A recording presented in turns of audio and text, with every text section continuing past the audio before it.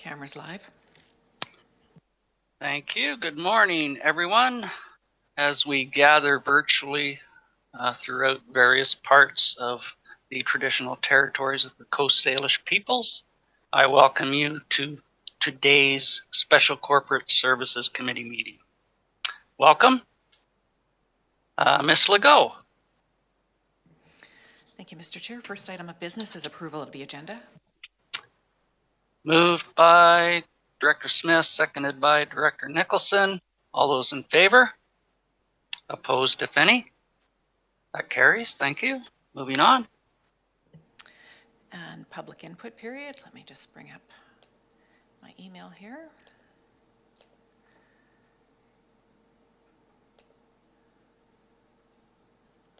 We have one submission for public input period from Susan Kaufman. Good morning, Chair. I'd like to speak to R5, Communications and Engagement Coordinator. As this is a late request to add a full-time position during a time of constraints, it would be good to hear more information on the background of the previous position and the number of employees already employed in communications and engagement. Perhaps more information could be given on the following: a detailed job description for the proposed position. The report suggests that the new position is responsible for the administrative and technical support of the CVRD website. Would this be on content only and is in addition to IT already on staff? Would the proposed wage be in keeping with industry standard to attract and maintain a qualified candidate? We've heard previously the CVRD website operating system is somewhat antiquated and has limits to its content and capabilities for expansion. Is the CVRD actively seeking to improve on its digital operating systems? The CVRD could certainly use an overhaul to make it more efficient and user-friendly, but that will require more than a new full-time position. It will require significant investment in operating software. Communication expertise in the digital age is imperative for business and government, but please make sure the investments in personnel and technology are done in a fiscally responsible manner. And that concludes public input. Thank you for the public input, Ms. Kaufman. Moving on, Ms. Legault. Before we do move on, fellow directors, I just want to assure that we all respect each other's viewpoints today, that we can adhere to the procedure bylaw. Even though we don't agree with each other, we can at least be respectful through this process, and I encourage us all to try to adhere to that today. It's been a long, arduous process, probably one of the most difficult budget processes I've gone through, being it's been totally virtual, and I know it's taxing on some people, but let's get through this, debate the topic, not the person. Thank you.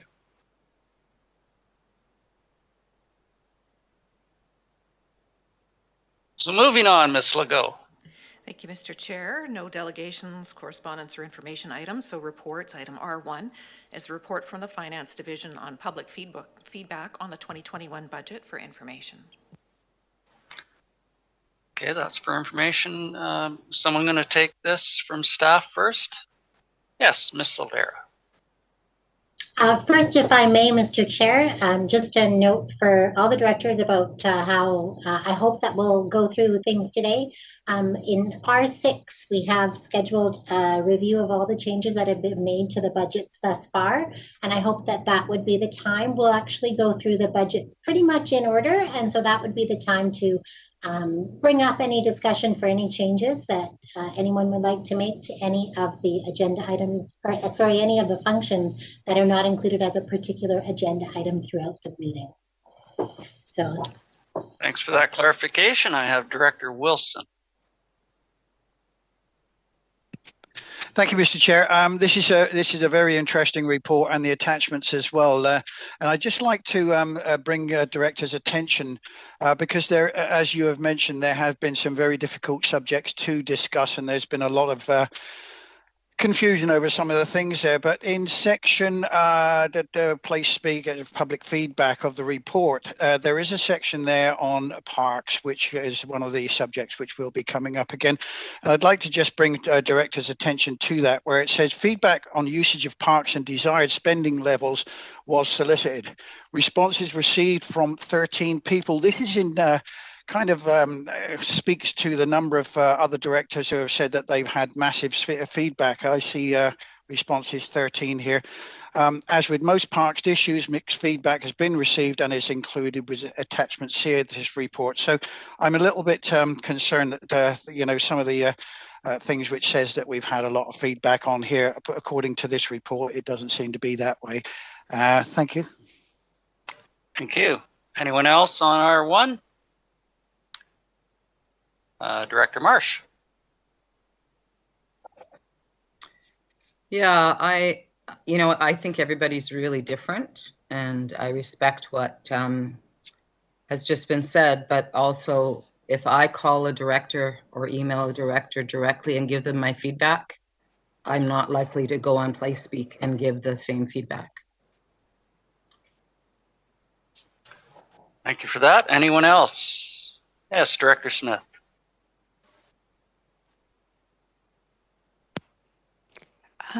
I noticed a couple of things in the report that there's very limited people took the time for this very serious item of budgets to make their comments, to go on PlaySpeak. Does that speak to the platform is not working for us and that we need to investigate something else? But it also speaks to people are very, very are struggling.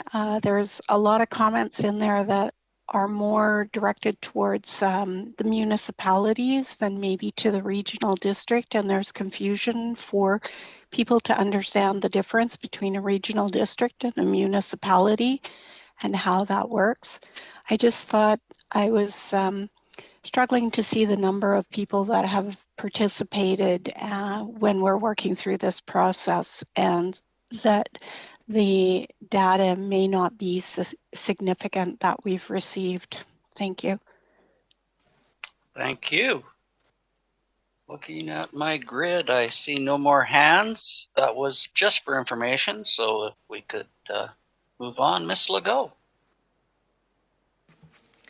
Thank you, Mr. Chair. Item R2 is a report from the Finance Division on the 2021 draft budget overview as at January 15th for information again. Okay, directors, anything on these? Director Sebring, please. Thank you, Mr. Chair. I was reviewing these attachments, and somehow I still can't get my head around this. When I look at attachment B, the breakdown of jurisdictions and what's happening to the requisition in each specific electoral area and municipality, I see decreases of anywhere from 0.41% to 5.77%, depending on the jurisdiction. But then when I go to Schedule C, I see an overall increase of 3.17%. I'm trying to wrap my head around that. Is that due to growth? Is it due to quirks in assessment? What's actually happening there? If our overall collection is going up by 3.17%, how is it that everybody's requisition is going down? I'll let Ms. Soldera answer that for you, Director Sebring. Thank you very much. On Schedule B, the percent change is based on $100,000 of assessed value. And so as assessments go up, the rate per 100,000 can go down and we can still earn more money. Ah, okay. Thank you. I knew there had to be something in there that I wasn't getting, and that explains it. Thanks. And now you've got it? Yep. Director Salmon, please. Yeah, thank you. I'm just wondering if this is something we should address, because that per 100,000 figure, the negative figure, is what goes out in the annual tax notice to the public with that yellow brochure. So I think it's misleading. So I brought this up a couple of years ago. Wasn't successful with the board, but I don't know if anyone else has thoughts on that one. We're going to have an increase to have your per 100,000 presented going down. I do think that's misleading. Thank you, Director Salmon. I have Director Stone next. Do I have any other hands before I move on? Director Acton. Yeah, so those two things kind of lead to the same thing. But the question to staff is, are those numbers per 100,000 with the current assessment figures and including non-market change, obviously, as well? Ms. Soldera. Through the chair, we have updated all of the schedules to include the 2021 Preliminary. assessment rule. Yeah. And so this is reflective of the 21 assessments. They're not we use the revised rule for March for setting the actual tax rates, but this is based on the completed rules. So yes. Thank you. So yeah, so to Director Salmon's point and Director Sebring's point, the more important number is the sort of per average household number that's in Schedule B, I think it is. That's a more accurate representation. I think that's what most local governments use. I can't remember. I thought it was Director Firstenau actually who brought forward the per 100,000. But again, knowing that assessment increases plus non-market change reflect that number, the per household number is probably the best number to use as a guide. Yeah. Yeah, follow up, Director Salmon, please. Yeah, so that average per household, that's Schedule E. And when I brought this up a couple of years ago, that was the staff recommendation, was some form of sending out the Schedule E, I believe, information on that yellow brochure instead of the way we do. So maybe just a question to staff: would there still be time if we did want to change for this year? Has the format been finalized yet? Through the chair, we can absolutely still change. We have not yet created the pamphlets for 2021. Okay. So looking forward, if you wished Schedule E to be distributed, that would be appropriate. Sorry. Yes, Director Acton. I'm still on the line. Thank you. And Director Marsh is next. Thank you. Sorry, I didn't know my brand new computer today. I'm really grateful that this topic was brought up. I think it's an awesome opportunity for us to educate the community on what the CVRD does. And I agree that this pamphlet is not actually communicating what the true picture. And it would be really important to use the opportunity to educate people on what the CVRD does. That doesn't seem to be getting across the percentages. I think it also would be important to include the mill rate because people see the province makes that final decision on how they're going to collect it, and that would be really helpful. And I think also the number one thing that people don't understand in electoral areas is that the roads are provincial. So some definition of that rural tax would also be beneficial. So I would really hope that staff reach out to the directors. We're the ones that receive all this feedback, and we have been receiving feedback. The 13 responses on PlaceSpeak is not the only place where people are giving feedback to the directors. And so those things are really confusing. And in areas where we're only increasing our taxes by 5%, say, and then the assessed values are going up, understanding the assessed values too. The community right now in Shawnee and Lake are really panicky about how much their assessed values have gone up, but understanding that it's for the area. And then also understanding that living in a rural place is actually really expensive. We have a very small population to deliver the services that we do. So the costs are higher and we pay for that. So I think it's an amazing opportunity to educate our communities. And I hope that we can really brush up on that. It's one of the only times that people the whole region get information from the CVRD. And I don't want to miss that opportunity. Thank you. Thank you. I have Director Marsh and then Director Smith. Thank you very much, Mr. Chair. When I was looking at this Schedule E, I believe it is, last night, and I saw the average North Cowichan North End home amount is $3,398.22. I was pretty sure that was a typo. So just to alert Ms. Soldera, then it made me wonder, if the total tax increase for the north end was indeed 7.24%, or like, so that, I just have a question about that page. Okay, we'll let Ms. Soldera find that. Yeah, it is Schedule E, I'm sorry. Schedule E? Yeah.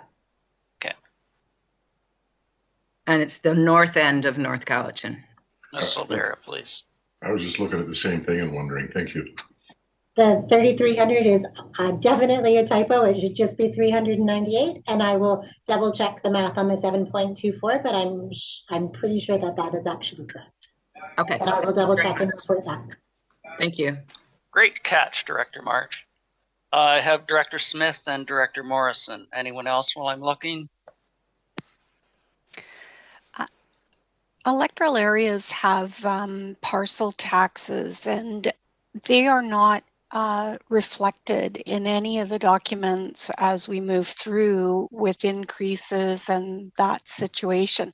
So sometimes that's confusing also for those that have that parcel tax. They see the one tax situation here, but the parcel tax may have increased, and that's not reflected in these documents for them.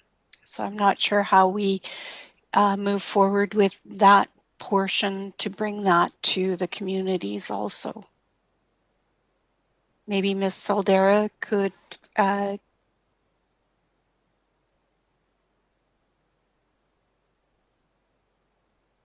Parcel Yes. taxes and the change in the parcel taxes is included in Schedule K, I believe, on our website.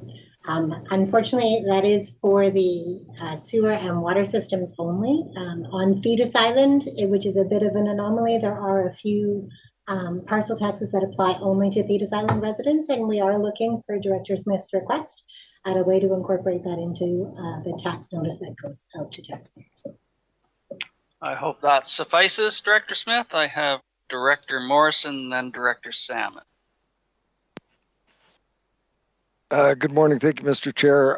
So just given some of the knowledge and background of what staff are trying to squeeze into a fairly important document for people to receive in their tax notice, it causes me a little concern that, you know, we're just going to say, let's put this in and take this out. And I'm more inclined to ask that staff come back with perhaps a draft of what will be submitted to the province for printing and inclusion in the bills, because I've had pretty good feedback from residents. That's actually a pretty good instructional and educational tool that I've used in various public meetings and the like. And I'd be quite uncomfortable with us saying to staff, you know, take this out and put this in, and without having a good look at what will ultimately go out. So I guess I would turn to staff and ask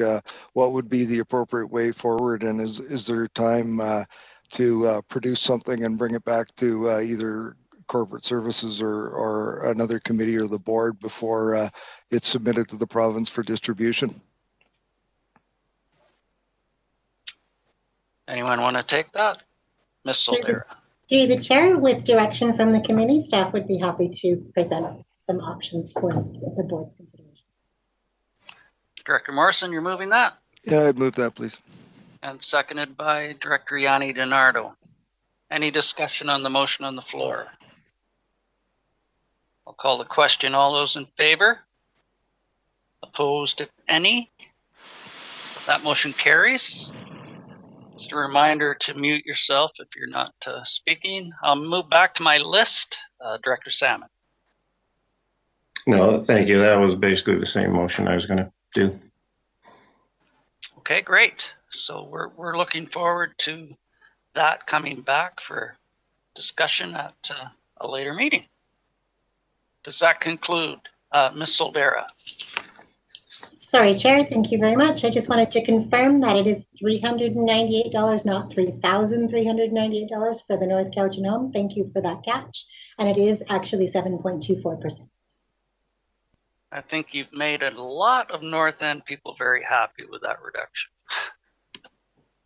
Yes, Director Salmon. Yeah, so I'm happy. I just, while we were chatting, I checked. So just for example, swinging back to what Director Sebring started, but so just checking Mill Bay, the average home is going to be up 4% if we didn't change anything from today, and yet what would go out in the mail out for per 100,000 is minus 4.4%. So obviously that would be, I think it could be interpreted misleading. So I'm glad we're having a look at this. Yeah, and we look forward to that document that will come before us, see what's being directed to the province. Thank you. Okay, are we, oh, Director Smith, please. One of the things that's occurred for Area G is that our managed forest has gone down 1.2 million. I think that Area F has had their managed forest go down 2 million, and that means that the taxation is moving over to residential. I'm not sure if there's some way of pointing that out to the taxpayers in some part of the, say, the yellow information sheet that they may receive the insert, so that there's an additional explanation there for the increase. If you're not increasing your budgets by and they're at zero, it's hard to understand how you actually come up with an increase. So I'm not sure if that can be included. Thank you. Thank you very much. And again, we'll see what staff brings back that will be put forward to the province. But taking into consideration all the input today, I'm sure they have a pretty good idea of what various directors are looking for. Okay, moving on, Ms. Legault. Thank you, Mr. Chair. Item R3 is a report from Finance on Parks and Trails 2021 draft budgets referred from December 2nd Special Electoral Area Services Committee meeting. And the recommendation is that it be recommended to the board that the 2021 draft budget for Function 238 Community Parks Area H be approved. Is that moved, Director Martman? Do I have a seconder? Director Smith, and now a speakers list. Director Marsh.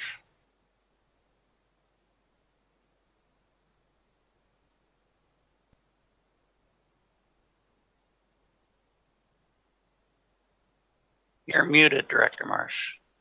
Sorry, I'm just trying to open it up. So can you remind me what you just said I'm needing to look at? Oh, right, R3. R3. Gotcha. Okay, I'm sorry, Mr. Chair. You can move on to someone else and I'll come back because I didn't expect to be the first hand. You are quick. Anyone else? Director Nicholson, please. I just have a question about process. So when I read this report, it referred to the material that went to the Electoral Area Services December 2nd. And I know that for Area E Parks, we had some changes that were made in January. So I'm wondering what I'm approving here. Ms. Legault. Thank you. And through the chair, we just didn't write a new report. We brought forward the same report. So the staff recommendation here is specifically only dealing with Area H community parks. Okay. So now we're clear on that. Director Martman. So I'd like to just thank my my newly formed Parks Advisory Committee, and so they've been able to meet and give me direction on this. So I look forward to moving this and ask the question. Okay, any more speakers on this? This is for Area H Parks. Call the question. All in favor? Opposed, if any? That motion carries. Thank you. I can move on from you, Director Marsh, on that Yes. topic. Thank you. Ms. Legault. Thank you, Mr. Chair. Item 4 is also a referral on Area H parks, and the recommendation is that the supplemental request for Function 238, Community Parks Area H, Fern Gully Trail Bridge be approved, and that the supplemental request for Function 238, Community Parks Area H, Hiking and Equestrian Bridge West Trail be approved. Moved by Director Martman, seconded by Director Stone. Discussion? Director Martman. Again, similar to the last one, thanks to my Parks Advisory Commission and to Parks and Trails, Mr. Farquhar, that I move that this be accepted as read. Director Wilson. It's been moved and seconded, so ready for the question? Director Acton, please. Excuse me, Mr. Chair. Maybe I'm in the wrong spot. I'm looking at R4 attachment A. And I guess I'm just not sure why this is put here, because so I have a question on one of the line items on attachment A, but it's not read in the resolution. So maybe staff could explain why this is attached here, and then maybe that will negate my question. Okay. Anyone got that? Miss Silvera. So I apologize. Again, as Ms. Legault said, we didn't write a brand new report for this because it has been forwarded from 2 previous meetings. And so it's just the recap of all of them, and it is not actually related to the resolution, which is specifically for the Area H items that got referred to the next meeting. Okay, so follow up on other items in that list, we can bring them up during R6. Thank you. Okay, that clarifies. Any further questions or discussion? Call the question. All those in favor? Opposed, if any? That motion carries. Ms. Legault. Thank you, Mr. Chair. On to item R5, the report from Communications and Engagement on the 2021 supplemental request. And the proposed recommendation is that it be recommended to the board that the supplemental request for Function 100 Communications and Engagement Coordinator be approved. Do I have a mover on that one? Moved by Director Yanni DiNardo, seconder. Seconded by Director Staples. Discussion. Seeing no hands, I'm going to call the question. All those in favor? Those opposed? Could keep your hands up if you're opposed. Director Kuhn, Director Morrison, Director Smith, Director Salmon, Director Wilson, and Director Acton are opposed. I'll let Ms. Legault tally those. So there were 5 opposed, so the motion carries. Director Acton. I actually had a question. This went a little fast. My apologies. I did ask for questions. There was no hands, so I did move on, but I do apologize. If you'd like a clarifying question, please. Well, yeah, I'll talk to the chair later about it. Is this going to be, we can discuss this again at a later date? Because I'm not sure about the appropriateness right now. Okay, I appreciate your tact. I don't think this is the final budget discussion that I'm aware of, but I'm hoping we can get through the majority of it today. If you have a concern, please carry on. Director Morrison. This, I believe, is maybe linked to a broader question that needs to be discussed in a closed session of the board. And I don't know what the appropriateness of referring this particular item to our next closed session of the board, but I'd feel a lot more comfortable if we were assured that the discussion would take place. And given that we didn't have resounding unanimity on this item, I think it'd be more than appropriate. So I don't know what our board chair would think about a referral to, or whether the perhaps the chairs have discussed this. I don't know, but there needs to be some further discussion, and I think closed would be appropriate. I'm a little skewed on the process. We've had a duly moved and seconded motion that was voted on and carried. I'm not sure, Ms. Legault, on the process of referring that again to closed session. There are no names on this, and how it would reside within closed. Be one of my questions. So you're correct that the motion was carried. It's not to say that a motion couldn't be made to add discussion of a particular aspect to a closed session meeting, but would need to understand more about whether it's a labor relations implication or what angle or what section of the charter would fit. Director Stone, I saw your hand. No, yeah, it was more of a question. Yeah, as Ms. Legault just put forward, what the reason under Section 90 would be to put something like that in closed. It's about a proposed position, not a member of staff. But if there's, like, if anybody came to the chair about a legitimate question for a closed session discussion, it doesn't have to be referred from this meeting. So I can speak with the directors after the meeting and see what the concern is related to a closed session matter. And if it's suitable, we can add it to the next closed session board agenda. Not this next one, because that agenda is already published, but I would say, we have some time before the budget decisions are made and finalized over the next month and a half, that if there's a closed session discussion to be had, we could have it before then. And just a reminder, if you're not speaking, mute your microphone, because I hear a lot of table noise from different directors or breath. Thanks. Thank you. Hopefully it wasn't me. I see Director Salmon, you had your hand up.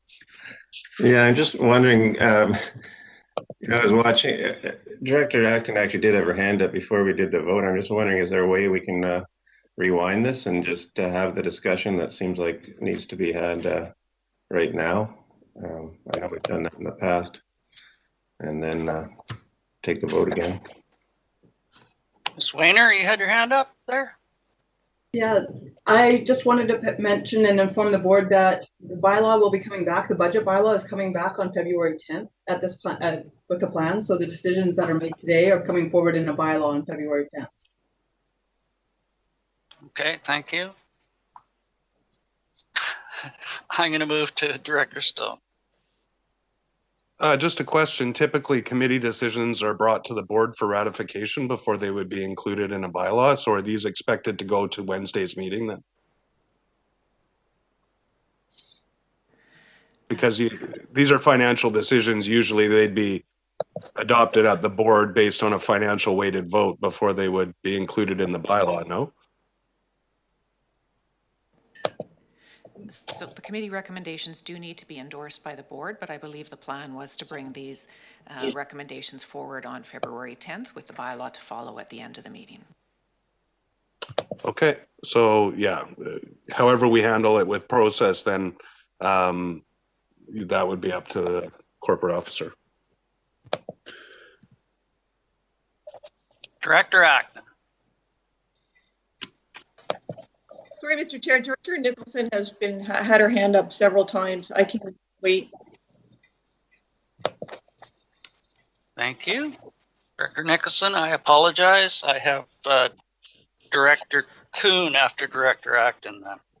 It's okay, Mike. I think my question was answered. I was curious as to when the final budget discussion was going to take place, but it sounds like that would be February 10th.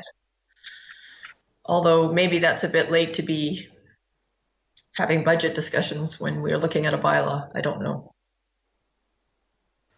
Thank you. Director Acton, I'll return to you. Yeah, I'm quite upset that this didn't even come up for discussion. We know that our communities are not thrilled about just adding positions or extending positions. So to not even have a discussion around this is really, I think, a problem of the technology. I'm operating 2 computers today, which I've never done before, and just the delay of people's internet. I think we need to slow down a little bit and truly make sure that there's no discussion to be made. And this is something that's really important. I wish we could have at least some of this discussion in open, or have this discussion sooner than later. I think waiting until February 10th is not appropriate. Thank you. I have Director Kuhn, Director Salmon, Director Smith, Director Sebring. Yes, I'd like to get back to Director Salmon's question. Is there any way we can deal with this now so it doesn't have to be pushed over and then regurgitated again? We're into this topic now, and if there's any way to solve it now, I'd like to get it done. Ms. Legault. Thank you, Mr. Chair. So the results of the vote were called, but if the committee would like to bring the matter before the Assembly again, a motion to reconsider could be introduced by someone who voted on the prevailing side. I'll make that. Sebring, you're making that motion to bring it back? I voted on the prevailing side. I'll make the motion. And seconded by Director Allison. So we will bring back R5 for a slow discussion. And I will wait for internet delays, etc. Yes, Director Point of order, Mr. Chair. That was a motion that needs to be voted on in terms of the reconsideration. Absolutely. I will call the question. In favor, all? Opposed? So now we'll return for discussion. Ms. Legault, could we reread that again for clarification? Thank you, Mr. Chair. That it be recommended to the board that the supplemental request for function 100, Communications and Engagement Coordinator, be approved. Okay, I'm going to return to my list. Director Salmon, Smith, Sebring, Acton. Anyone else? Marsh. So let's go to Director Salmon, please. Okay, thank you. Yeah, anyway, I was on the list from the previous, but I will just grab this opportunity. So I'm happy this has come back, and I'll just say not so much on this particular communication, but I'm glad in general that we are discussing these things in our next item to go over them all again, because I'm just concerned where we started with a mandate of 0 and now we're at 3. And of course, these increases are built in. So every year, this is not just voting for 3 for this year. It's going to be every subsequent year we'll get 3 on top of whatever additional. So I'll leave it at that. But I'm concerned about our general trend and happy to discuss all these items. Thank you. Thank you very much, Director Salmon. I have Director Smith next.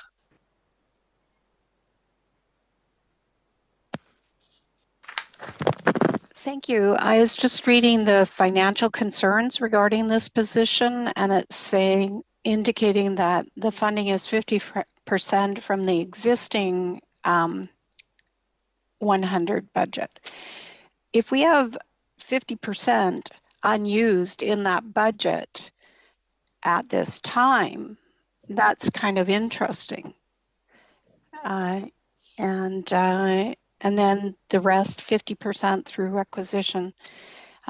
We know how many people in our communities are struggling at this time financially, and we are making changes with IT. We're making changes that make technology part of our daily lives for our employees. And maybe this is not the time, and I couldn't support an additional. We already have a part-time position. We just need to fill it, and we could move forward with that at this time and leave a full position for another time. Thank you. Mr. Carruthers, you'd like to respond? Yeah, thank you, Mr. Chair. I just thought it might be appropriate for me to just give a little bit of background, just so the directors are all clear on why we brought this forward at this point in time. We've had conversations with the board with respect to our capacity in our communications and engagement department. And in fact, one of your strategic objectives and one of your action plans is to promote and fund organizational capacity aimed at enhancing community engagement. We had a part-time position that was intended primarily to support communications in terms of our social media and our web presence, and we've done some great work in that regard. Unfortunately, because it's a part-time position, we've lost a candidate to another employer in local government, and we were in a position to have to go out and repost that position again. So we understand that it's difficult to get qualified people to come in and take on an important role like that in an organization on a part-time basis.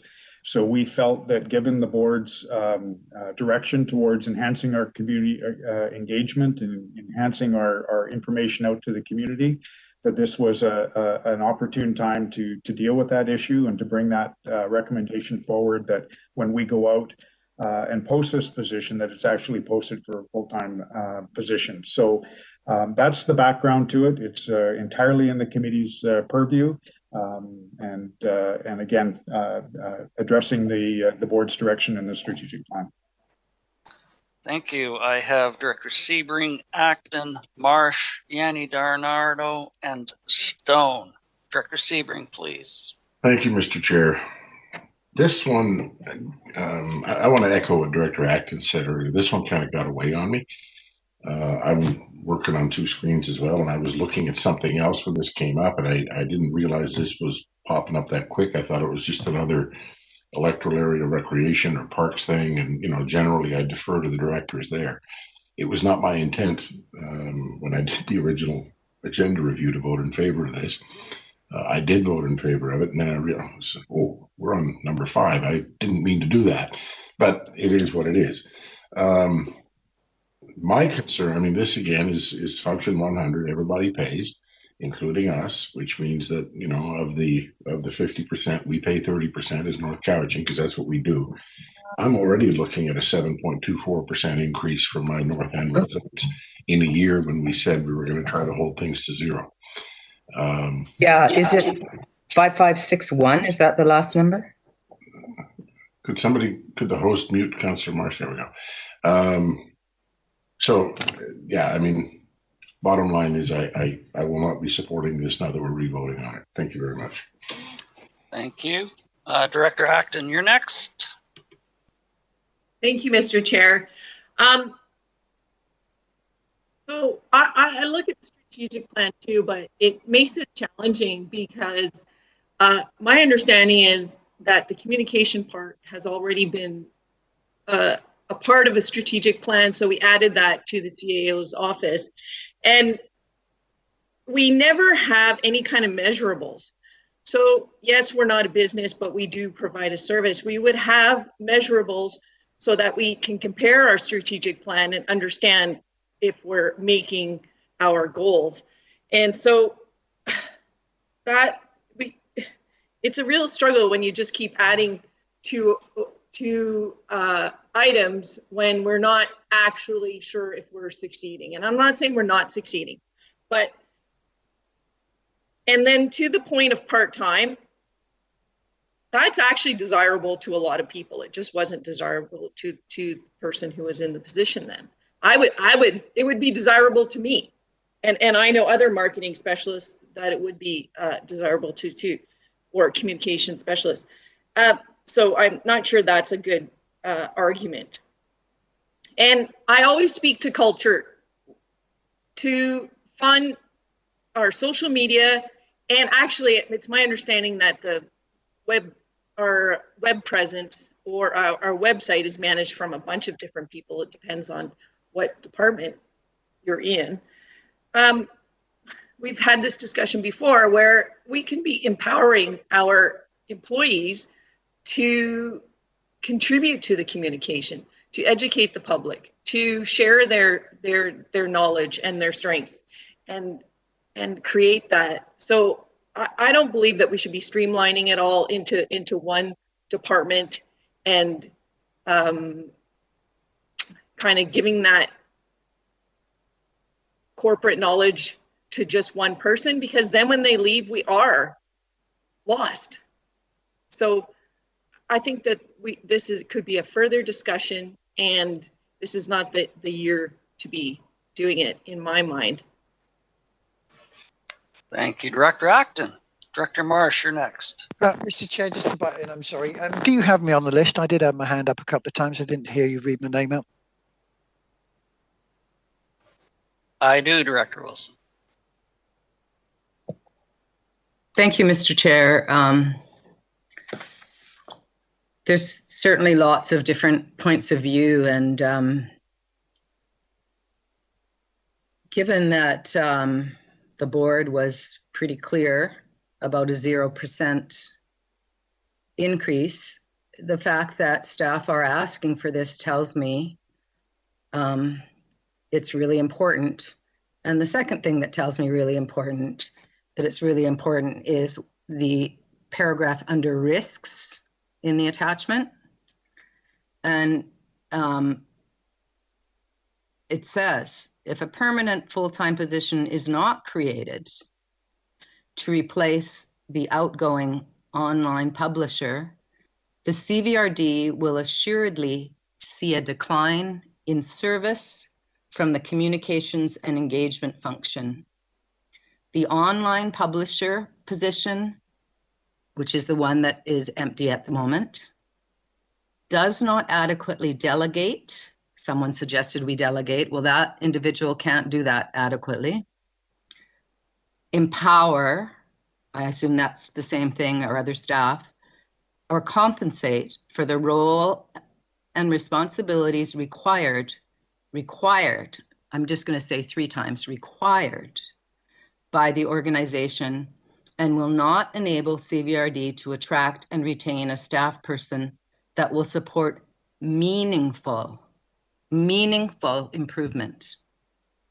The absence of a dedicated, qualified support staff will have an immediate negative impact CVRD capacity to deliver this function, which is communications and engagement, and put increased pressure on staff in all divisions to undertake more of this specialized work without adequate training and support. So, you know, we've been talking about the need for better engagement. I heard that when we talked about PlaySpeak, and I support the motion because I don't think Brian and his staff would be asking for it if they didn't need it critically.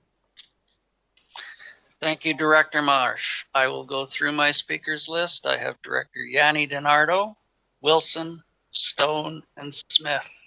Anyone further? Director Martman, I'll put you on my list. Director Yanni DiNardo, please. Thank you, Mr. Chair. I was one of the original people that wasn't even in favor of a communications officer at one time for our CVRD. And I really feel that with COVID and the way the world is changing, the communications officers, it's very important. We talk about engagement all the time. We talk about communicating with our public. And we said that in our strat plan. We said that we want to engage the public more. And how can we do that if we don't have the proper resources? So normally, I would not have gone for this, but after seeing the value and after COVID and seeing that we are all online and the rest of the community is online, this is pretty much essential. So if we want to improve our product and our service, which we talk about, we're service orientated, this has to happen. So I'm confused why everyone is surprised. We want the service, we want to communicate with the public, but yet we don't want we don't want somebody to take that position. So I am in favor of this, and I would hope that other people would change their mind as well. Thank you. I have Director Wilson, then Director Stone, Smith, Martman, and Staples. Excuse me, Mr. Chair, I just had a follow-up. I'm very sorry. So I just wanted to ask staff, in other regional districts and other communities, how many communications staff do they have? Do we know roughly? Because it's a challenging job, and I just wondered if other regional districts just have one as well. Thank you, Mr. Chair. I can't say across the board. I can tell you the other CBRD, the Comox Valley Regional District, to which we just lost our employee to, went to a 5-person communications department in the Comox Valley Regional District. We have 1.5. Okay. Director Wilson, please.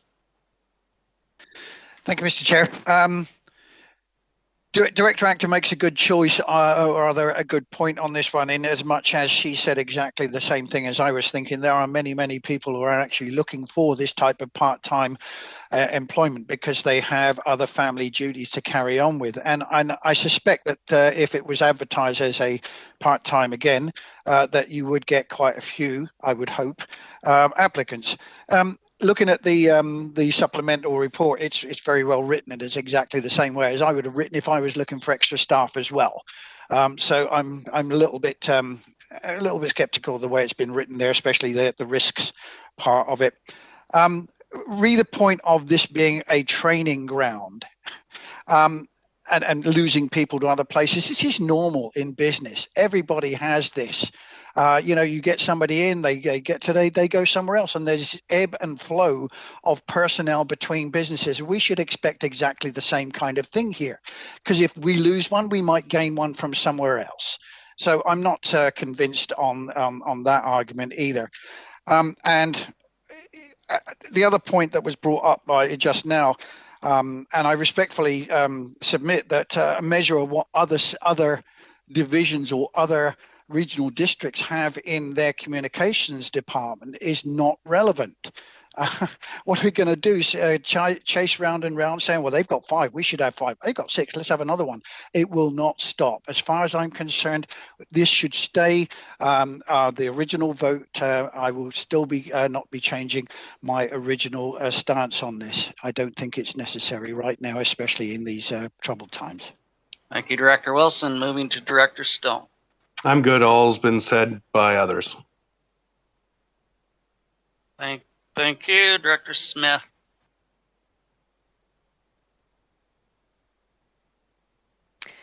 Thank you. I noticed that the wages are $50,000 with a $15,000 benefit. That's $65,000 a year. We have many people that have no employment at this moment, and this is definitely something hard for people to look at when they're sitting at home without a position or without financial means for their families.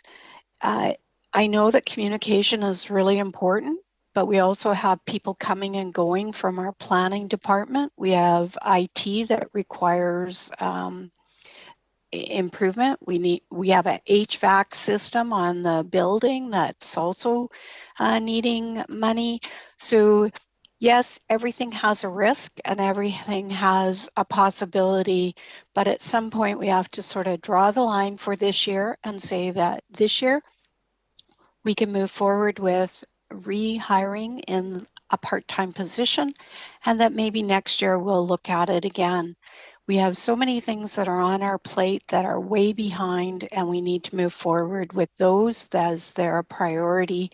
And I also will not be supporting this additional position to full-time at this time. Thank you. Thank you, Director Smith. I have Director Martman, Director Staples, Director Kuhn, Director Marsh. Anyone else? Director Martman, please. Thank you, Chair. And I think all good points here. And I think as other topics come up, we struggle, I think, because there are good points on both sides. When I first read this, I looked at the need, and I take the word of that's written here, and I see the need is there. The question for me was timing, and I thought to myself, is this when we want to spend more money, or make a request for more money from taxpayers? And I thought at first, no, And then I started looking around and thinking about economic recovery and how do we best encourage that. And one of the ways is by offering employment. And so that's where I got into my dilemma of, well, do we ask for more money? Do we look at providing a better employment opportunity for somebody?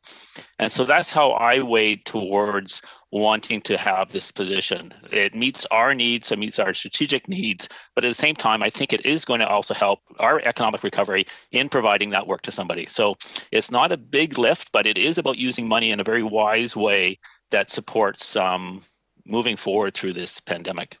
Thank you. Thank you, Director Markman. Director Staples, you're next. Thank you, Chair McGonigal, and thank you for the perspective that you just shared, Dr. Markman. It's one of the things that I've been wrestling with as well, because I recognize that there are very good arguments on both sides of this. And at the same time, what people are looking for right now is for us, not just as a regional district, but all levels of government, to communicate effectively with them. And, you know, given the low numbers that we had on the budget call-ins, given the low numbers even on PlaySpeak, there's an aspect of communication that either people aren't getting those messages, or their awareness of the regional district isn't enough that they feel engaged. There's always a certain portion of people who will always be engaged at every single, you know, word that we speak, but we're still missing a broad group in the community if that's not happening, if people aren't showing up, particularly now when people are so engaged on online and in social media. And so communication through this pandemic has grown exponentially. I think that the responsibility for staff in how many communications have to go out has just increased. And I would actually like to hear from Mr. Crothers about that, because I know that at the city we do not have a communications person at all, and all staff shares that, and it is a huge burden essentially on staff trying to come up with communications, and you need that coordination that is, you know, would be provided from this position as well. I totally agree with Director Acton when she says that, you know, different departments can provide certain communications, but they need to go somewhere so that the messaging is being coordinated, and there needs to be people who are coordinating that message, and 1.5 people for an organization this size to coordinate effective messaging, given the times that we're in the pandemic, in the emergencies that we've had with floods, with the fire. You know, that is too much for the existing staff. So I'm in support of this. I think it's timely for a number of reasons. I do recognize why people are hesitant, but I feel like communications, connecting with our community, is one of the most important things that we all need to do as local governments. Thank you, Director Staples. I have Director Kuhn and then hopefully Director Marsh to close. I did ask a question of. I'm very sorry. Okay. So I was just wondering if you would be able to answer that. I will turn to Mr. Crothers. Thank you, Mr. Chair. If I could get Director Staples just to repeat her question. Just wondering how much has the need to communicate increased during the pandemic from the regional district. I know that at the city, I was saying it has been a huge increase of the amount of communications that we've had to put out. Yeah, thank you, Director Staples. I mean, not only the amount, but the type of communication. I mean, we've had to pivot in terms of how we've gone about doing our communication, and as convenient as virtual engagement is on the part of the participants, it is a lot of work to organize as well. So the whole picture has changed. You know, COVID has changed how we communicate, the needs for communicating with our community. The electronic virtual platform is more important than it ever has been. But you know, all I want to convey to the committee is that I have heard from the committee that engagement is important, that you want to engage with your community. As your CAO, I have come to you and I'm just simply stating that in order for us to do that, we need the resources. And I appreciate that there's never a good time to be introducing new positions. This was an opportunity with a person leaving our organization to bring this concept forward to achieve what the board is wanting to achieve. I respect the conversation and the debate that the committee is having. We will carry on doing what we do, but I just want to manage the committee's expectations around us being able to enhance and further our engagement efforts. It's a lot of work. And 1.5 people, we've done a very decentralized system in this organization, and we have many people that aren't trained to do this kind of specialized work, and so we just thought we would bring that opportunity forward to the committee. I respect your debate, and you will decide for your organization whether this is something that's a priority or not. Thank you very much, Mr. Carruthers. So I'm cognizant of the time. We've had an hour. I still have a large list, and I want to let everyone have an opportunity on this topic. Are you all inclined to a little bit of a break, stretch our legs? We'll go back and gather our thoughts and return. And when we do return, I have Director Kuhn, Marsh, Sebring, Acton, Toporowski. So can we take a 10-minute break? Yeah. Ms. Legault. Can I just let you know, Mr. McGon? Oh, you're gone. Okay. Ms. Legault, I need to leave at 11, so maybe when we come back, you could let the chair know that. Sure.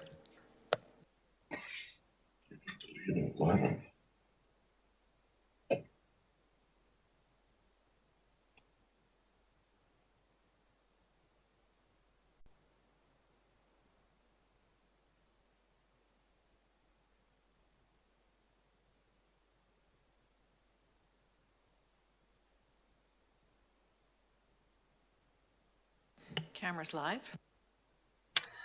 Welcome back, directors.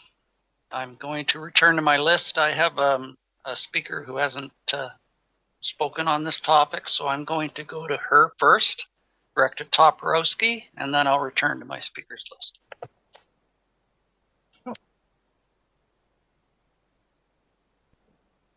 Oh, there we go. My mute button would not unmute there for a minute. Maybe it was telling me to be quiet. Thank you, Chair. Yeah, so, all good points all around. We did over a year ago speak about the different forms of communication, what the pressures were on the CVRD. And I think that was at the very beginning, just before our shutdown, or just when we shut down everything due to COVID. And I know that not only here, but other places struggle on communications and how those forms are rolled out. Some people don't like play speak, like me, and that's okay. So those are just different things I think that we need to look at as the board, because we have more people getting interested in local government and what we're doing. There's more ways and more opportunities presenting themselves of contacting us one-on-one or through the communications through CVRD. So how do we roll that out and accommodate everybody in their needs? So I just, I struggle with it too. But I think it is needed, in the pressures that we're facing as politicians now, because more people want to have input. And how do you have those forms of input? I'll leave it at that. Thank you, Chair. Thank you very much. I'll return to my list. Director Kuhn. I don't think this is the right time to add or to convert a part-time position into a full-time position. Apart from that, I'm the kind of guy, I'm much more in favor of getting things done rather than keep communicating about it. To me, that's kind of a soft task, and it's not that important on the scheme. I would much rather bring the planning department up to date and deal with whatever work we have to do in that regard, rather than just talk about it. I'd like to get back to to Director Markman's comment about jobs. Governments don't create employment. Employment gets created by private industry, because all the money that we spend, we have to take first from the taxpayers. So I just want to make that comment, and I leave it at that. Thank you. And I think more to the point, Director Markman was speaking of economic recovery and just using that as an example. But that's just my opinion. Director Morris, you're next. Thank you. I agree with everything Director Yanni Donardo said and everything Dr. Toporowski said. And I'd like to just add to did I say Dr. Toporowski?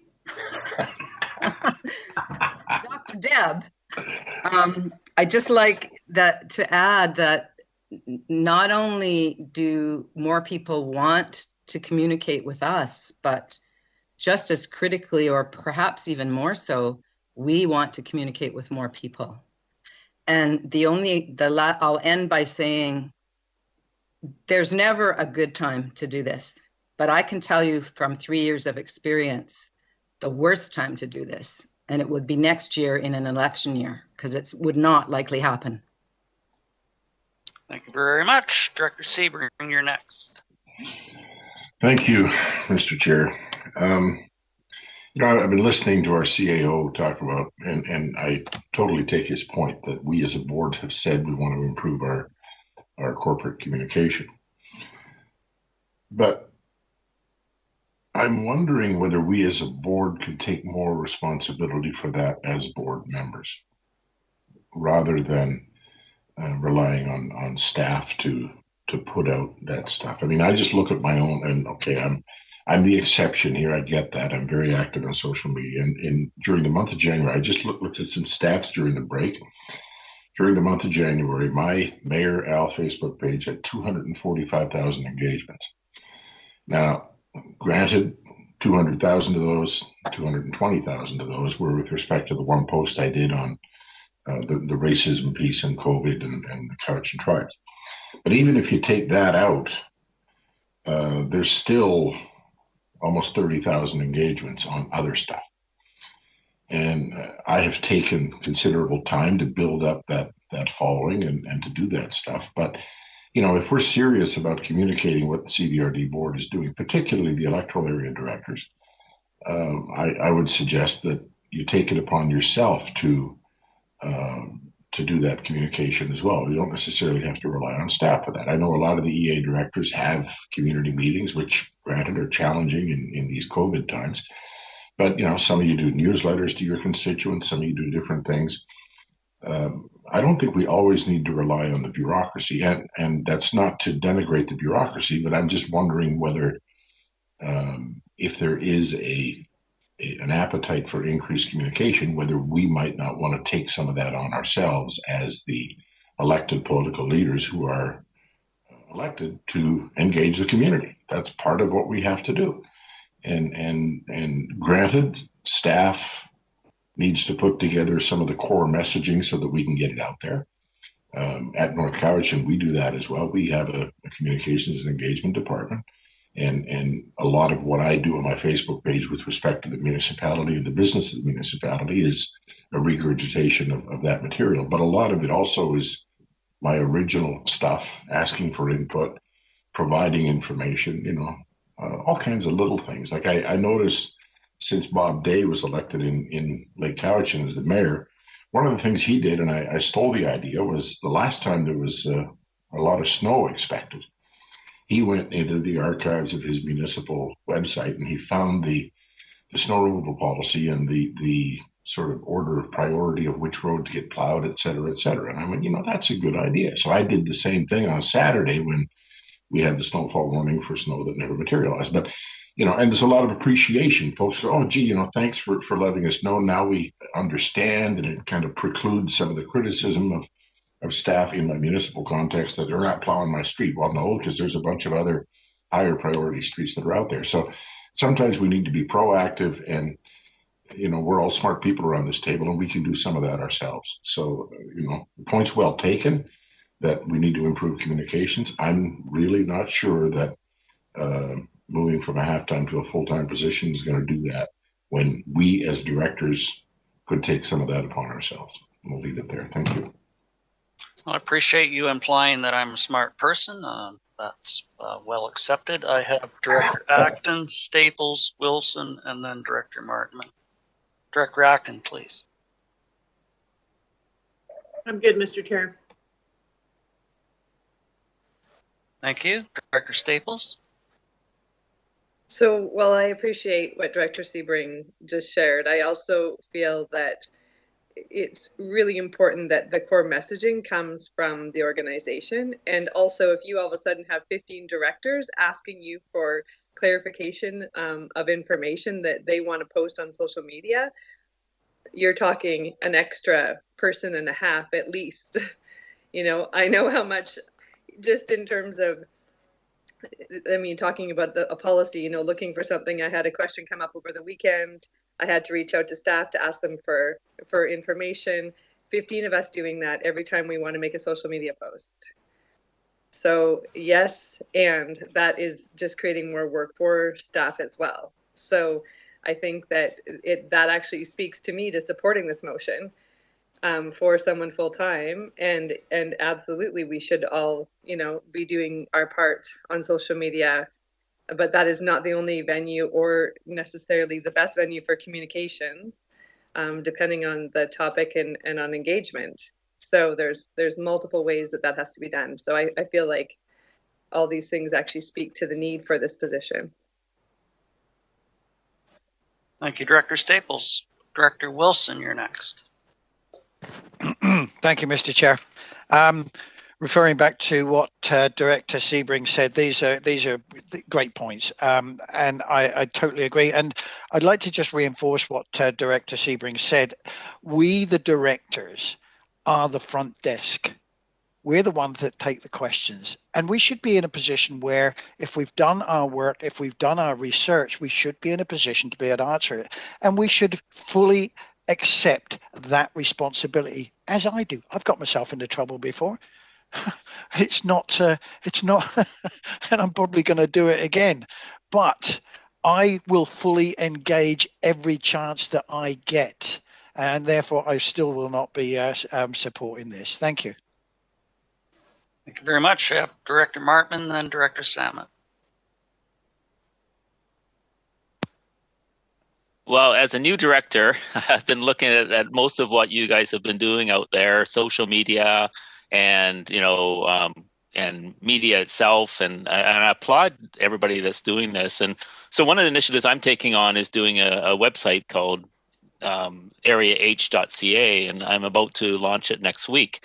But in doing so, I realized just how much material is out there and how much needs to be filtered through, and what is it that the my local area wants to know about things. And I just appreciate the amount of work that a communications person has to do to be able to sort of focus the right information out to the right groups. And I agree, we all need to do that with our areas, but at the same time, that's what the CVRD also has to do. And I'm looking at a very small piece of a very big pie, and going like, I really do support having this in place. So thank you. Thank you. And I'm sure we all agree that if it's on the internet, it has to be true. And with that, I will move to Director Salmon. Yeah, thank you. I too think Director Sebring, those are excellent points, and I think it's always a balance between the sort of careful corporate, almost sanitized information that we put out head office, and the personal, more localized information directly from directors. So, and if you look at the reach, I mean, often the numbers that we don't get that much from our reach from a central office. So right now, I wouldn't support this expansion. Thank you. Thank you very much, Director Salmon. I'm going to pause for a moment and look for hands so I don't move on too quickly. Are we finished with this discussion? Ready for the question? Could we reread it? It's been quite a while. Thank you, Mr. Chair. The recommendation is that it be recommended to the board that the supplemental request for Function 100 Communications and Engagement Coordinator be approved. So there's your question. All those in favor? And those opposed?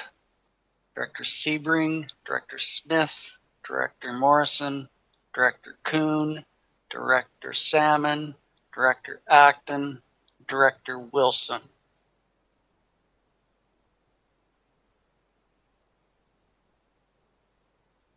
But 7 opposed, so the motion carries.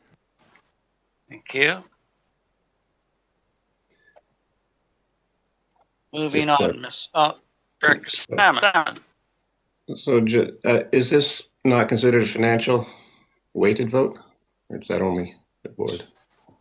Through the chair at committee, it's 1 director, 1 vote each. Okay, thank you.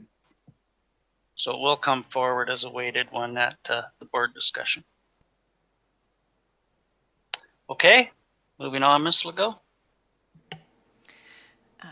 Thank you, Mr. Chair. Item R6 is a report from Finance on the summary of budget approvals, and I believe Ms. Saldera wants to lead off here. And we will yield to Ms. Saldera.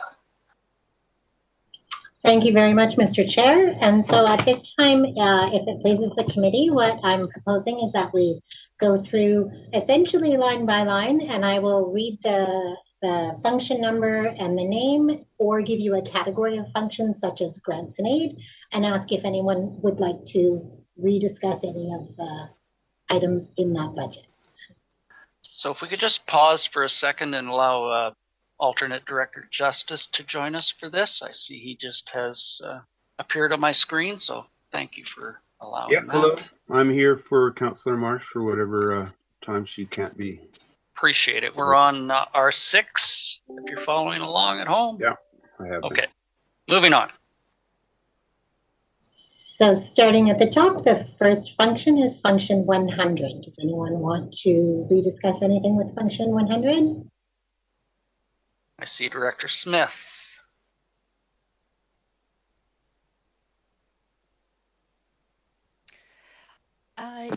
Yes, in 100, I'd like to bring back the full-time position for the Communications and Engagement Coordinator.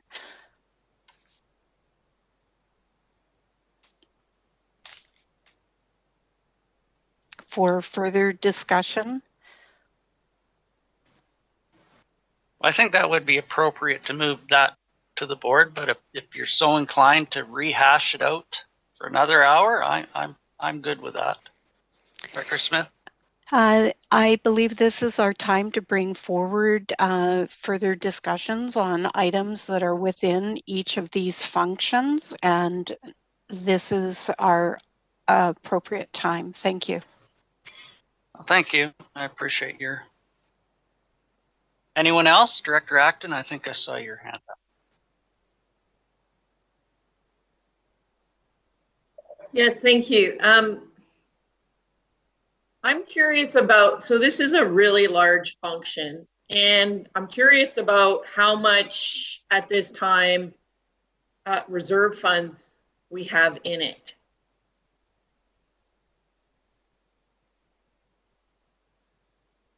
Looking for reserve funds in function 100?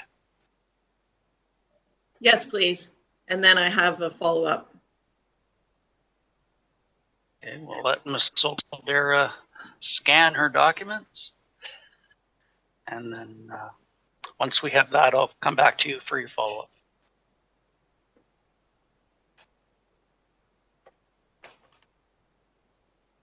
Sorry, computer was taking a few minutes there.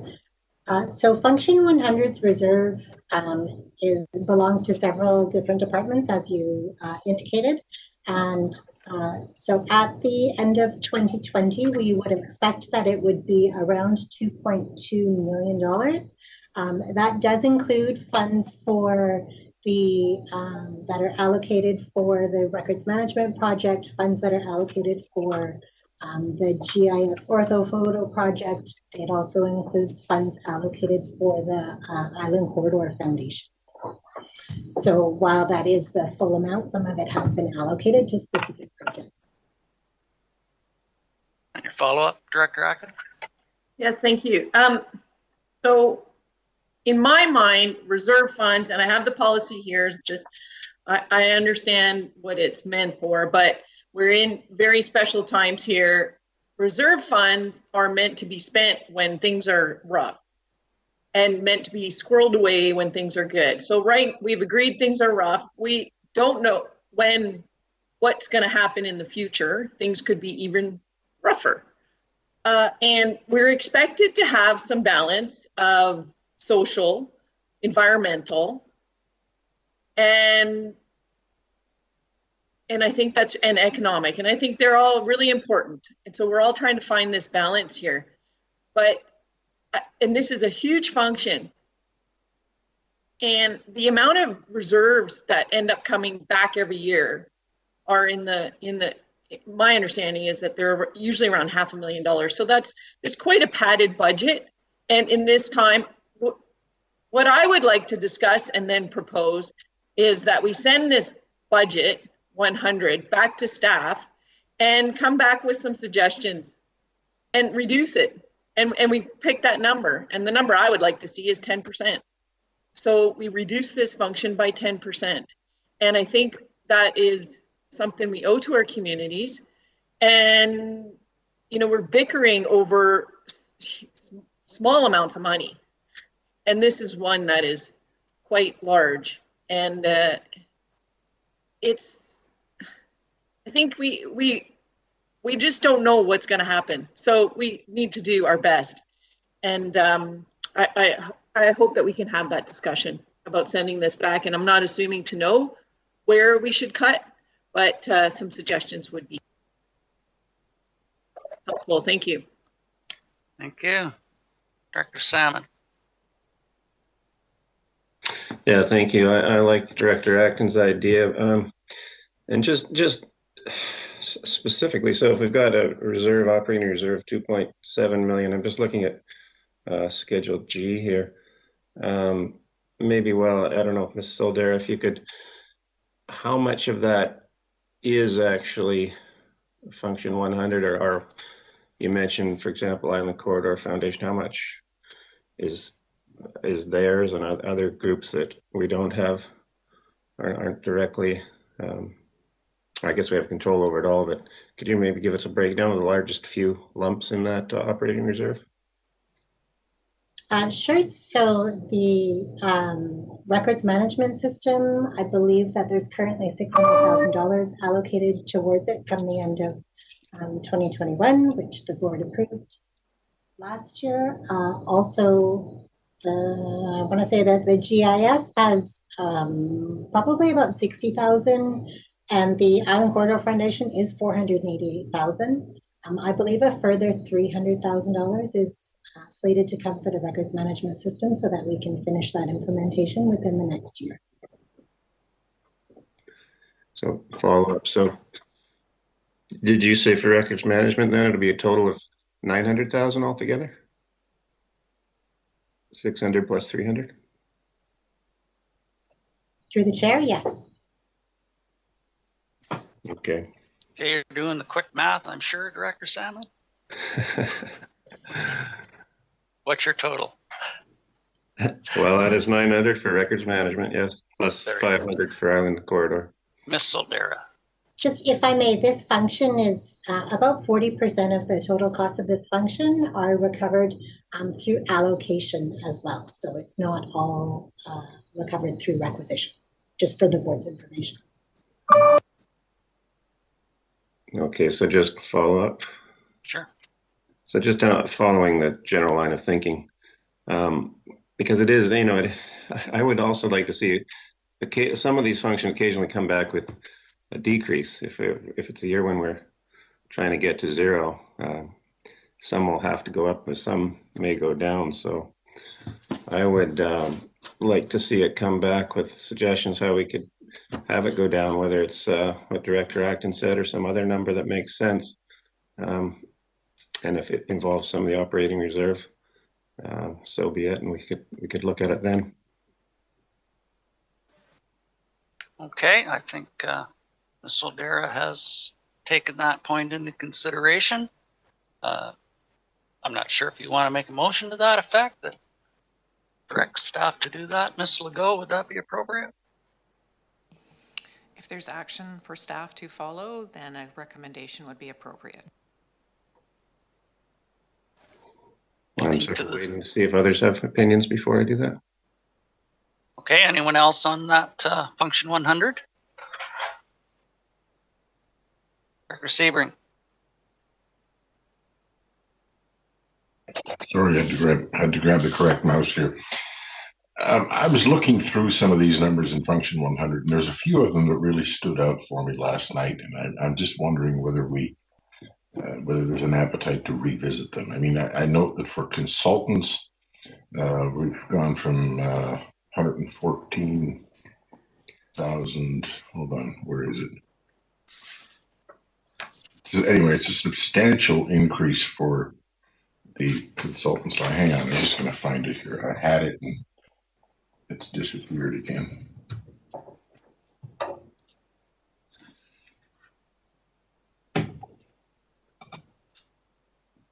Yeah, from 83,000 to 114,000. And I note that we were at just 35,000 a few years ago.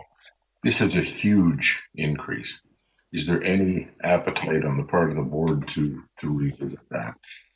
And the other one that I noticed was in the executive office's salaries, full-time regular, are up by my calculations about 21% from 284 to 345.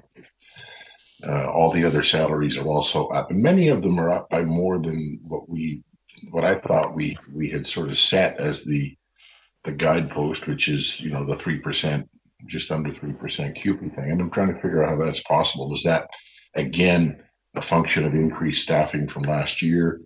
I mean, this particular budget is the single biggest hit from Crouchin. And again, I go back to what I was saying earlier about the 7% increase in a year where we were shooting for zero. If I, as mayor of North Cowichan, want to have any impact on the overall budget, it has to be in this function. And those are the ones that right away jumped out at me. So I'd like to sort of flag that for the board and say, A, is there an appetite on the consultants piece, and to staff, B, how is it that these salaries, full-time regular, seem to be going up by more than 3%, and in some departments by over 20%. So thank you. Yeah, I'm going to let Ms. Soldera respond to that. I can speak to both of those specific questions. So in the consultants line, that is actually a carry forward from the previous year, and it is for finishing the regional recreation master plan. And so it's no impact to the taxation for the year, and it's just a carry forward of funds along. So while it looks like an increase, it's actually not. So it's the carry forward plus the amount that the board has agreed for the new referendum communication items, as well as the new facility use analysis. There's my wording that I was looking for. And so that would be what is included in that consultants line. It's specifically related to that. And then our standard amount is around $40,000. With respect to that particular budget for salaries that you discussed within the executive office, that is actually, we talked about it when we brought 100 forward, but there's been a lot of budget discussion, so I'm sure it hasn't, it's not easy to remember all of it. That was actually a reallocation of the wages for the front counter. We used to allocate them through function 325 through community planning, and we've simply changed the allocation from there to function 100, as the reporting relationship is through function 100. So it's not any increase to the taxation for the area. Hope that answers Director Sebring. Well, supplemental then, I mean, if the increases in the requisition for my people aren't in the two biggest line items I find with increases, how do I end up with a 7% increase? Because everything else seems pretty much in line. Have I not, maybe I haven't been paying attention, I'm sorry. Director Stone. Sorry, I wasn't sure I'd be so quick. Just looking at North Cowichan, 5 cents of the 2690 for North End was from general government. The increases are regional parks, performing arts center, solid waste complex, and regional parkland acquisition. Otherwise, they're under 25 cents per function, and most of them are actually negative for North Cowichan. So it is those 4 functions that most of them you need, like same with Ladysmith, it's solid waste, parks, and parks. So that's where the increases are for the municipalities. Thanks for the clarification. Does that help you out there, Director Sebring? Yeah, I'm good. Excellent. I have Director Kuhn next. Yes, I would like to bring up an item that I was tempted to bring up years ago, and I shied away from it because it is controversial. And that is the amount of, what is it, 400 some odd thousand that we're holding for finishing the rail line. I understand that the district of Nanaimo opted out of that. I think it was 3-4 years ago that they opted out. So I think it would be timely to have a discussion about that item. There's a lot of controversy about it. I understand that. There's a lot of emotions attached to this rail line. Studies have been done, and every time a study is being done, it's increasing the amount. I forgot now what the latest estimate was to finish that line, but I think it was some of like 450,000 or something like this. The reason I think it should be discussed is because the question arises, obviously, is it ever going to be done? And if Nanaimo thinks, and they had just upgraded their rail station years ago, as you all saw, some of you remember, if they opted out of that because they don't believe the rail line is ever going to be finished, I wonder if we should have that discussion too. I know it's a very controversial issue, but sooner or later we'll have to tackle that. Thank you, Director Kuhn. Moving to Director Salmon again. Yeah, thank you. Well, on that, I think I agree with Director Kuhn. That when the province did their transportation study that came out the end of December, noticeably silent on the island rail possibility, and that was sort of seen as a signal, I believe, that it's not going to happen anytime soon, if ever. So, but I don't know if we need to have the full discussion on that right now. If we are just thinking about for function 100, maybe the question is more for Ms. Soldera. What kind of restrictions are on that reserve 480,000? Does it have to be that number, or could it be some other number? Ms. Soldera. Through the chair, so I believe that the amount was specifically set in a board resolution. It does not affect the current budget, as I did report that we have taken it out of our carry forward, so it's not actually showing up on the function 100 budget, although we do hold the funds in reserve. Should the board wish to pass a motion, we'd be happy to bring back a report for further discussion at a later date, as it doesn't actually affect the 2021 budget. Follow up, Director Salmon. Yeah, follow up. I'm not sure I fully understood, but so you're saying that even adjusting that would not affect the requisition? Would we be able to use funds from that if we did adjust it that could affect the requisition amount? I would need additional time to look into what contract provisions we do have an agreement with ICF, and so I would have to double check and see what the contract provisions are with respect to those funds. Point of clarification, Mr. Chair. Absolutely, Mr. Sebring. Thank you. I just want to be clear, and I'd like staff to explain this. Are we still collecting and putting money into that reserve fund, or did we say a few years ago that's enough and we'll hold it in reserve until such time as it gets used? It has been topped.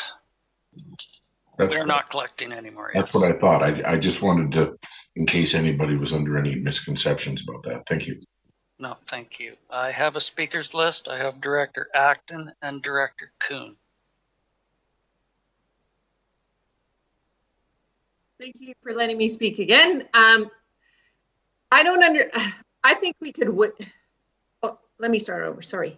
Last year, COVID hit a couple weeks after we had set our budget and we said, sorry, we can't do anything about it. And so we knew that we wouldn't be spending all the money in our budget coming up. Things shut down, services were declined. And the province told us, we were reassuring people that the province was going to allow us to do our budget differently this year, or there was some kind of statement like that. But regardless, we have a policy that we can waive, and we can use our reserve funds. We could transfer $500,000 into this budget to give people a break. And so it doesn't even, not even sure if we have to debate on where it's gonna come from. We could just take it out of our reserves and apply it. And then if we don't use it this year, we could carry it over the next year. Like, I think we need to be creative here, and we owe it to the people. We told them, sorry, my mouse is very sensitive. We told them that we would do it last year, and this is our opportunity. Thank you. I have Director Morrison, Director Kuhn, Director Salmon. Thank you, Mr. Chair. I've been sitting patiently and thinking about what the purpose of today's and tomorrow's meetings are, and the work that all of us have put into this budget so far. And I'm feeling a little concern and trepidation, because it was my understanding, and I'd love to be corrected by staff if I'm wrong, but we gave direction a long time ago for staff to come back with a zero, and we're not at zero, and we've approved the various business cases that we've deemed appropriate, and we're at the number that we're at. I'm concerned that we're raising issues of very substantial rejigging of a budget that, and I'm not saying we shouldn't do it, but direction like what we're hearing today would have been far more appropriate 2-3 months ago. I thought what we were here to do today was to look at those items that we haven't completed debate on that will affect requisition, and we may want to cut and reduce those if they will have an impact on requisition. Now, all through this process, staff have brought us recommended budget items that are innovative in how they're being paid for. And I think for us to be looking at what we're looking at today, if there are opportunities in using operating reserves to reduce the number as far as requisition goes, that makes sense. And I'd be fully supportive of going into operating reserves where even if we go below the recommended minimum, and I think that's a prudent thing to do given the COVID-19 circumstances, if there are those opportunities. But my read and my look at what the staff have done with the budget so far, there may only be a very few select opportunities to do that. And I'd be supportive if we were to go there, but I think we're really quite late in the day, especially on those budgets like this one that have that trickle down impact of being allocation budgets from other functions, to be going in and saying, okay, well, on this one, let's cut 10%. I think that if we look at the rest of the ones that that have been highlighted for discussion today, then we won't be engaged in a very lengthy exercise for staff to go back and rework a whole bunch of budgets that are related to this. So if I'm misreading what we're here to do today, but I'd love to be corrected, but I think that this is a winding up and tweaking of all the direction that we've given so far. And if we can get the number down through the use of reserve funds, let's do it. But I'm really concerned that if we're going to be revamping significantly the budgets, that's going to create a whole bunch of extra unintended work and re-debate of issues that we've already had lengthy debate on. So have I misread? Can I ask staff if it was their intent to come in and to finish up and tidy up items that hadn't been decided yet to this point? Is that what we were supposed to be doing for today and tomorrow? Ms. Soldera.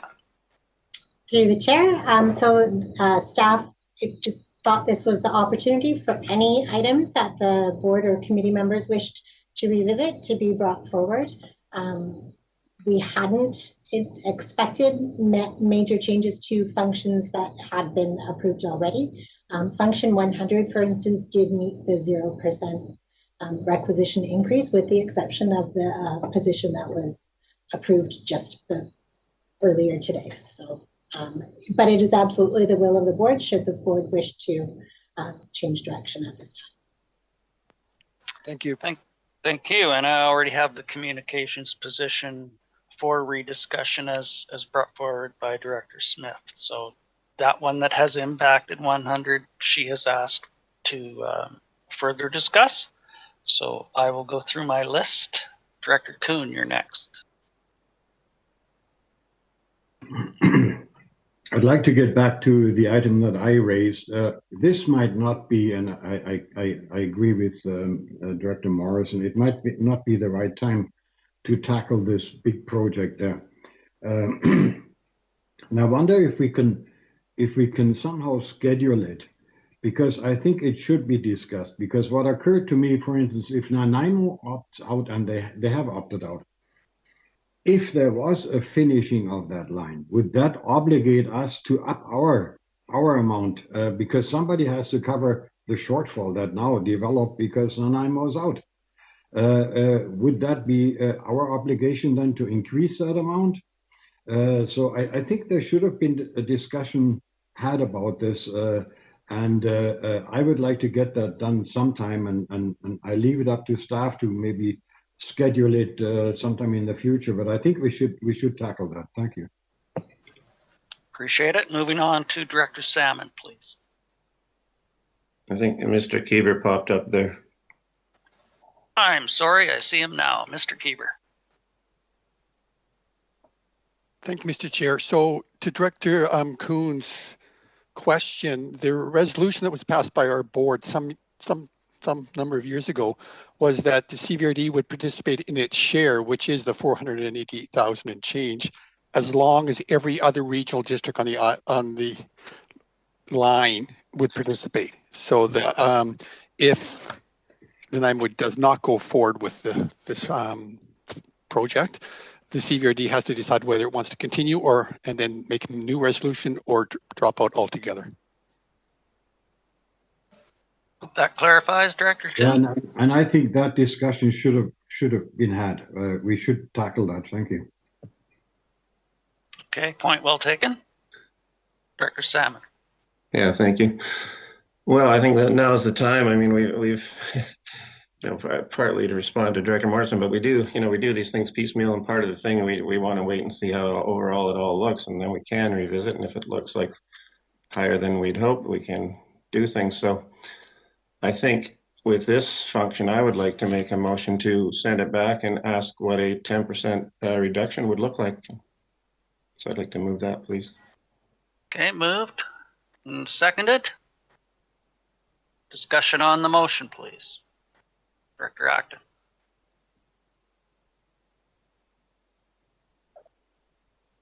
Sorry.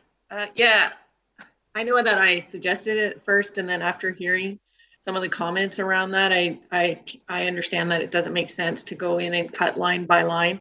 I much rather support a large amount being moved from reserves and applied to the function, because that's what our reserves are meant for times when things are tough. And so I guess my question is to staff, am I able to ask a question about if we reduce this function by $500,000, what would that look like to our increase? Is that like, I know that's a tough one to, but if you have a spreadsheet there. She's perusing her files as we speak. Taking into consideration that function 100, aside from that position we just approved, was at 0% as per the mandate. Yes, Ms. Soldera. So I would like to preface my number with the caution that finance never recommends using operating reserves for ongoing expenses because it makes the increase to the tax requisition next year be even higher. And so we would never suggest using it for ongoing operating expenses. A reduction of $500,000 would result in a 2.07% total tax increase. So that would be down 1.1, I believe, and from what it currently is at 3.17. And but as I say, I'm not sure that there's $500,000 worth of one-time projects within that budget. Follow up, Director Acton. So, but we could apply it to the whole, we could apply it to the function. In my mind, it's that debate of other functions that we're debating over that are adding an equivalent amount. And it is always about the final number to the people, not just in that function. So are you saying we cannot apply it to anything, or that's just our policy? You're not recommending it? Ms. Soldera.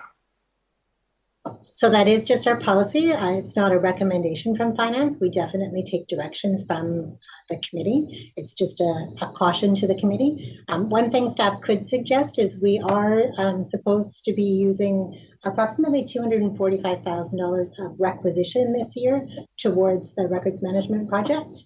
I think I gave a slightly elevated number when I was looking at the reserve funds, just remembering the full amount of the records management project. So we could potentially use that from the operating reserve instead, should that be the will of the committee. Thank you, Mr. Chair. I'll come back when that discussion comes forward. Excellent. On the motion, Director Wilson? I'm not sure whether this is on the motion or not, to be quite honest, but one of the things that was said earlier on. So if not, I can cut you off, right? Yeah, okay, cut me off and I'll come back when we get back later.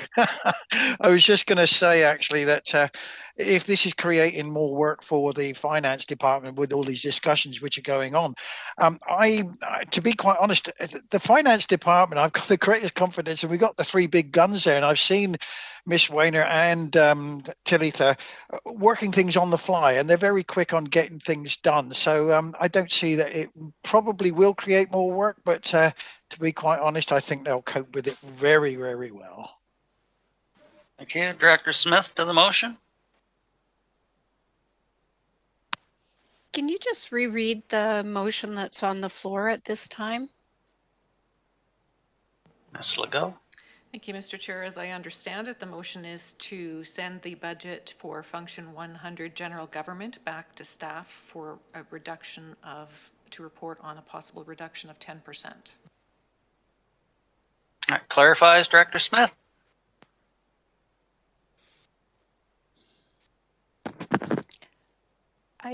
I'm just wondering, are we looking for a reduction of the 500, 1,000, or are we looking at moving 500,000 from reserves?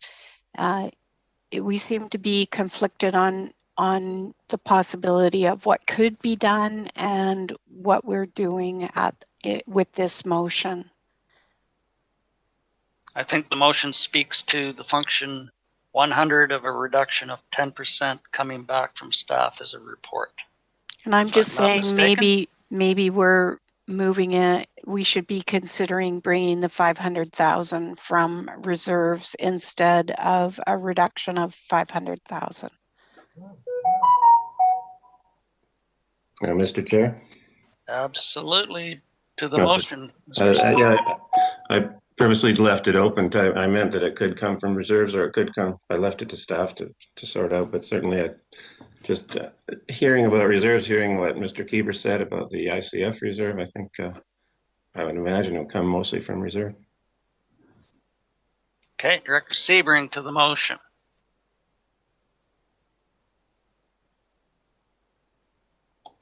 Sorry, Mr. Chair, my comment was not to this motion. I'll hold. Thank you. Okay, I'll leave you to the list. Is there anyone else on the motion? Director Stone.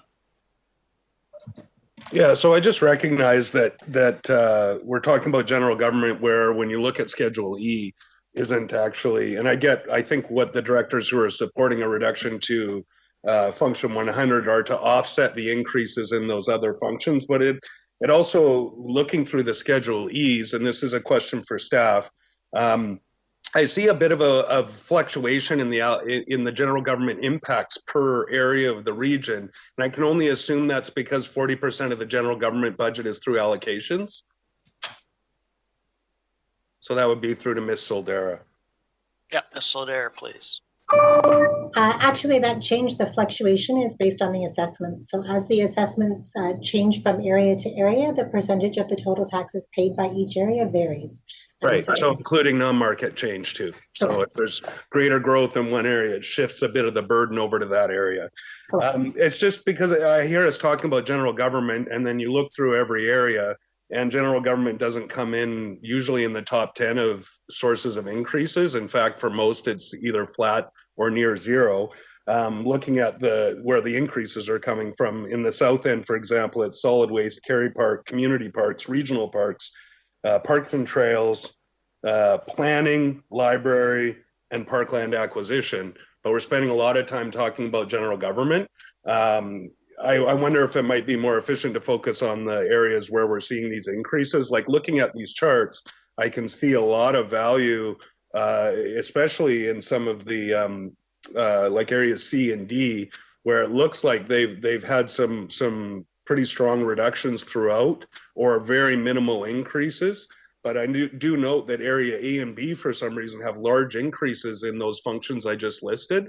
So I'm not sure of that discrepancy, maybe special projects in those areas, but considering that areas C and D, even with the increases that are planned, are under $15 increases. Area D, I think, is under $3. But then looking at area A and B, you're looking at over $50 and over $60. But those increases are coming from those specific area functions, mostly outside of solid waste and the regional parkland.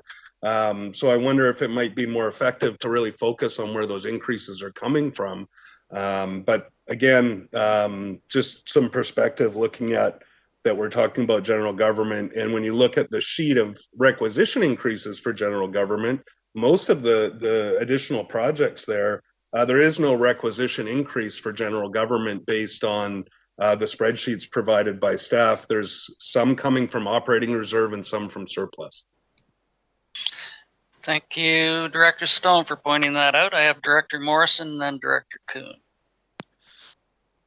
Yeah, thank you for that. And once again, I think Director Stone has made a good point in that we run the risk if we start reducing budgets that are hitting the zero. If we think this year is going to be a tough budget year and wait till next year when we have to actually try and maintain services, but we've overcompensated in this budget year by tapping into reserves.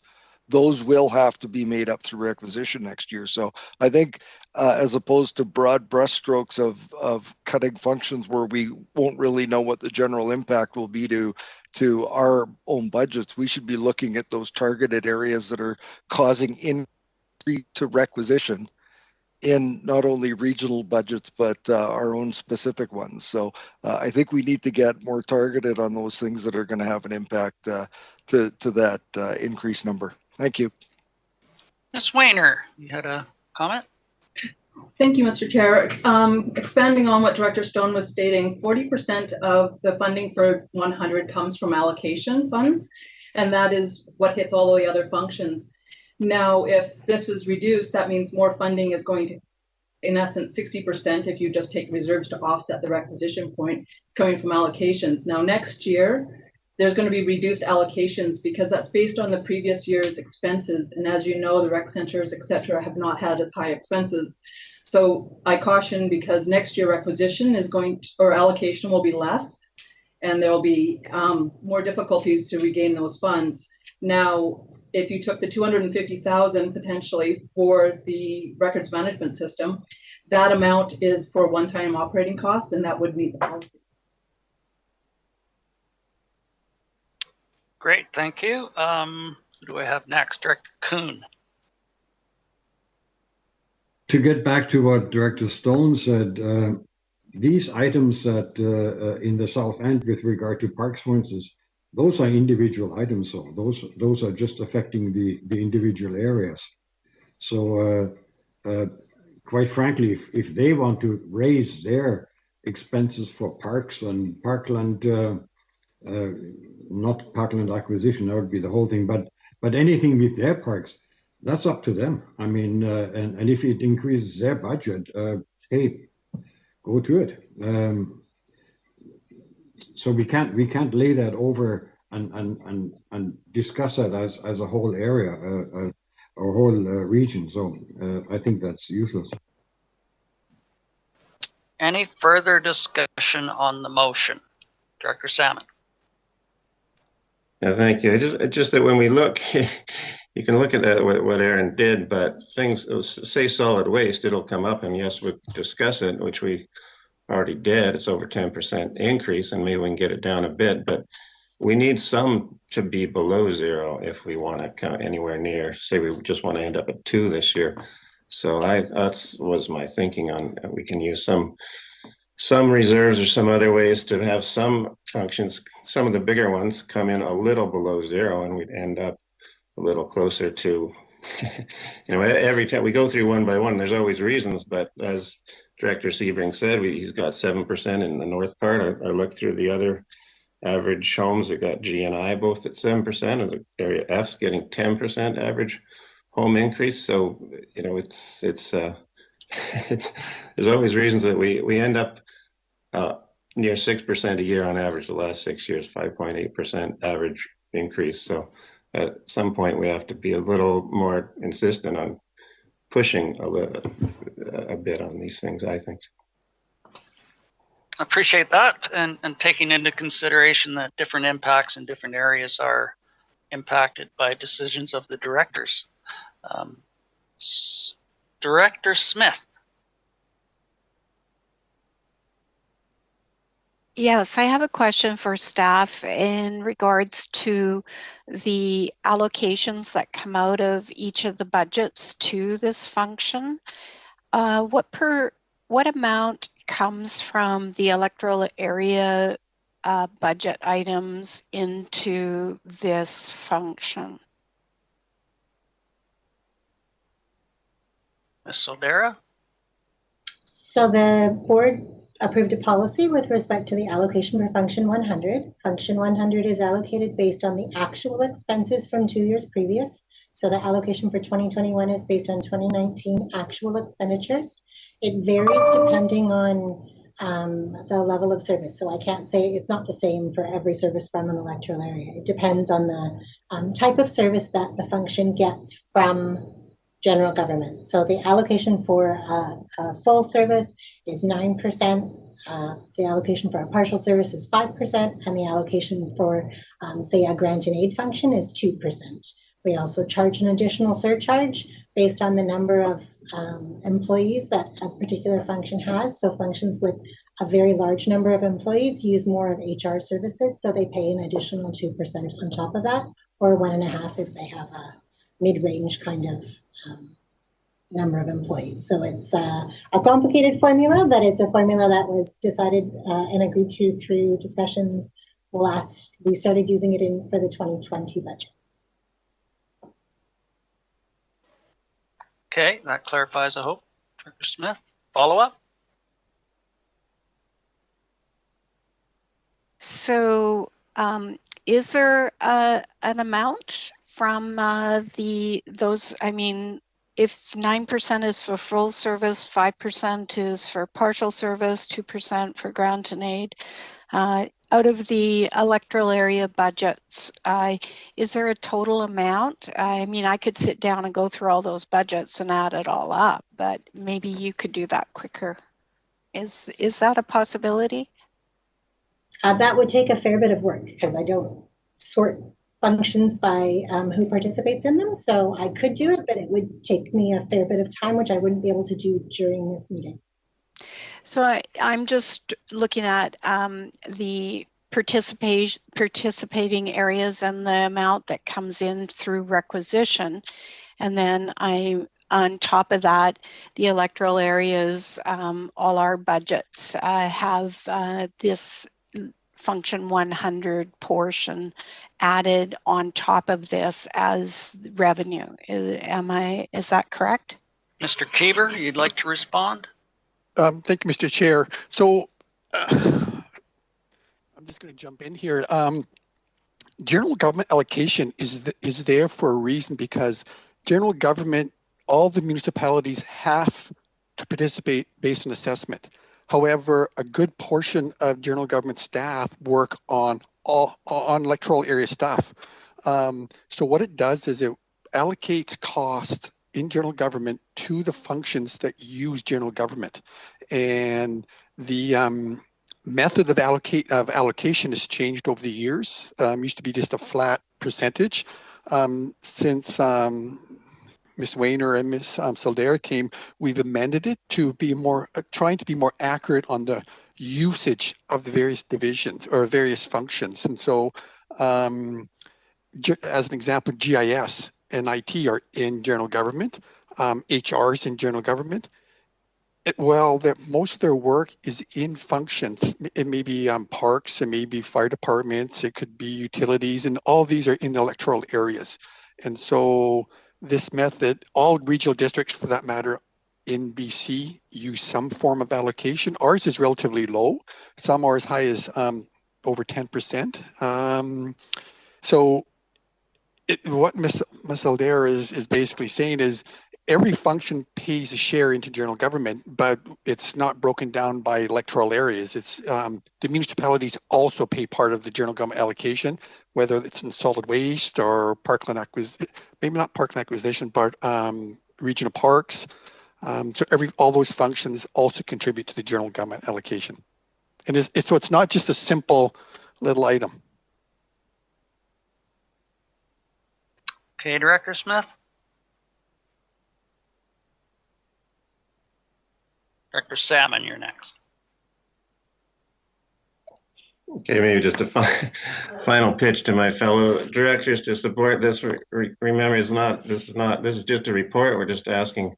We're not saying we're going to accept it or act on it, but I really think if we're serious and we say 0 and it's going to be 3 or 4%, we might want to be a little more push back a little more and get some more information to try to get that down to maybe 2%. Thank you. Director Acton to close.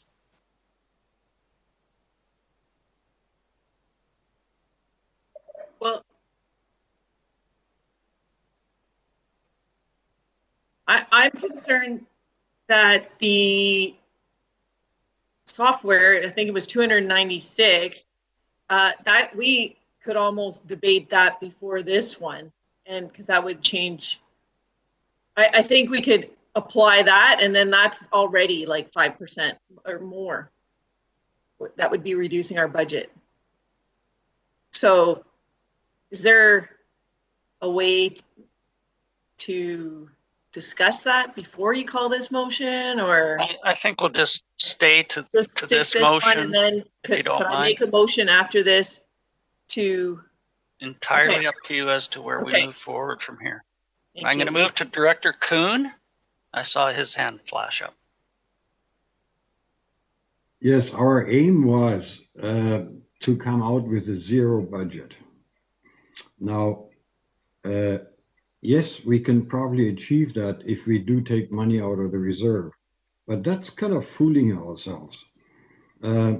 I agree reserves are usually there to bridge difficult times. That's what we do in our households. I mean, that's the way it goes. But my concern is to the public, that's really misleading, because we would come out and say, well, you know what, we balanced the budgets. No, we didn't. As far as I'm concerned, balancing the budget is to have the same amount of expenses as we have income. And if we don't want to increase the requisition, we'll have to cut expenses. That's just the way it is. And any other way is kind of, it's fooling the public, and we're deceiving ourselves by taking money from the reserve. It's not the way businesses would work. If you run a business and you hit difficult times, look at COVID now. Look at all the businesses that have laid off employees, that have cut down on expenses. They all do it. And here we say, well, you know, if it doesn't work, we'll just take money out of the reserve. Well, lucky for us, we have reserves. I mean, many businesses don't have that reserve. So yeah, let's just go belly up. It's not that easy. If we want to really be down to earth and say, okay, we want to deliver a balanced budget with no increase, we better get down to cutting. And that's the way it is. And yes, it's uncomfortable. And yes, it might be looked at as untimely because next year is an election year and it'll be worse then. And there's always excuses. And we've done it every year. I mean, if you look back at our decisions in the past, we have the best of intentions in the beginning. We want to have a zero. And then item by item, we kind of fold up when we give in and we say, yeah, we really need this one. Yeah, okay, let's get this one. And then in the end, we kind of look funny again. And so I'm not in favor of using reserves just to cover up our weaknesses. And that's what it is. So thank you. Okay, thank you. So the motion is to bring back a report from staff on a reduction of 10% within function 100. Are you ready for the question? All those in favor? Opposed? Director Stone, Sebring, Nicholson, Morrison, Kuhn, Toporowski, Justice, Yanni, DiNardo, and Staples are opposed. I believe that motion is defeated. With your indulgence, ladies and gentlemen, it's 10 to 12. I need a break. I don't know about you. How long would you like? An hour.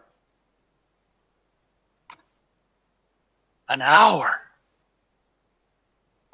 I gotta make my lunch. We have to have lunch sometime. And go Is for a this the run. time you wish to have lunch, or what are we scheduled for today, Ms. Legault? Let's come back at 12:30. The meeting's scheduled for the full day. Okay, can we come back at 12:30? Just do something in the microwave? Okay, we'll reconvene at 12:30. Can we come back to this topic? I have one that has been pulled on the communication position, and then I will certainly entertain anything you wish to bring forward.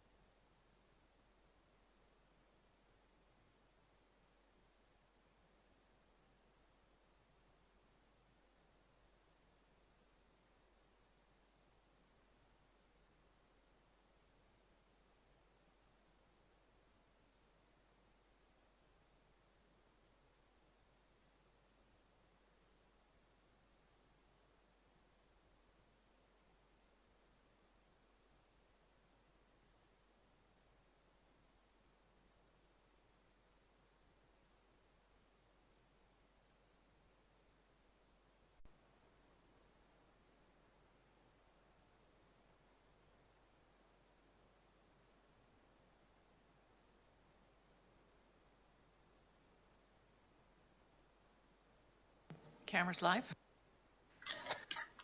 Welcome back, directors. I hope you got something of sustenance into you and got your blood sugar back up. And we're ready to continue.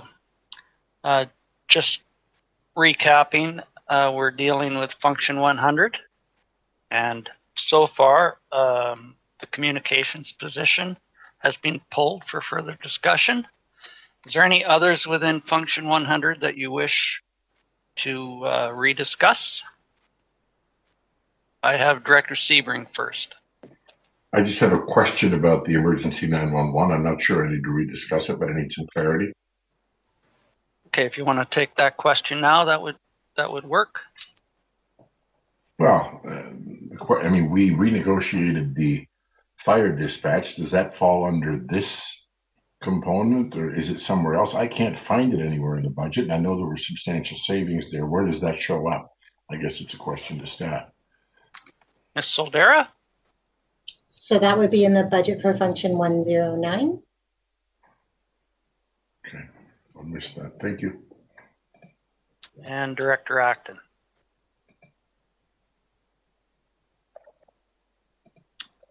I hope this is the time to do it, to pull it, the records management software, how it's funded. I have a resolution from staff. Okay, I'll put that on my list. Records management. Any others? While I'm writing them down on Function 100.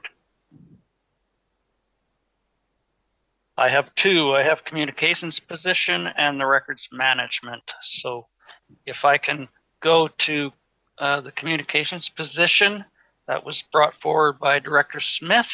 Would you like to speak to that, Director Smith? Yes, Budget 100 is definitely a complex and challenging budget for all of us, bringing in so many different areas of employment within the CVRD. And I know that having a position dropped on us at the last minute in the 11th hour is a little, when we looked at all the supplementals earlier, where there was an opportunity to bring that supplemental forward at that time so that we could have had a discussion at that time. Unfortunately, it's fallen for today's agenda to have that discussion. One of the things that I'd like to say is, you know, we're all struggling to look at the taxpayers.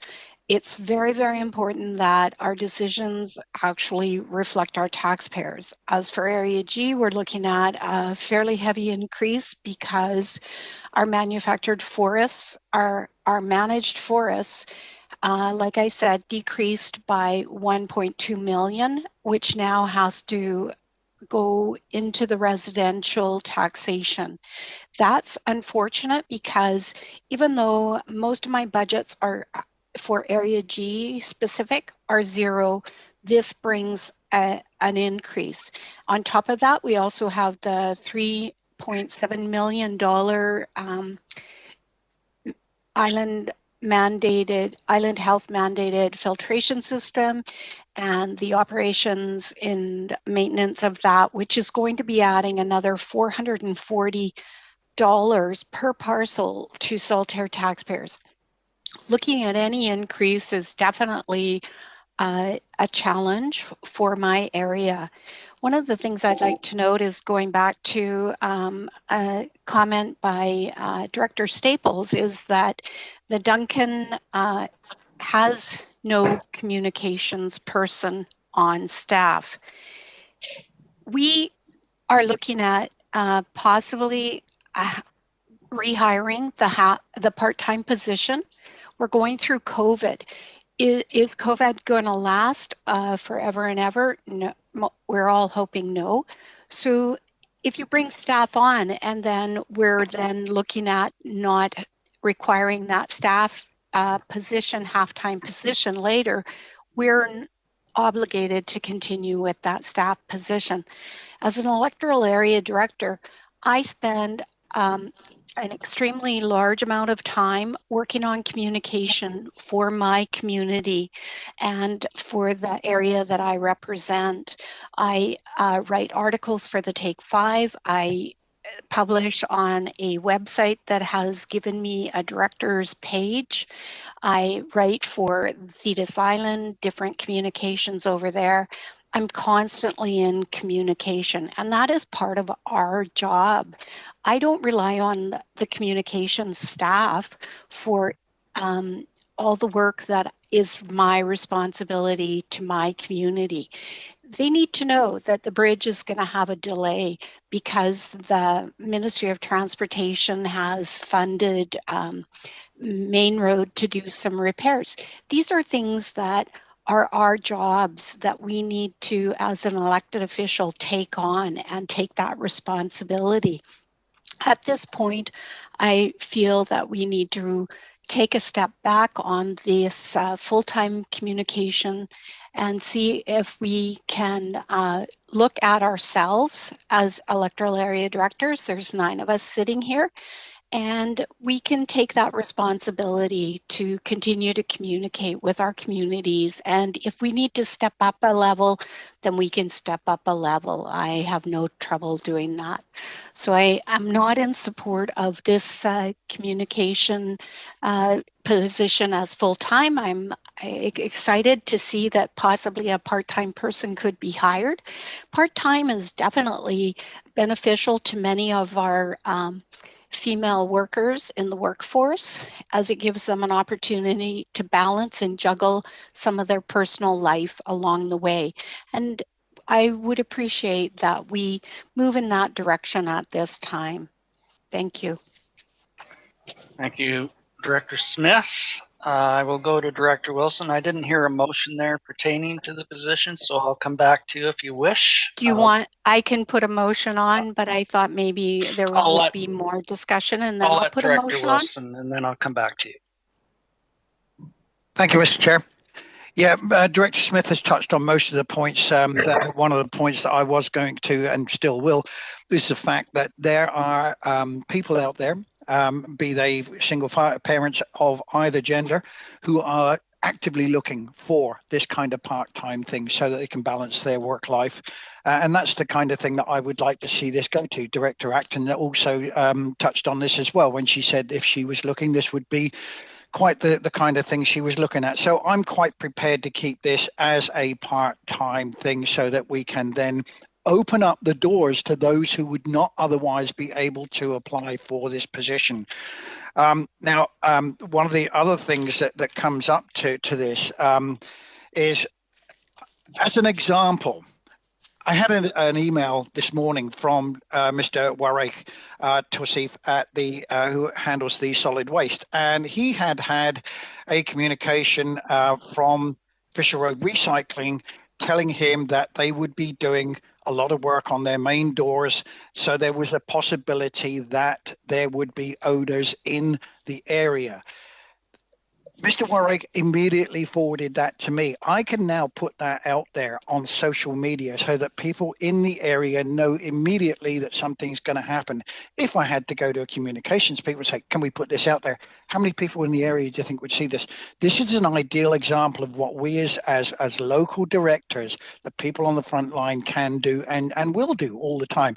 So I'm once the motion comes on the floor, I will still be opposed to any full-time increase in this. Thank you. Thank you very much. So we have discussed this quite extensively previously. So if you have new information, I will be looking for that. If it's rehashing old remarks, I will probably try to move on from there. Do you have new information, Director Marsh? I actually have a question because I thought that this was voted on before I left. And it was pulled subsequently after the approval in Function 100. We are now reviewing Function 100, and as that resides within there, that's why it was pulled. Okay, well, I guess the only new information that I can think of at this moment is that often people job share. And so the argument that this would absolutely have to be one person is kind of mute, because if we really wanted to provide 2 part-time jobs, we could do that. There was something else, but I've forgotten what the director had said. In her argument against, I could see it also was an argument for. Oh, and now I don't know if this has been said, so call me out of order if it has. I actually don't think that this position would stop individual directors, nor should it, from areas in communicating. To me, this position is an overarching position. It's the umbrella of the organization. And when you look at 9 area directors and 4 municipalities, the municipalities are going to carry the majority of the budget for this. It's not going to cost as much to the area directors. And as a municipal director, I think it's valuable. So for what that's worth. Thank you, Director Marsh. I appreciate that. Did I see Director Sebring's hand? I did not. Was there anyone else on this? So I'll go back to you, Director Smith. If you do have a motion, then this would be the time to do it. I would recommend to the board that the supplemental request for function 100, communications and engagement coordinator, be rescinded. Do I have a seconder? That adequate, Ms. Legault? Yes, she's waving her head, shaking her head, not waving it. Seconded by Director Wilson. Any discussion on the motion? Could you please repeat the motion? The last couple of words cut out. Let Ms. Legault. That it be recommended to the board that the supplemental request for function 100, communications and engagement coordinator, be rescinded. Clarifies Director Staples. Director Martman, I see your hand.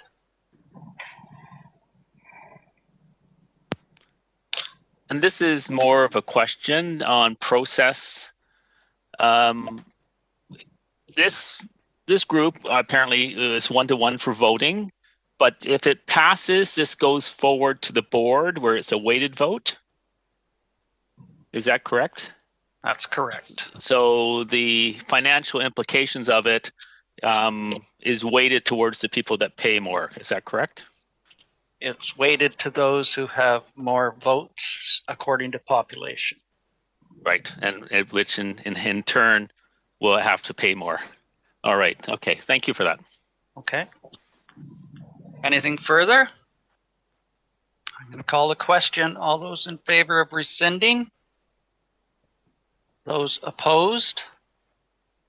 Director Stone, Sebring, Nicholson, Martman, Staples, Yanni DiNardo, Marsh,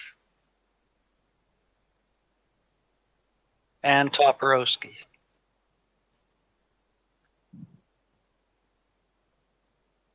Ms. Legault?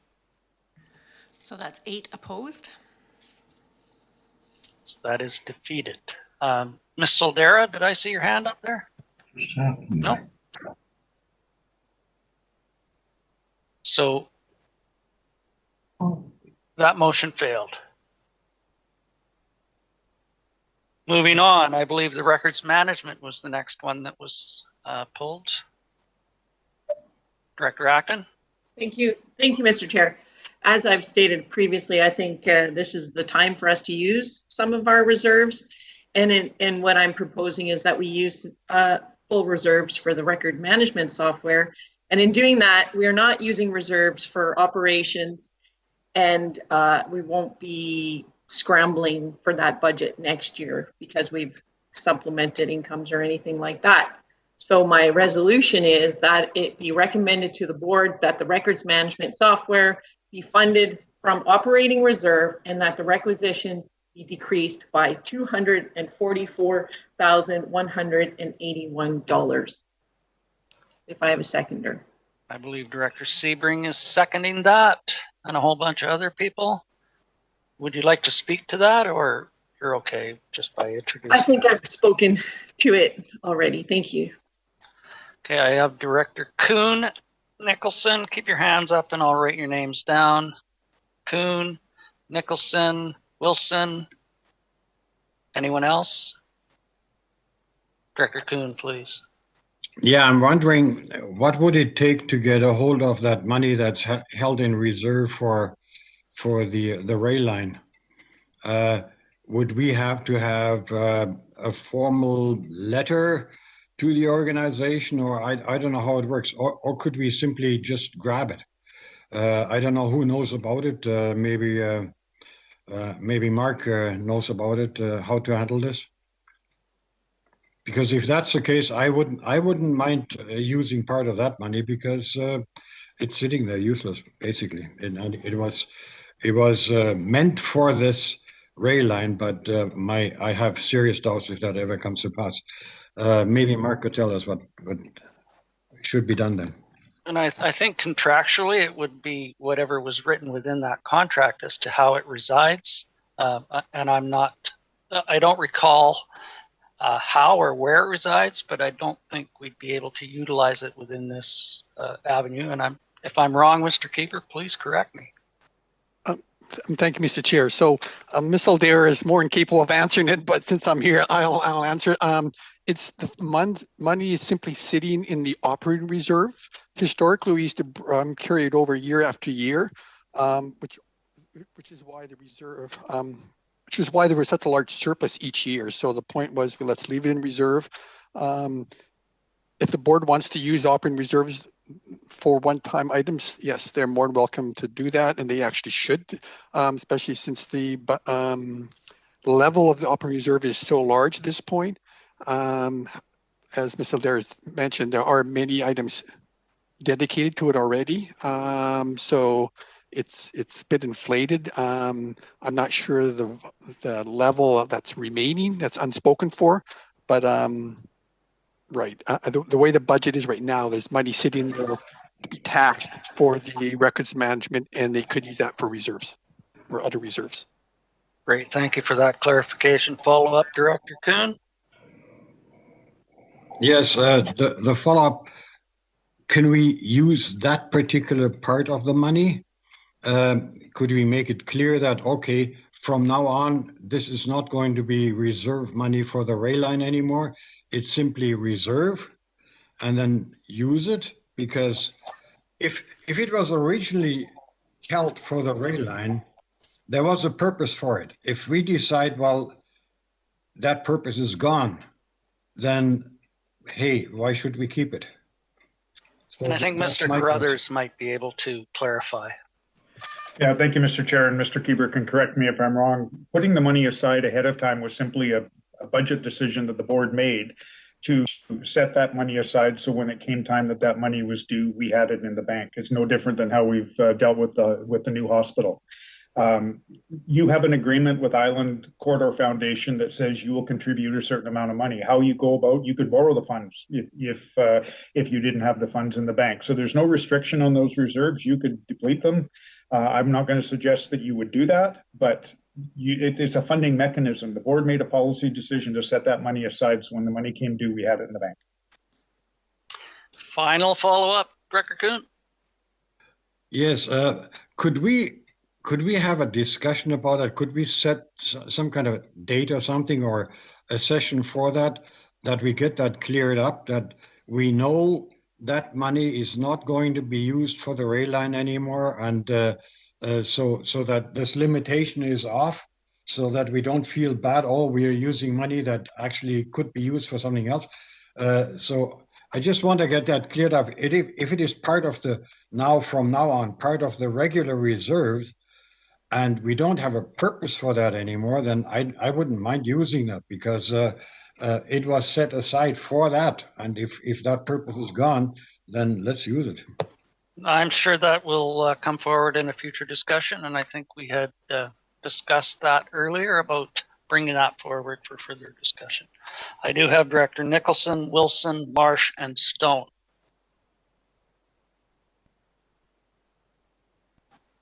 You're okay, Director Nicholson? Okay, moving to Director Wilson, please. Thank you, Mr. Chair. It's been so long I've forgotten what I was going to say. Come back to me. Thank you very much. Okay, I'll put you at the bottom of the list now. Director Marsh? I am having trouble finding the item because I left for a bit and now I'm back. So can you tell me which report it's under? R6. Okay, that's why I didn't get to R6.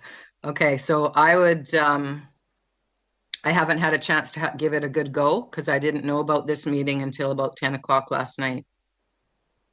That's my fault, nobody else's. No, and it's strictly on the records management portion that we Yes. allocate reserve funds to implement that records management. And can you remind me how much a year we were talking? Was it 31,000 or something? I believe it was 245,000 was in the motion. Yearly? No, just for implementation of the records management, Ms. Soldera, is that correct? So this is just this one time, so in 2020 and partially in 2021, there is a reserve contribution from operating reserve. For 2021, there's also a portion that was originally proposed to come from the requisition. Director Acton has put forward a motion that it instead come from operating reserve rather than requisition, and reduce requisition accordingly. So that's what we're voting on, is the operating reserves. And how much is in the operating reserves? Approximately 2.2 million, with some allocated to various budgets. So how much is free? Over.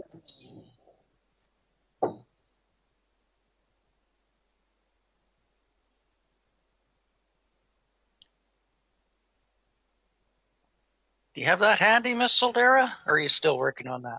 Oh, sorry, I think I must have spoken before I hit the unmute. I was saying it was just over $1 million that's unallocated at this time. Okay, so I have one more question to staff. What will we be missing as a regional district if we don't have this position? It's actually software. It's not a position. Records management. So we would be missing, if we don't have this software, I should have said. What is the impact on the staff and the CBRD if we don't have it? Anyone want to answer that? Point of clarification, Mr. Chair. Ms. Legault. It's my understanding that this motion wouldn't eliminate the software, it would change how it was paid for. That's correct. We're allocating from reserves instead of requisition. Yeah. Okay, so I need to speak to that only, you're saying, Director Sebring? That's entirely the chair's call. I was just clarifying that. Director McGonigal, you want me to speak to whether I would like this to come out of the reserves? Yes, and that's the motion that is on the floor. The records management has Sorry, duly been brought forward previously as to what the intent of it is for. And I think if you want to look back, and if Mr. Carruthers wishes to give you a synopsis or. No, I'm happy to. I'm sliding in right now because I. No problem. You're catching up. I'm catching up. Okay. So given there's just around $1 million and this is about a quarter of it, I'm just not, I guess I'm not sure about the impact for future reserves. So this is a one-time purchase. How long is it expected to be up to date? Through you, Mr. Chair, to whoever knows that answer. And I'm looking around to see if anyone can clarify that. Ms. Legault. Thank you, Mr. Chair. Through you to Director Marsh, software systems of this nature will require updates periodically, and sometimes there will be additional costs associated with those, but I would expect that would be some 3 years or more out. Time will tell based on the RFP process what kind of product we get and our best options for maintenance agreements that include updates. Okay, I'm not sure where I'm going to go on this. I'd like to hear more people. Okay, I'll go through my list then. Director Stone, you're next. Thank you. So I just had a quick question to staff and then a follow-up. What is the policy amount for the reserves in this function?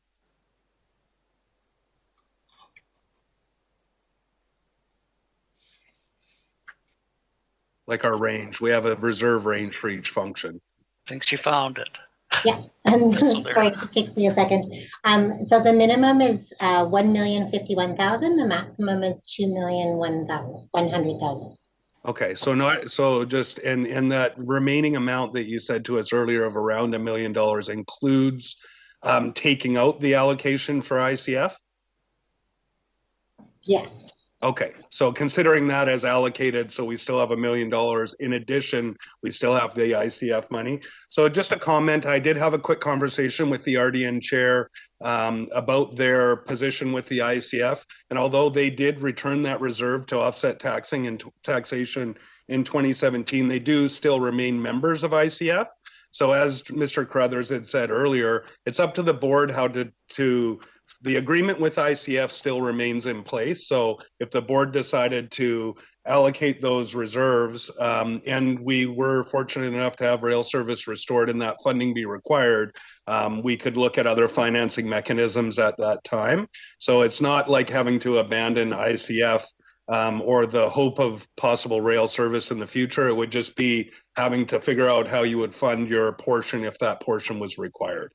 So the final comment I'll make is, although I'm loath often to fund from reserves, I know that the sort of mantra that I've adopted through advice from finance in the past was, if you're going to use reserves, use it for a one-time item. And so if this is a one-time capital expense through 2021, I would be comfortable supporting taking that out of requisition and using the reserves for that funding. Thank you, Director Stone. Director Nicholson, I saw your hand back up. I'll return to you. Thank you. I'd just like clarification from staff as to why they didn't originally propose to have this funded through reserves.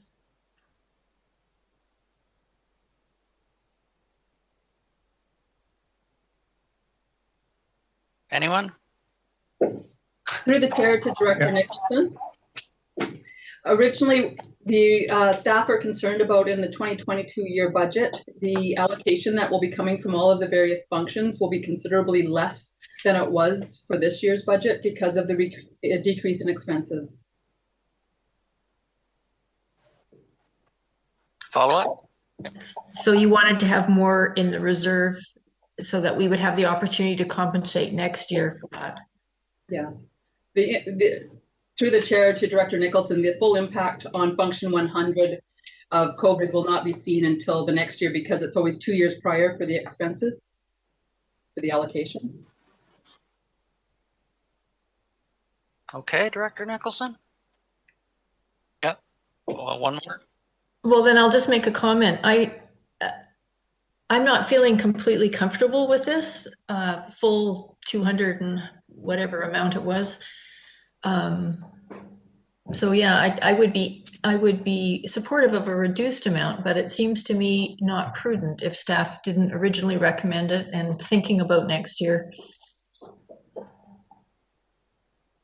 Thank you very much. I have Director Smith, and then I'll return to you, Director Wilson, if you've come to your thoughts. Thank you. I'm just looking at the budget for 100, and I noticed that in 2020 there was a transfer to operating reserves of 415,000, and then in the 2021 budget there's another 100,000 to be transferred for reserves. So we seem to be putting money into reserves and then we're moving money out of reserves all in one budget. Can somebody explain, did the 415 go in for 2020 into the reserves? And what is the rationale for the 100,000 going into operating reserves in 2021? Maybe we can have some clarification on that. And know that we have a minimum of 1.5 basically and a maximum of 2.2 million. We don't have the figures for the surplus from this budget for 2020 yet. Do we have an idea on that? So I guess it's sort of two questions or three, maybe. I think three. I heard three. I know that Ms. Soldera will sort them all out and give us some numbers back. Yes, absolutely. So you got all that, Ms. Soldera? The 415, the 100, and 2020 reserve. So through the chair, the 415,000, as you are aware, we're in the middle of doing year end right now. So yes, it is being transferred to reserve as was scheduled. At least a portion of that is towards the records management program, as was approved by the board during the 2020 budget process. The 100,000, I'm looking for the exact items that it pertains to. But it is scheduled transfers. The majority of that, if I'm not mistaken, is for the GIS item, which the board approved as a multi-year project, including a transfer to reserves in a couple of years in order to fund the larger project in the third year. And I'm sorry, there was a third question. 2020 anticipated reserve hasn't been finalized yet. I think you said we're in our final review. We're just working on the final review now, and I actually closed the accounting software because it's making my computer run really slowly, but I will reopen it and try and get the number for you in just a minute. So just to follow up, was the 415,000 that was transferred to reserves for a specific project?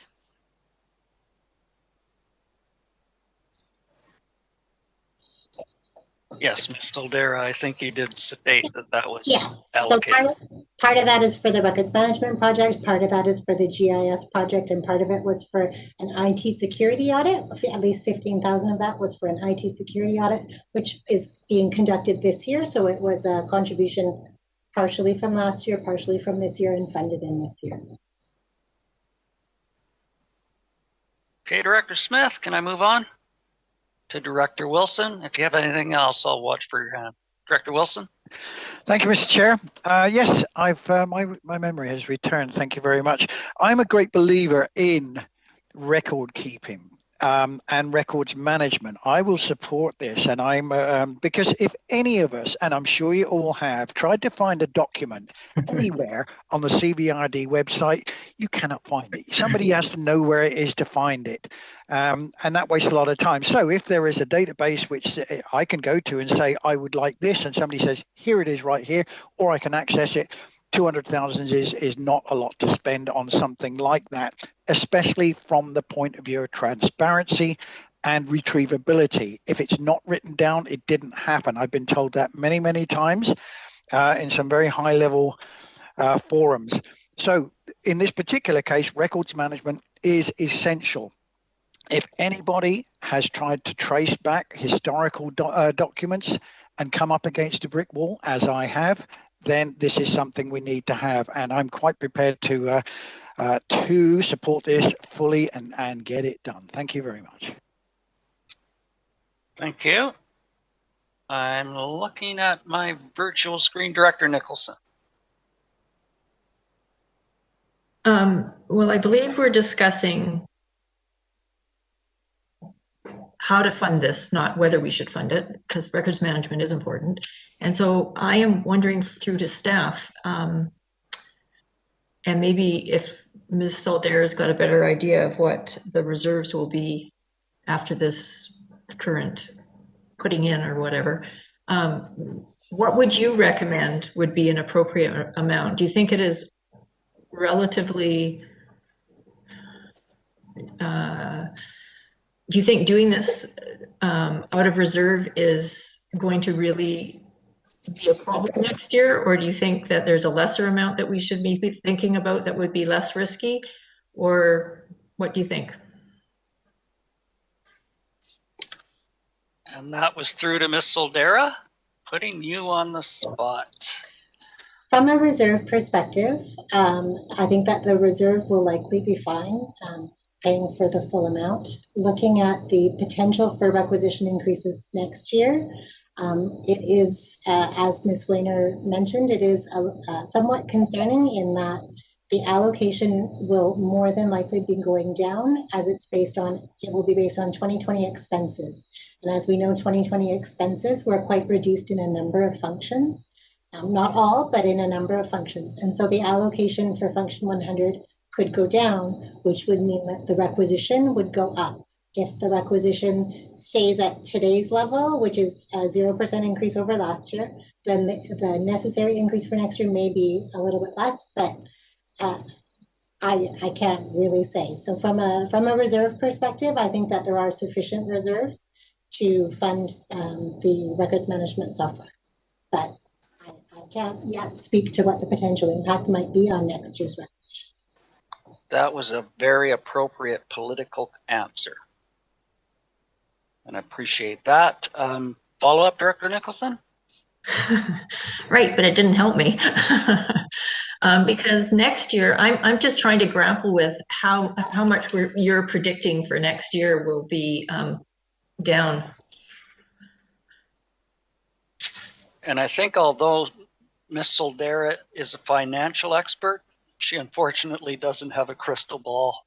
And as it relies on expenses, I think that will come to fruition once those expenses have been implemented into that. And that's the problem moving forward. If we remain within the policy of the reserves, the appropriate numbers within that policy, I think we are prudent at moving forward, but that's just my opinion. I have Director Acton and then Director Morrison. Yeah, thank you. So I'm really looking for opportunities here for us to help people right now during COVID. And this looks clearly like one to me. We're in the operating reserves being used for an item that's not ongoing. And we're assuming, like if this budget came forward with almost $300,000 purchase in it through requisition, it's pretty heavily padded. So I don't know that we need to worry that much about what's going to happen next year when our reserves are meant to be spent when times are really tough, and they're tough. And there's going to be, we don't even have our reserves left over from last year. So, and again, quite a padded budget if we were able to meet it at zero. So then that 300,000 is coming over from last year as well, and we reduced a lot of services this year. So we're trying to find the golden apples here, and I think we have a few right here. And so I hope that people will support this motion. Thank you. Thank you. Moving to Director Wilson, or Morrison, sorry. Thank you, Mr. Chair. I've been listening to the comments. I'll support the resolution. It's a one-time for all the reasons that everybody's spoken of, but I think we should be, I'm not looking for golden apples. I'm looking for balance. And I think our staff are signaling to us in the most direct way that they dare that if we're going to have the stance that we have this year, in the grips of COVID, and we face this again in the next budget cycle, we're not going to have the allocations from other functions due to the lower expenses. We're going to be in not just tough, but really tough. So I'll support this, but we have to be measured. I've never heard in this regional district before of staff recommending going negative in one function to offset the overall global percentage increase for the whole district. So I'm just suggesting, let's be cautious. This is a supportable resolution, but I don't think it's supportable over a number of functions. And I'm just going to repeat it. If we think this has been a tough budget process this year, going into next year, if things haven't improved a great deal, it's going to be tougher. Thank you. Thank you, Director Morrison. Director Yanni DiNardo. Thank you, Mr. Chair. Just following up on that, if we think things are going to be tough, we have the reserve fund now. We had said we wanted reserves. Someone had said earlier that like your own household. I'm just not comfortable with, I think it's 244,000. I think it could be less. I won't be supportive of this resolution. Thank you, Director Yanni DiNardo. Director Marsh. Yeah, I think I feel the same way as Director Yanni DiNardo. It could be really, really, really, really tough by next term, next budget. And again, I just think about what I said about another item, and my experience is that people who are running for office are really reluctant to spend practically any money on that in that year. And we don't know what we're going to be faced with. Just 2 weeks ago, we were asked to provide facilities for a small number of people. So I read yesterday, that one of these new variants of COVID, 40 people got sick, just like that, in a home care situation, elder care, and a 19-year-old employee of that elder care place died of COVID. So I think it's too unsure to be taking our reserves, if I'm understood it correctly, below what the minimum amount is supposed to be. Ever really, but particularly now when we might really need to draw on them next year. But I also think that this item, the software for record management, is a critical thing. So I don't think I can support this motion, but maybe, as someone I think said, maybe we can get a little bit creative somehow.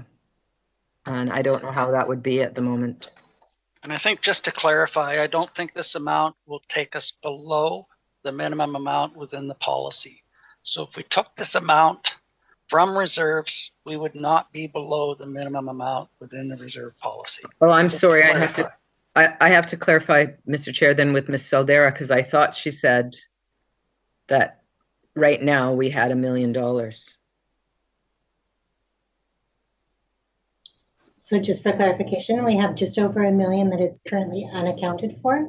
I did check the numbers, and we will have sufficient surplus in 2020 to actually cover this full amount. So we wouldn't actually need to go below the minimum in this instance. Okay. Thank you. That helps clarify. That does help. Yeah. Okay. Are we ready for the question here, ladies and gentlemen? I'm going to call the question on the records management of allocating the sum of Ms. Legault. Thank you, Mr. Chair.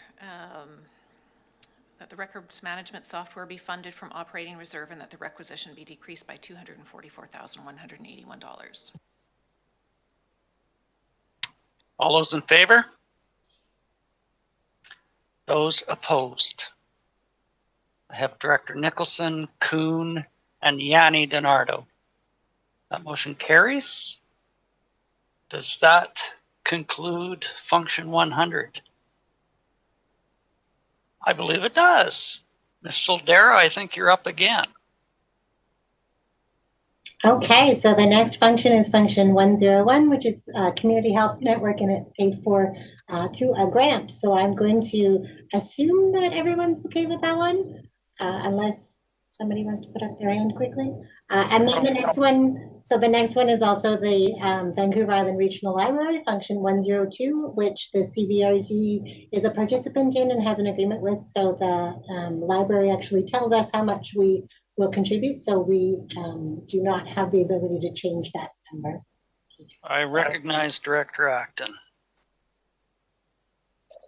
Yeah, I understand that we can't deny this budget, but could we vote against it in some way to send a message back to the library board? I don't know if anybody else uses the library, but the amount of service that has been reduced, it's really startling that it would have a raise in requisition. It's literally open for a few hours a day. You show up, you check out your own books.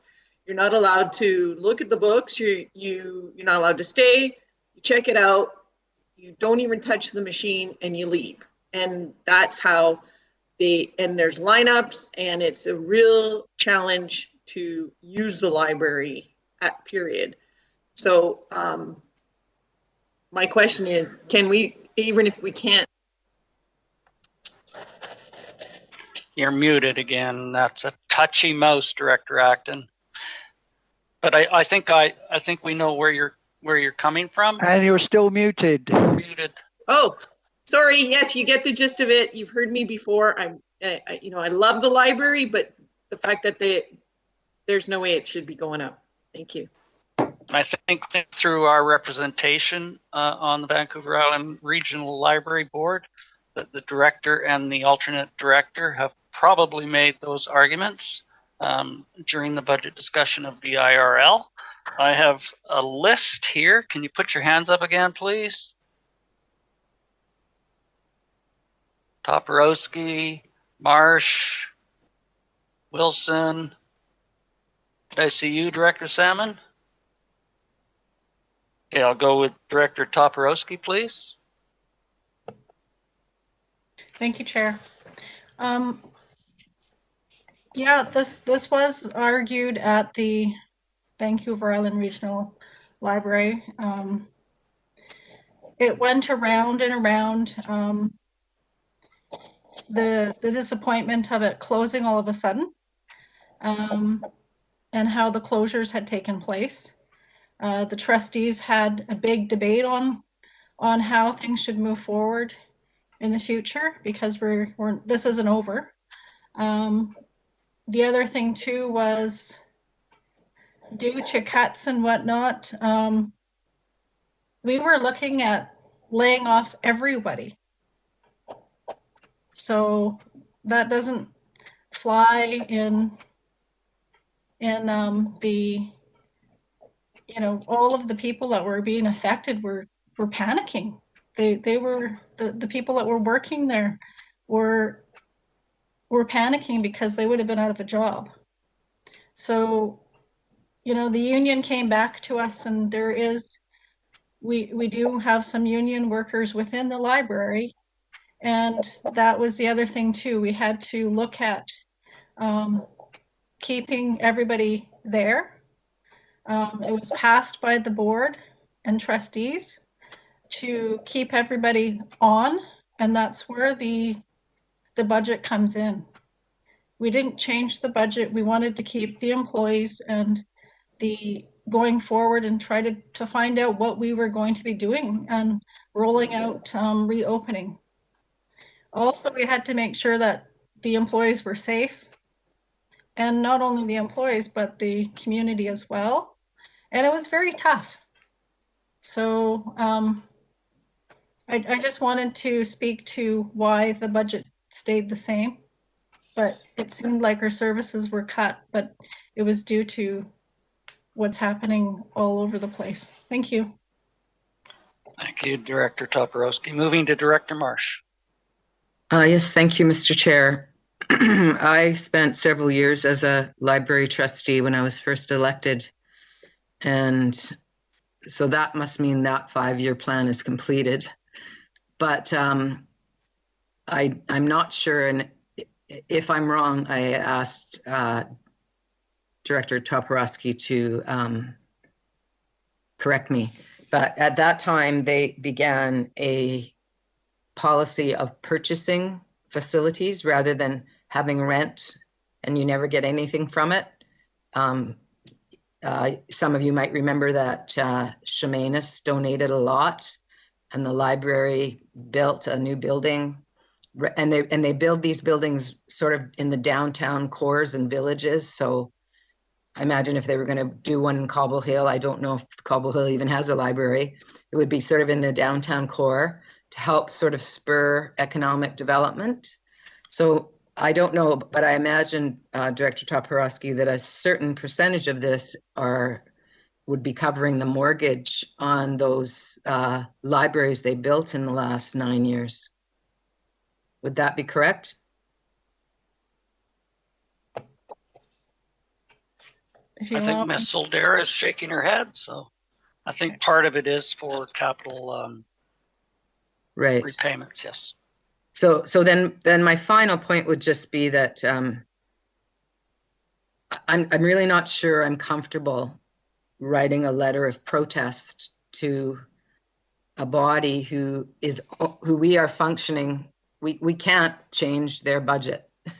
We're just the flow through, just like we're the flow through when North Cowichan wants to borrow for housing or different things. And I just think that, no other body has written us to say, change your budget. I think it's rude. And I think that we have to trust, since the board is made up of representatives from all of the AVICC local governments, that they sharpened their pencils and then they did the best they could. And so I don't support giving them a little rap on the hands. So I don't support the motion. Thank you, Director Marsh. I think it's just a discussion. I don't believe there's a motion on the floor yet. Oh, okay. Well, I wouldn't support a motion. Thank you very much. Director Wilson, you're next. Thank you, Mr. Chair. Yeah, I got a bit confused there about letters of protest and things like that.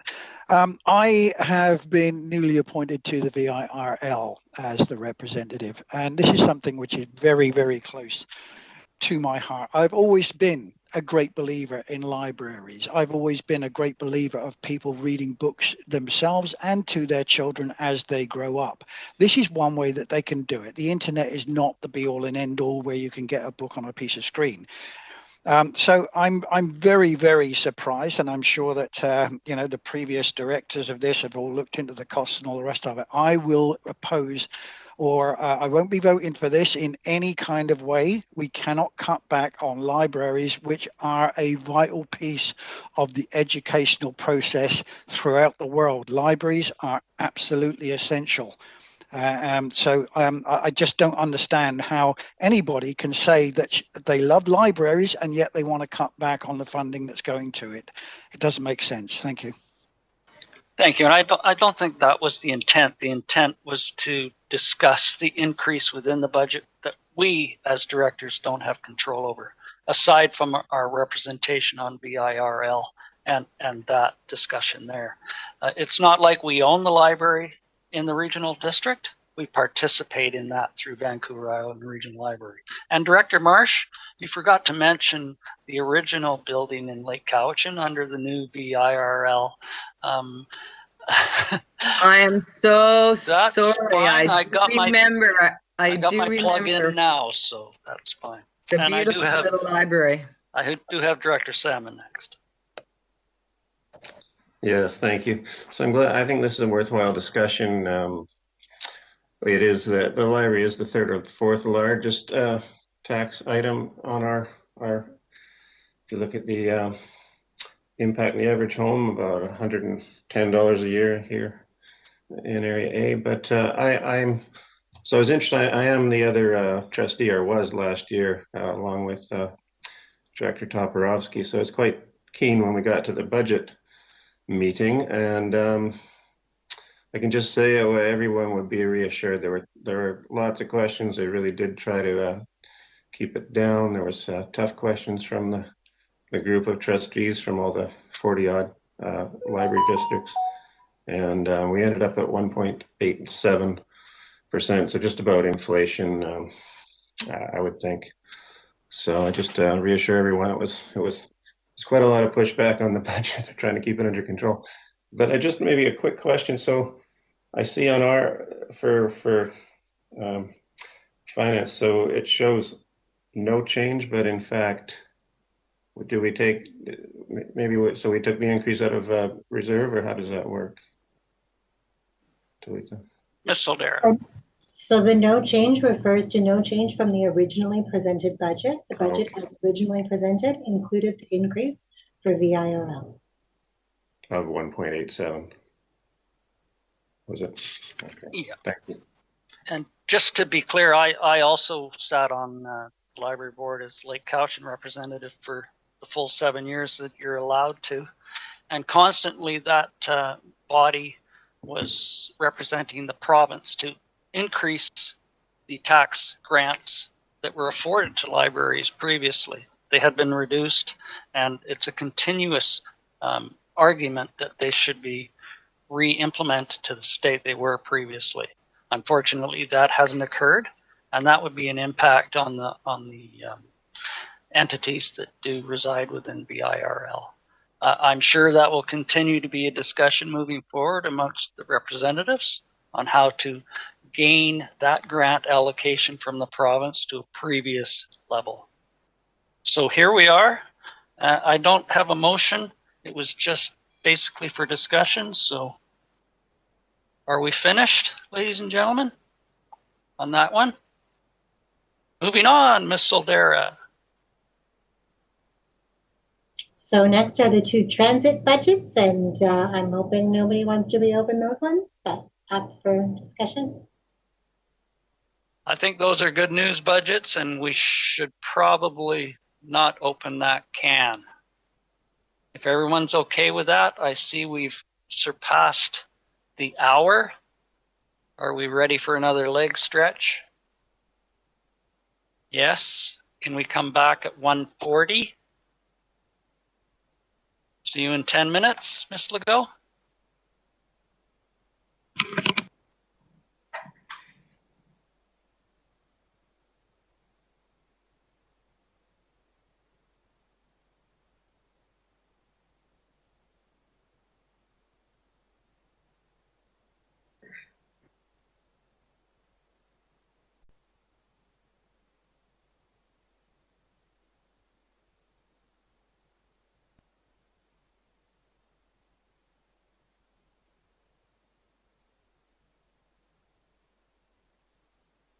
Live.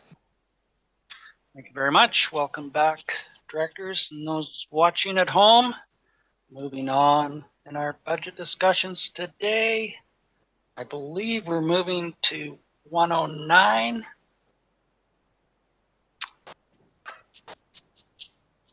And I'm looking for Ms. Soldera. There she is.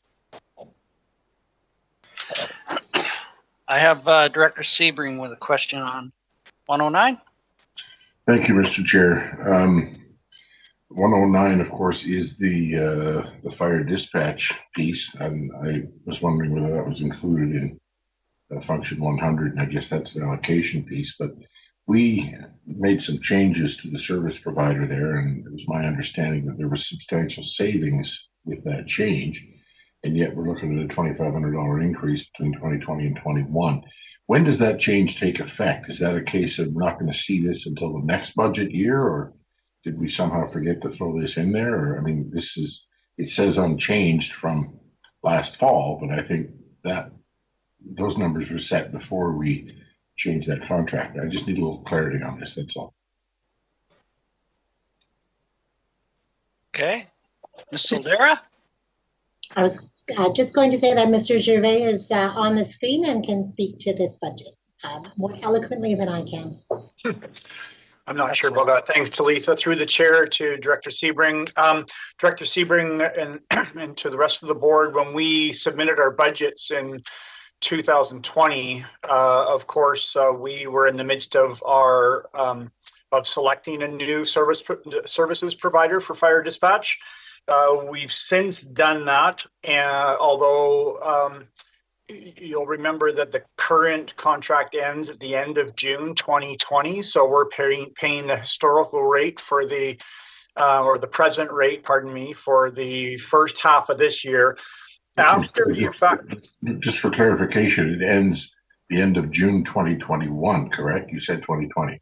I'm sorry, you caught me. Yep, 2021, Director Sebring. Thank you. All right, we got 6 months left in the year with the new provider. 6 months left with the current provider, 6 months left with a new provider. When you calculate in some of the first year expenses, project management, contingency, et cetera, along with our fixed operating budget, it leaves approximately $100,000 there for the remainder of the year that we could in fact budget back. If we could work with the finance department to do that. I'm not sure what the proper language is to use, Talitha, but does that explain things, Director Sebring? Well, it does, but I mean, if there's an extra $100,000 available there, do we normally work with a reserve fund in this function, or would that just be rolled over to next year? Because, you know, to me, one of the beauties of the renegotiation and the service provider we ended up with was this saving, and I'm not seeing it reflected in the budget, even if it's only 6 months worth. Is there a reserve fund there, Ms. Soldera? And I mean, how would that work, or would it just roll over to next year? I think Ms. Soldera does have an answer to that. Of course she does. So we do keep a reserve for this function. Our minimum is 151,000. Our maximum is 300,000. It is currently at 235,000. So as Mr. Gervais said, there is an opportunity to potentially lower the requisition for 2021 should this committee wish to pass a motion, to lower the reserve by up to $100,000 for this year, or by $100,000. Please choose a number, and then I can make some changes to the budget for you. I would make that motion that we reduce the total expenditure by $100,000 in function 109 for 2021. I've got a seconder, and I think Sorry. Director Stone wishes to Just speak to a it. point of clarification is to reduce the requisition, not to reduce the budget. Am I correct there? You're right. I'm sorry. Okay, so it would be reduce the requisition and fund from reserve. Yeah. Correct. Oh, Ms. Soldera. Again, I just want to be clarified. No, I don't think that's correct, Ms. Soldera. We can actually reduce the expenditure line and the requisition line by $100,000. Yeah. That's what I thought. Okay, that's been moved, and I had a whole bunch of seconders. Is there any further discussion? I'll call the question. All those in favor? Opposed, if any? Director Marsh and Director Morrison are opposed.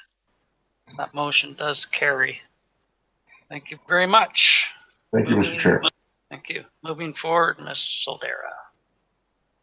Okay, now we'll move a little quicker, I hope. So the next, I'm going to group them all together, are the electoral area grants and aid. Are there any electoral area directors who wish to revisit their grant and aid budgets? I don't see anyone shaking their head yes, so we're good to move on. All right, so next we have, I'm going to group together because it's the same staff person that would answer questions, the economic development function and the regional tourism function. Are there any changes that directors wish to make to those two functions? I have Director Acton. Thank you, Mr. Chair. My only question is, I think it's a typo.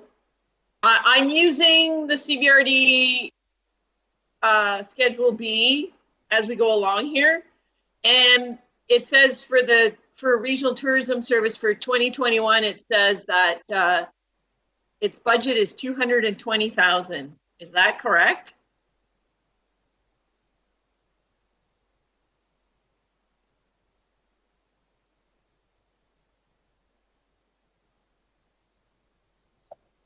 I'm sorry, which schedule are you looking at? I'm showing 120,000. Yeah, that's the requisition, 120,000, but the total budget. So I'm using Schedule B, and their total budget is 220,000, but last year was 520 and next year's 520. So is it just a typo? No, it's not. And Mr. O'Riordan. I can't remember the reason then. Thank you. Yeah. Mr. O'Riordan, please.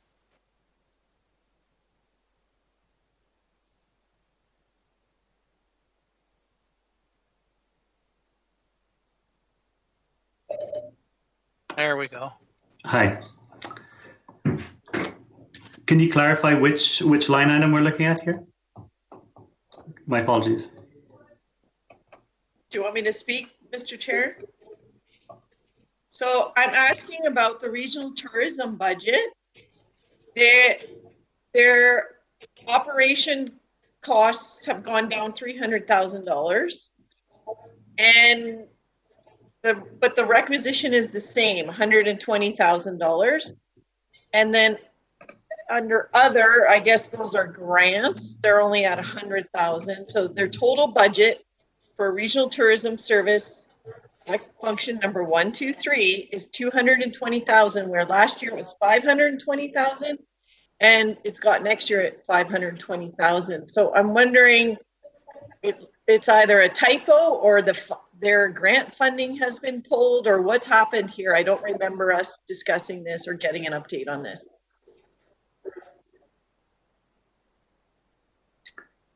Yeah, the regional tourism services, the grants have changed throughout COVID-19. So anything that the CBR provided has remained constant, while other funding sources have changed throughout the year.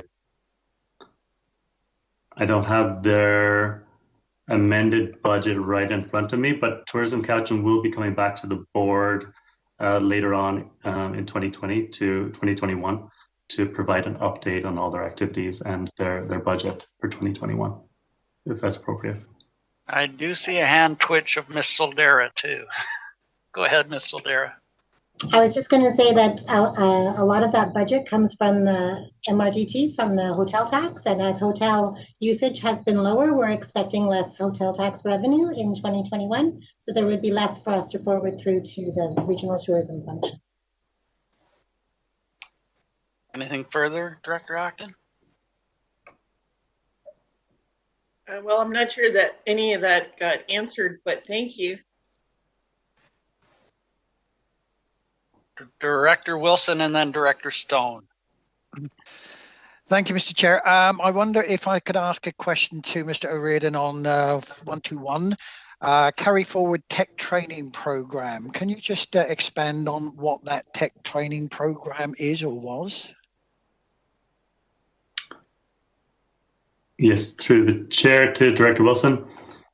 That program is part of a grant program with Rural Dividend that did not get completed within 2020. So the remaining, that's regarding a tech training initiative that we're working on to complete that grant program.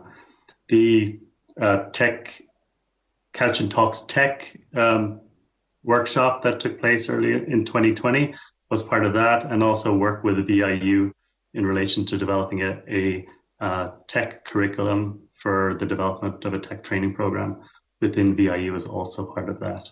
So these remaining funds will be used to finish out that program, and we'll be doing that in 2021. Yeah, follow up, please, Mr. Chair.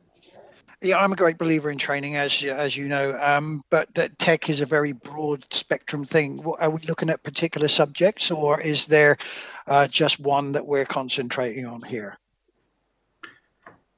The initial grant that we applied for was under the Digital Supercluster, and that program's to establish this tech training program within VIU. That funding has changed significantly. We received an update from that program that they've changed that program, and the funding that we're looking to apply for under that is no longer relevant as we had applied. We just finished completing a survey of all the tech companies within the region.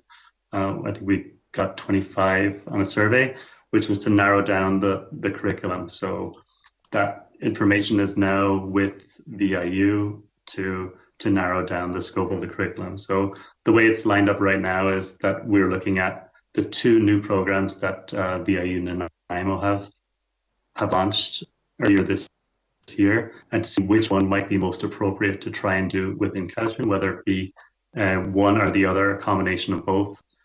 And we're also surveyed the tech companies that are here if they're interested in providing training themselves that would be relevant.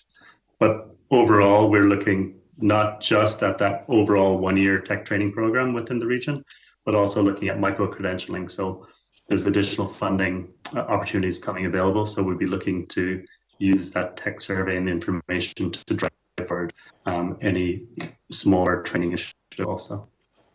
Okay, thank you. Great, Director Stone, you're next. Yeah, I just wanted to speak to the function 123, the regional tourism. It shows in the budget there, it's 100%. That $300,000 reduction is MRDT transfers because of the lack of hotel room bookings. So it's on page 3 of the 123 budget item on the CVRD website. Shows MRDT going down by 300 this year and coming back next year.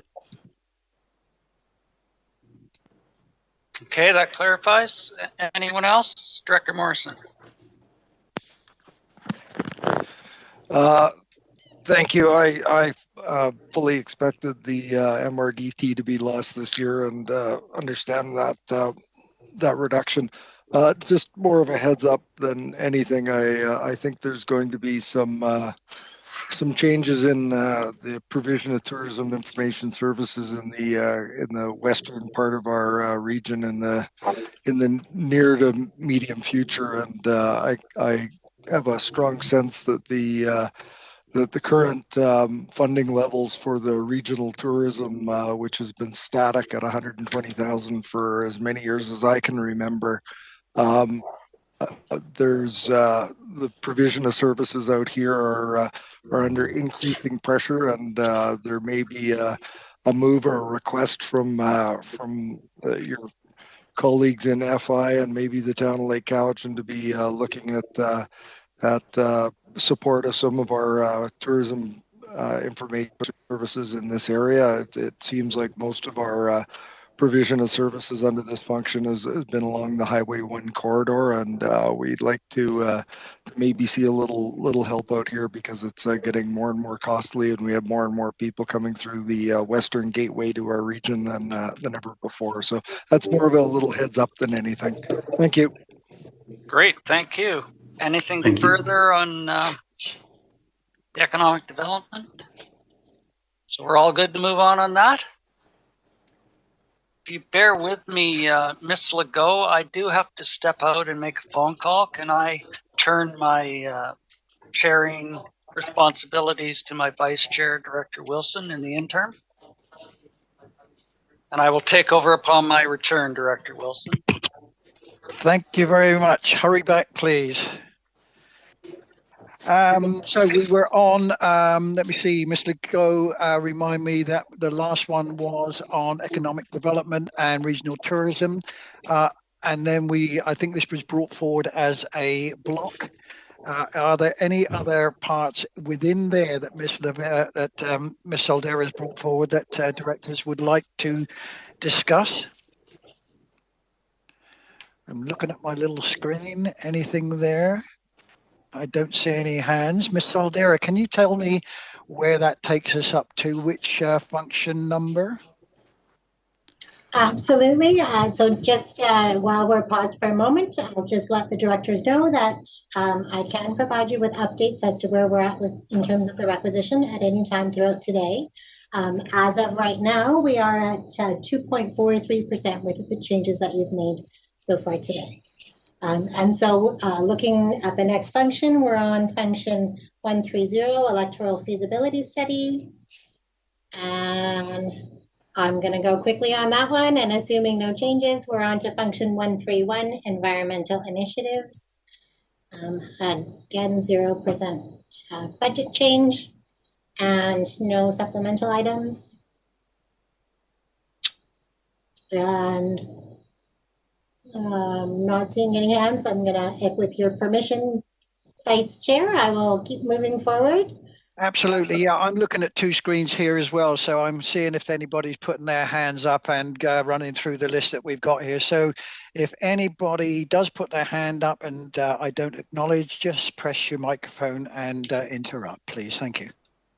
And so next again is a function 150, which is where we house the debt for member municipalities. So no impact to the CVRD, and it's at that's just our clearinghouse for municipal debt payments.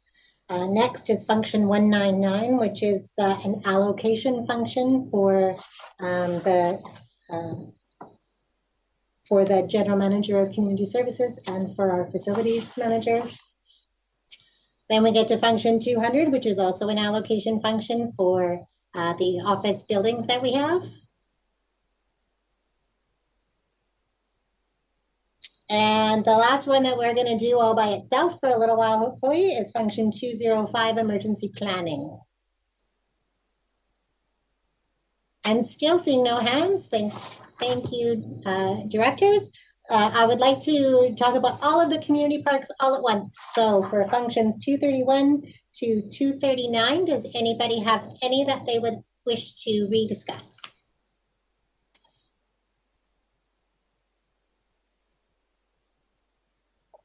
Mr. Chair. Yes, Director Salmon, I saw your hand go up, just writing down your name. Oh, okay. Anybody else wish to be added to the list while I've got my pen in hand? No, go ahead, Director Salmon. Yeah, thank you. I'm just trying to find here. I have a motion to, where did I have it? Wording from this. So there, it's just to basically transfer money from area A, community parks operating reserve by 50. Oh, here, okay. I'll just read it. It's, I think I sent it to Angie as well. But that the 2021 budget for function 231 community parks area A be amended to increase transfer from operating reserve and consultants expense by $50,000. If I could get a seconder. Seconded by Director Acton and Ms. Legault. Ms. Legault, do you have that sent to you?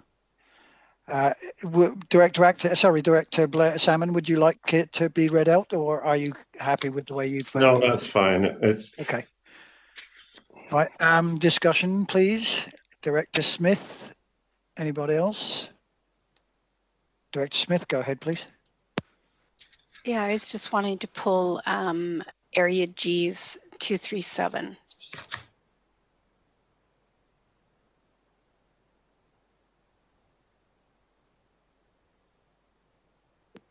Okay, that's fine then. Anybody else need to pull anything here? No. Okay.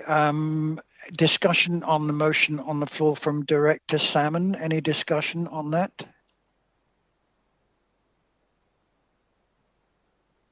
Seeing none, I'll call the question. All those in favour? Opposed, if any? I see none opposed. Moving on then to 237, which has been requested by Director Smith to pull for discussion. Director Smith, would you like to go ahead, please? Thank you. I just want clarification from Ms. Soldera, if possible. I believe that at the last, at the EASC meeting that we went over, function 237, the recommendation that was made was an increase that 24,000 was moved from the capital reserve into the budget, and 15,000 was moved from the operating reserve into the budget. And those are not reflected on this document.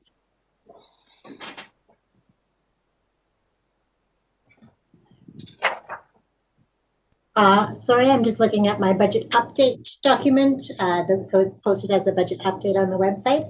It actually says 21,000 from capital reserve. Yeah, so, and that was I'll double check the minutes and double check that one. But the $15,000 was definitely put in there, so it's just missed on this sheet. Yeah, so it was 24,000 from capital reserve. And so I'll just need to double check the minutes for that. Okay, thank you. So, until those adjustments are made, I would be unable to move forward in support of this as it is at this point. So if I understand this correctly, then function 237 is being held back. Do we need a motion on that one to be referred back to staff, Ms. Legault?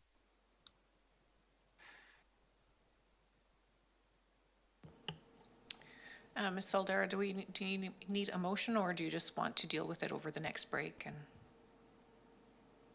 I can address it over the next break. Okay. Okay, thank you. There'll be a slight delay there, and Director Smith, until we get that one back. If we can just move ahead very quickly. I see that Director McGonigal is back again.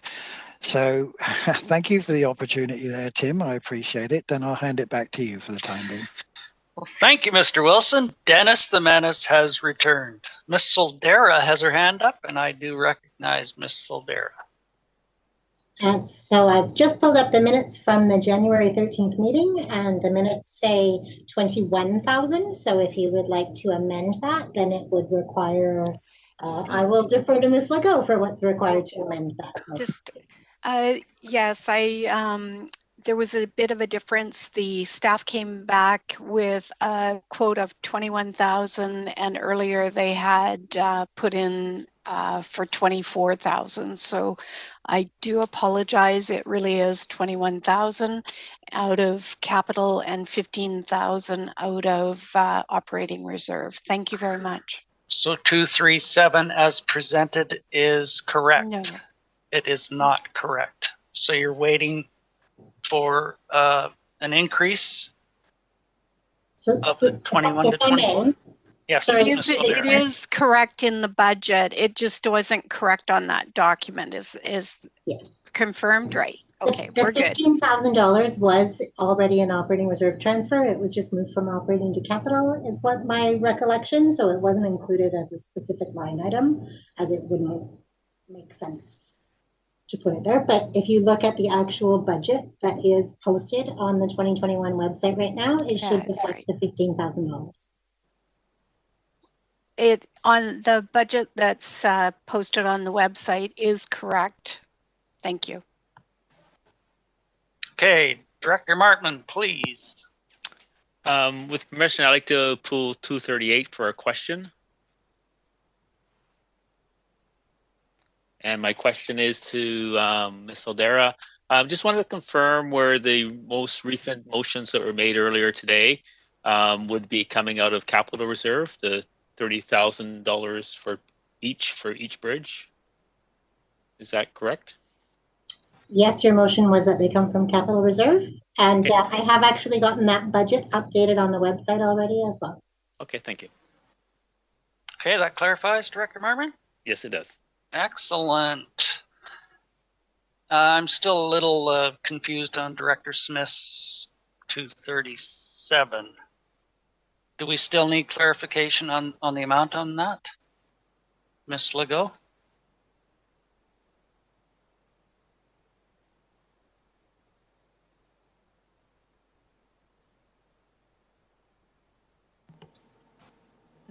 No further clarification is needed there. Okay, thank you very much. Director Stone, that's what you were going to say, right?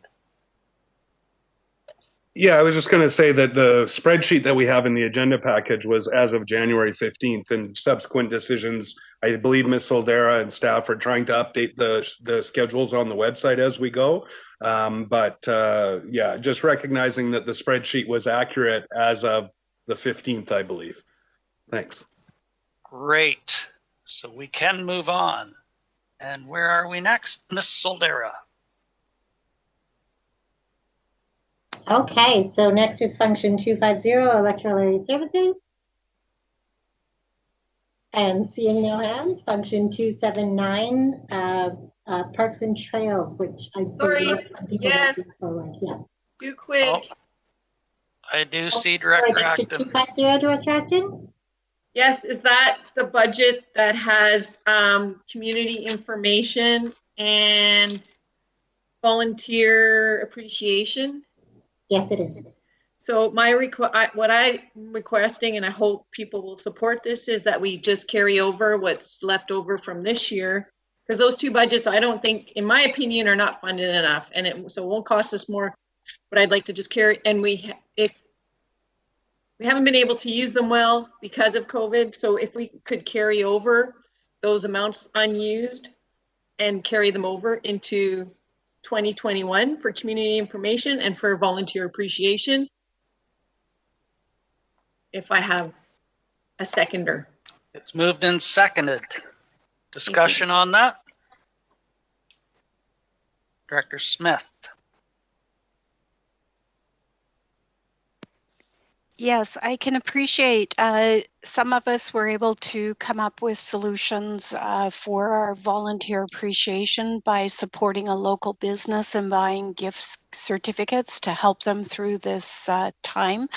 And I know that we all have different ideas of how we should work to appreciate our community volunteers, and I will definitely support this. I know that I spent mine during this time to seem double purpose, and I will support Director Acton on this.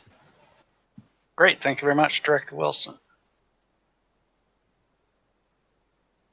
Yeah, thank you, Mr. Chair. I'm in a similar situation in that I canvassed all my volunteers, and they all ended up with gift vouchers from Thrifties and Country Grocer, which they could do with as they please. So I'm quite happy that I use mine, and I'm quite happy to any rollover to go forward as well. So I'll support this one.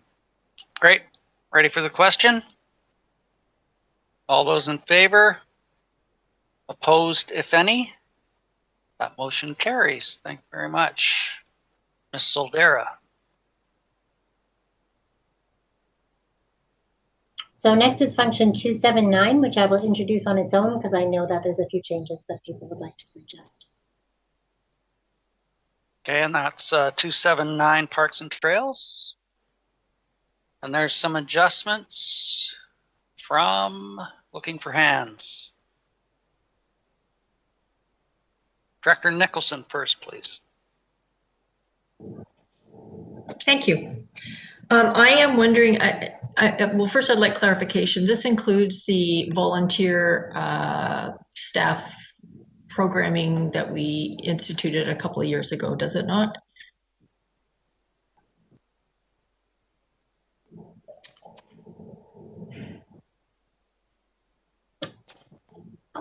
I see Mr. Parker have popped up, so if you would, yes, please. Mr. Chair, through to Director Nicholson, yes, to confirm for the Community Parks Program in the electoral areas, this includes the Parks Volunteer Coordinator that was approved by the board a few years ago, is funded through this function as well as through regional parks. So if I may, I believe that we have only provided funding to cover the maternity leave portion of this position. And I think, you know, a couple of years ago, we worked really hard to get a volunteer program off the ground because we realized how important the parks are to the community and how many people wanted to volunteer and how challenged they were to contribute to the parks without a volunteer coordinator. And, you know, this program just got underway and we really haven't seen it long enough to understand how effective it is being. And then with COVID, we've had this huge interest and potential, you know, we've really been able to see the potential of the parks and the huge interest by the community in parks. So I think now is the time to capitalize on a volunteer program and not a time to cut back on it. So I would be very much interested in revisiting this budget, but I'm not quite sure what the numbers would be to put in place the full volunteer program because I don't have all that stuff in front of me. Maybe staff could help. Okay. Because I'd like to make a motion to that effect. Once you have that information. I have a speakers list, so I'll go through that unless you have an answer, Mr. Farquhar. Mr. Chair, to fully implement the program this year would be an increase in the requisition by $27,819.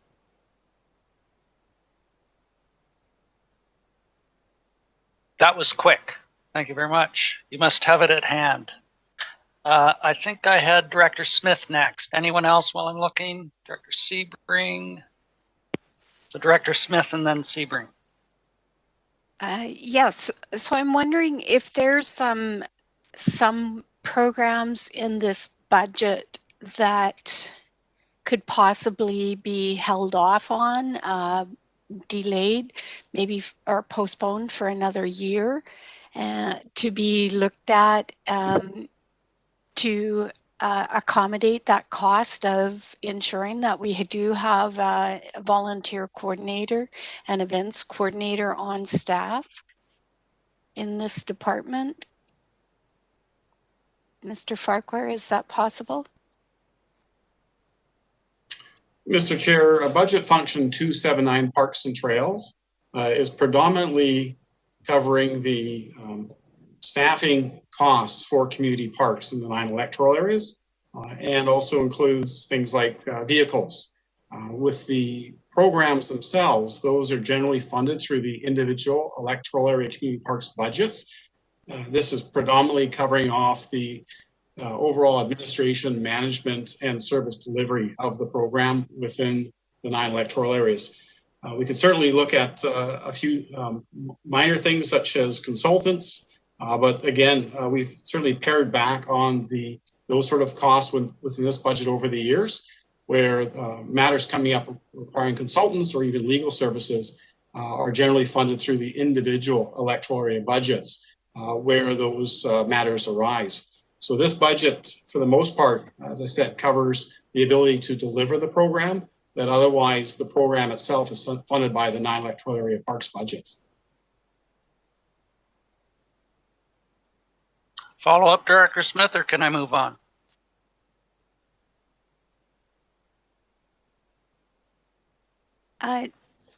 Can I just ask for some clarification? I see that there's an allocation to regional parks of 33,200. Can you just clarify how that is, what that is for us? Thank you. Mr. Chair, that shows up under recoveries, internal recoveries, I believe.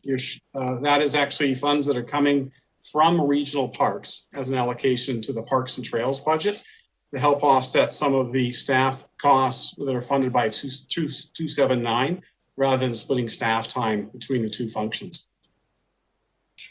So that's a recovery, not an allocation to regional parks from this function. It's actually coming from regional parks to this function. Okay, moving on. I have Director Sebring, Director Wilson, Director Yanni DiNardo, Director Acton, Director Marsh. Director Sebring, please. Thank you, Mr. Chair. Just to be clear, and I've got to get off on a phone call. I'll be back in 5 minutes. I got to call somebody. But this motion, if I'm still in the room to vote for it, is just affects electoral area budgets, right? Okay, thank you. That's all I needed to know. We won't hold you to your 30%. You can go make your call. Director Wilson. Yeah, thank you, Mr. Chair. Yeah, I'm kind of split on this one. I'm not quite sure where to go with it, because one of the comments that came forward more and more with my parks board was the need to go to a volunteer coordinator just to get things done, because it tends to actually, I'm sorry, but stop things being done. And the comment was, they've taken the shovels out of our hands. And whereas before we could bring it to the parks board and say, can we do this? Can we do that? The decision was made there and then, and stuff got done. And stuff's not getting done anymore because it seems to be costing more and more and taking more and more time just to find somebody to give approval for sometimes very, very simple things. So I'm not happy with this one at all. Thank you, Director Wilson. I have Director Yanni DiNardo next. Thanks. My question is, currently there is a mat leave. How are we getting any of that done while there is a mat leave? Who at staff, or how are we doing that? Mr. Farquhar. Mr. Chair, during 2020, the budget funds that were otherwise available during that mat leave were used to bring in supplemental staff that allowed us to continue to deliver the program in 2020. Follow up, are you okay with that? Thank you. Okay. Director Acton. Thank you, Mr. Chair. I'm going to support this. I think it was mentioned that we worked hard to get this position, and we're talking very small percentage to this budget, and it's what people really care about. No one's putting up their hand to volunteer to give us input. They want to volunteer to do things, and that's what this role does, is they organize it. And I hear Director Wilson, I hear you. Maybe there are some ways for us to improve it. I think that it went off to a pretty good start, and now it's time to just look at it and say, well, how did it go? How can we improve it here? How did it serve the community? And it's been really clear from my community that parks are important. And then also, people still want to volunteer. They still want to make a difference. And this role could actually find creative ways to do that. And staff does not have the time and the resources to be pounding the pavement. And this person essentially could. This again is a great role for me. Maybe it'll be available. Anyway, I'm going to support this, and I think it's really important. And I would like to see the discussion come forward again. Thank you very much. You mean pounding the gravel, not the pavement? Gravel trails? Absolutely. I have Director Marsh, then Director Wilson, then Director Smith. Yes, one of the things I love about going to Victoria to some of their more remote parks is the program. I don't even know if they're volunteers. They have the little Victoria badges, but the education you get and the guidance, and you don't get lost, and you go with a group of people, and it's just really made me at that time think, gee, why don't we have something like this? And then about a year later, Mr. Farquhar brought this position originally forward, and I do support it very much, although I know it's not my money, but yeah. Thank you very much. With your indulgence, I'm going to go to Director Nicholson. I think she was going to put a motion forward.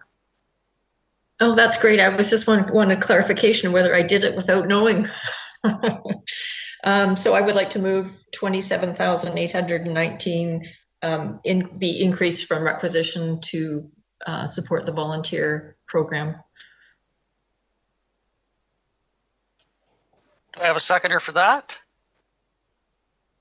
Director Salmon, you seconded that, did you? Okay, I'm going to move back to my list. If we can stay to the motion now on the funds for the volunteer position. Director Wilson, you're next.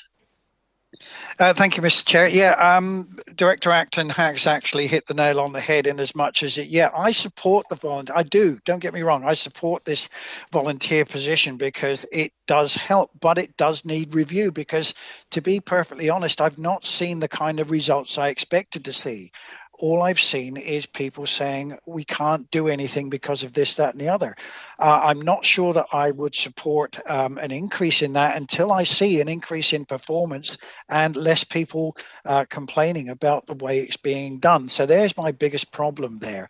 I'm not short of volunteers. Everybody wants to volunteer, but they want to be allowed to get on with it. And right now that doesn't seem to be happening.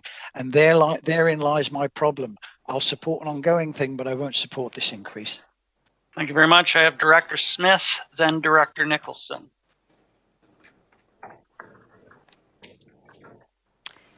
Well, as I have a group of very enthusiastic pickleball players that want to paint lines on a underutilized court in Saltaire, I really need volunteers to be able to do that. And I think that we all have projects in our electoral area community parks that we'd like to see done by volunteers.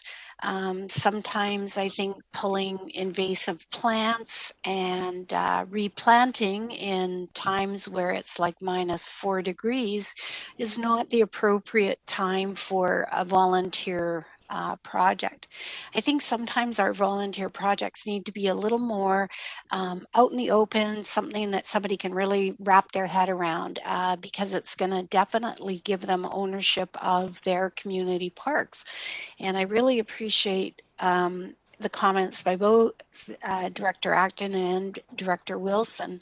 I think where we need to do as electoral area directors is revisit those policies. I think we need to revisit our Community Parks Advisory Commission bylaw they seem to have their fingers being sat upon, and they're frustrated. And I think that the volunteer program, we need to have a really good discussion about both those items at Electoral Area Service Committee. And if I was able to make a recommendation for them to be reviewed by Electoral Area Service Committee in the near future, I would make that recommendation. I'm not sure if it's appropriate during the budget.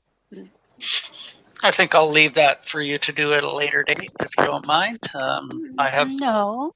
Well, Like I to do don't. it now. I don't think it should reside within Ms. budget. Legault, is it appropriate? Here's a motion on the floor. And when we're done with the motion, if you'd like to entertain that, I will look back to you. But at this time, we're just going to move on to my speakers list, Director Nicholson and then Salmon. Oh, sorry. Yeah, I would just like to perhaps reassure Director Wilson. I think his comments are well taken, but I think that was exactly the problem of volunteers having difficulty doing volunteer work in our parks. The volunteer coordinator position was exactly supposed to solve that problem. And I don't think it has operated long enough, and nor have we done a review of what has happened to be able to determine whether it should continue as it is or whatever. So I really think we need to carry on with this and do some work on the program to look at it. But, you know, in the meantime, I think it would be short-sighted to cut it now. Thank you. I have Director Salmon, Wilson, Yanni DiNardo. Yeah, thank Point you. of order, Mr. Chair. I've put my hand up for the last 3 speakers, I believe. Can I be put on the list at some point? I haven't spoken on this item yet. Absolutely. I'm trying to see all the hands, and I do miss one occasionally. If you want to just reiterate, I will put you on the list. Yeah. Okay, yeah, thank you. So I agree with Director Smith and Wilson. I support this, but I really, if we could improve the program a little bit, particularly on the, just if possible, some more flexibility with what volunteers are allowed to do. Like Director Smith, we have a group here in the South End that wants to paint some pickleball lines on a little used court. So whether we can make that happen, or at least they could put some masking tape down so they can use it that wouldn't, without the tape being removed by our parks folks, that would be a step in the right direction. So thank you. Thank you. And with your indulgence, I will move to Director Morrison, who has not spoken on this yet. I apologize again. I'm trying to watch for all hands, but I do miss some sometimes, as all chairs do, trying to manage meetings. Thank you. Thank you, Mr. Chair. Just to reflect back, there has been dramatic changes in how we deliver programs in our parks. And it's not staff getting in the way, it's requirements of Municipal Insurance Association. There's so much more at play that I think our staff fully understand, and maybe we as committee and board need a little greater understanding as to the requirements for our insurer as to how some of these things are provided. I won't go back in the history as to when I was first elected, but those changes resulted in a decrease in the volunteer opportunities in our community. And as Director Nicholson spoke of, this was exactly the fix that would be helping to coordinate more volunteer activities in our parks.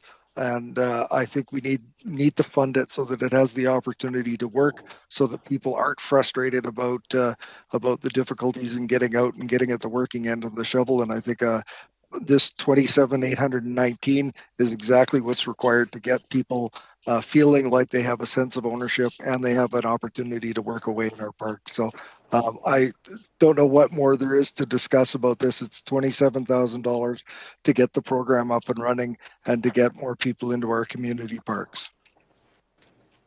Thank you, Director Morrison. Director Yanni DiNardo, and then Director Wilson. Thank you, Mr. Chair. I think that this volunteer coordinator position needs to be evaluated. We never gave it enough time. That position, she's on leave right now. That person is on leave. But I really have not been happy with it. So I hope that we have a chance to, I understand the insurance. I understand all of the difficulties with all of the parks volunteers, but I have not been happy with this service so far. So I will vote in favor of this 27,000, but looking to some type of evaluation later on too with this. Thank you. Thank you very much, Director Wilson. Thank you, Mr. Chair. Just to reassure Director Nicholson, I'm not looking to cut anything here at all. I'm looking for a holding pattern. As has been pointed out over and over again in this discussion, is that we've not really seen any kind of progress made here. And for us to vote for a $27,000 increase to a program which has not shown, to me anyway, any real improvements in the way things are done, is putting the cart before the horse. Let me see some performance figures. Let me see less people complaining that we can't get things done because we can't do this and we can't do that. And I wondered how long it would be before the L word came up, and sure enough, it did.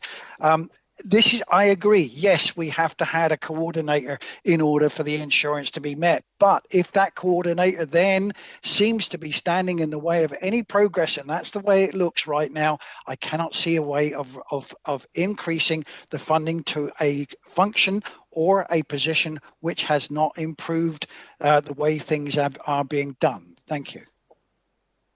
Thank you very much. Director Smith, please. Is it possible to have this position not a permanent position, but a position that we look at in a year and make it a temporary position for 1 year? In 2020, nothing was allowed in our parks, and the volunteer program was non-existent, really, that I know of. So we can't evaluate what happened in 2020. 2019, we haven't had any figures back as to what programs, or we didn't sit down and have a good look at that. So I'm dying to get volunteers into my parks and that. So it's really a struggle. If the only way we can do that is to authorize this position and fund this position, then that really puts us in a really awkward spot. So is it possible to have this as a temporary? Mr. Parker. Thank you, Mr. Chair. For clarity, this is a full-time permanent position. The person is on mat leave right now. This is a budget matter in terms of the 2021 budget, in terms of the funding to support the position that has been in place for the past year and a half that was approved to deliver on the volunteer program. I certainly concur with some of the comments made by directors about a review. Unfortunately, with COVID, this past almost 9-10 months, it certainly put a damper on where the program was at going into the beginning of 2020. And certainly would want to work with the committee through electoral area services and regional services, because this also applies to the regional parks program. We always can improve. We always do want to improve. We want to bring the best we can bring to our community in terms of park volunteer activities, and certainly where there's areas of interest to expand or tweak the program, we will certainly endeavor to deliver that through the direction of the committee. Thank you. Thank you very much. Are you ready for the question? Just to clarify, Ms. Legault, because this is 279, the increase, is it only electoral area directors or everyone voting on this? Thank you, Mr. Chair. At committee, everyone votes. Thank you very much. Call the question. All those in favor? Opposed? Director Kuhn. Are you the only one opposed? I'll make sure I get that right. Okay, that carries. Thank you very much. Director Smith, please. After listening to all the discussions, I'd like to make a recommendation for that the Community Parks Advisory Commission bylaw and the volunteer coordinator policy coordinator program, volunteer program be brought forward to the Electoral Area Service Committee for further discussion. No seconder for that. Moved and seconded. Do we need any discussion on this? It's just to move it forward for a review on those two. I'm going to call the question. All those in favor? Opposed, if any? That carries. Thank you very much. Thank you, Director Smith. I promised I'd come back to you, and I did. Moving on, Ms. Soldera. Okay, so the next, we have just a couple more parks functions. So 280 Regional Parks, 281 Bright Angel Park, 282 South Cowichan Community Parks, and 283 Kingsville Trestle. Any of those ones? Anything there, anyone? Director Nicholson. Thank you. I was wondering if Ms. Soldera would be able to tell me what will be in the Bright Angel Park operating reserve. So I can't tell you the balance, including 2020. Sorry, I'm having a lot of computer difficulties today, so I can't run the accounting software at the same time as I'm doing the meeting. It's causing a lot of delays. Don't worry. But currently in the reserve is 20,574. Yep. And what would be the what is the target for that? For Bright Angel, it is between $10,000 minimum and a $20,000 maximum. So we're at the maximum right now.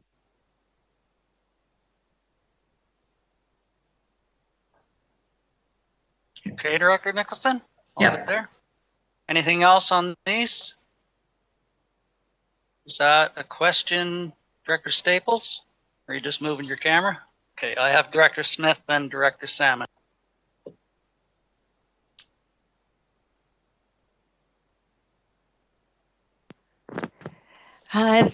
Thank you. I have a question for Mr. Farquhar, if he's available. I see that North Cowichan has done such a great job in their beautification between Henry Road and the theater.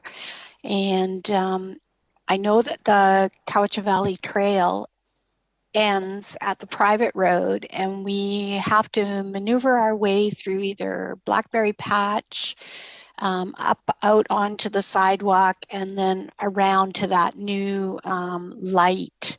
And I'm just wondering, there's this unfinished section that's very short that would really, I think, have an amazing impact on the users of the Cowichan Valley Trail in that section. And I don't think that we explored the cost and of that in our last discussions. And I, as an avid user of the trail who goes through that section probably 4 times a week, the blackberries definitely take a toll on your clothing. So maybe we could have a look at that as we work for active transportation. Thank you very much. I have Director Salmon, Director Acton, and Director Marsh. And excuse me, I had a question that Mr. Farquhar was going to answer for the cost. Sorry? Thank you. Absolutely.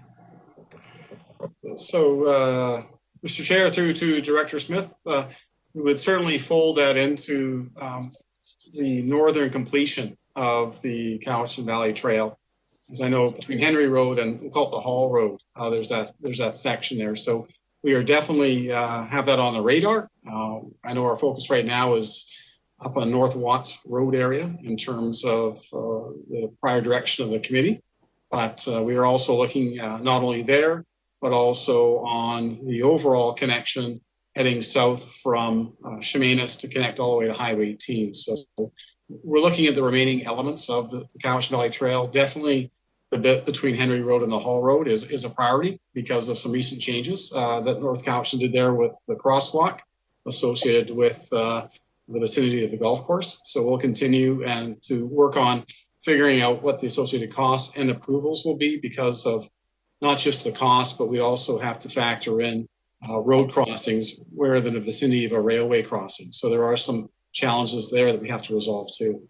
But it definitely is on staff's radar to figure out and determine costs and bring it back at the appropriate time. Okay, Director Smith. I have Director Salmon, Acton, and Marsh. Yeah, thank you. I just thought for Ms. Saldera, a question before we get into the regional parkland acquisition. Did you say you have a real-time update on where we stand with requisition, even including today? Because I'd love to hear that number if you have it there.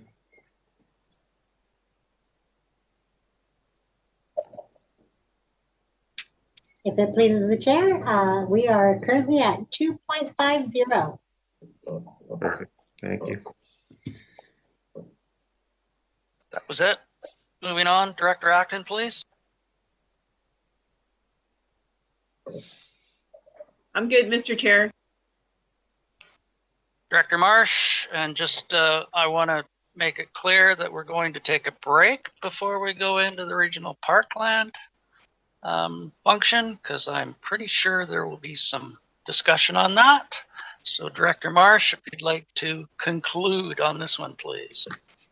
Yeah, I really appreciated Director Smith's comments about the beautification between the roundabout and along Henry Road. And I just wanted to point out and make a big shout out because Communities in Bloom, and I think it might be the BIA, they do the work as volunteers and we pay for the plants, and it saves, you know, hundreds of thousands of dollars. So potentially it's a volunteer opportunity for parks in area, not just parks, but like Cobble Hill and Mill Bay and stuff.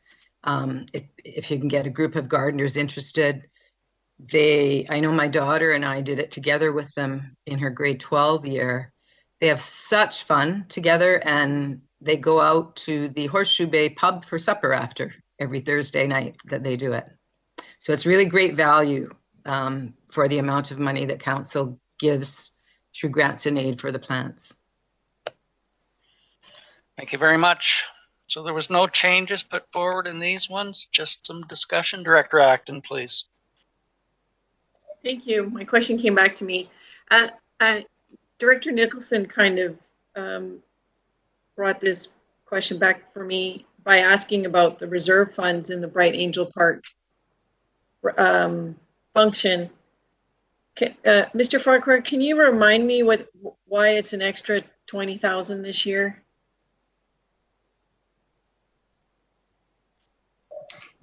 Mr. Chair, through Director Acton, that is specific to upgrades for the 2 picnic shelters over the next couple of years. So that's where those funds are going towards. It's capital works.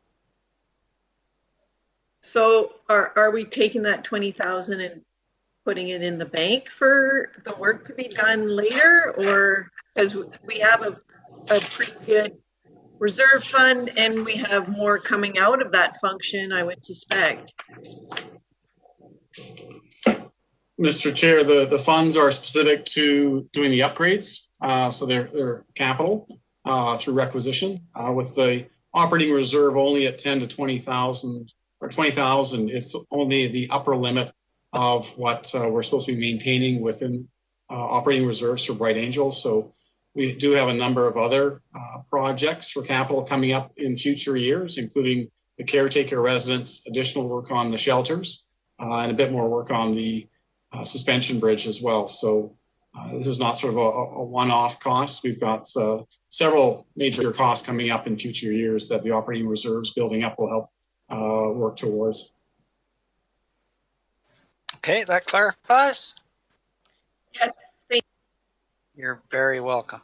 So seeing... You put me at the bottom of the list. You were the bottom until I saw Director Yanni DiNardo, but I recognize her now. Thank you, Mr. Chair. I just wondered if we could carry on and leave the parks acquisition to the bottom of our agenda. So carry on with all the other items and leave parks acquisition and see how far we get with those items and have a break. Because I think most of them should go fairly quickly, and I know that the parks acquisition will take some time, or I'm assuming. I'm getting inundated with requests for stretch, etc. So after this one, if we could take a break, we can move regional parkland to a later time after we reconvene if you wish, because that will probably take considerable discussion. Director Acton, did I see you wanted something else on this one? Sorry, I'm good to wait. Okay, seeing nothing further on Kinsel Trestle, etc. Can we recess till 3 o'clock? Reconvene at 3, and then we'll decide on the order. Thank you very much.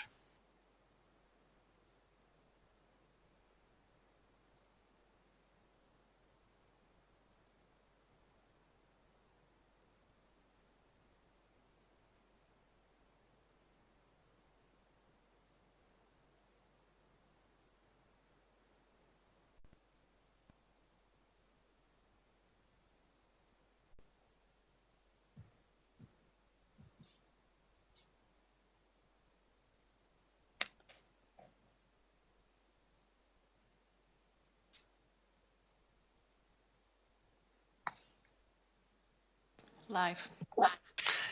Thank you very much. Welcome back, everyone. I notice Director Stone had his hand up. Sir. Sorry, it's not really related to our business item, so I apologize to the committee and to yourself. There was an incident over the weekend that I may need to attend to very shortly, and I may be for a little bit of an extended absence. So I hadn't arranged for my alternate to be here because frankly, I thought we would maybe be done by now. But considering that we not go extra slow. No, but in all seriousness, if you see my camera off, I'll send you a text, Mr. Chair, so that you know, but I am waiting for a phone call that I can't avoid, and it could take up to 30 minutes or just a bit longer to complete that conference call. So I just asked for a little bit of leniency and apologize for having to leave. It was an item that came up this weekend that can't be avoided. No apology needed, Director Stone. We will move as expeditiously as we can, given some of the subjects coming forward. And with that, with your approval, I think we should leave the regional parkland acquisition to the very end discussion. And if we can move forward from where we left off, leaving that regional parkland till the end, I think that may speed things a little bit. So Ms. Soldera, if you could help me along, please. Okay, so the next little grouping I would like to propose to you are all ones under the land use services purview.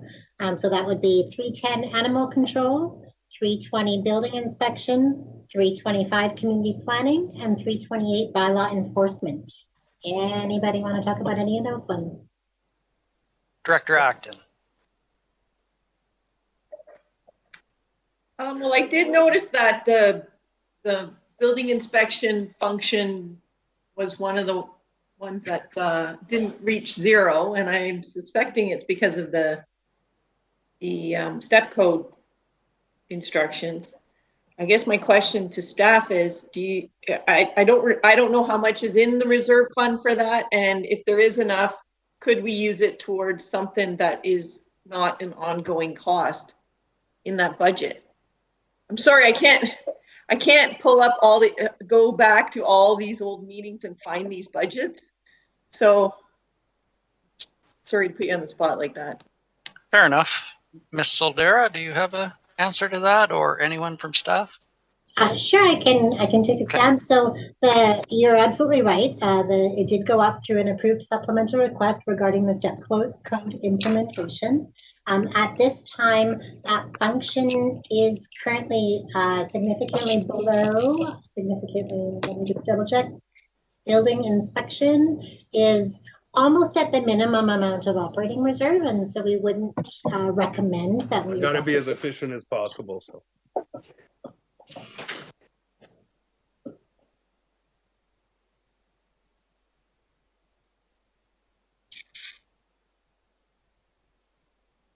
Does that answer? I'm trying to be as efficient as possible. Sorry, my apologies. That was another, anyway, I'm still here for a few more minutes. Excellent. I saw the camera go off and I thought maybe I wasn't being as efficient as possible. So no, I have embarrassed you. You're blushing and I'm having a great time. Anyways, does that suffice, Director Acton, or you'd like to follow up on that, on the building inspection one?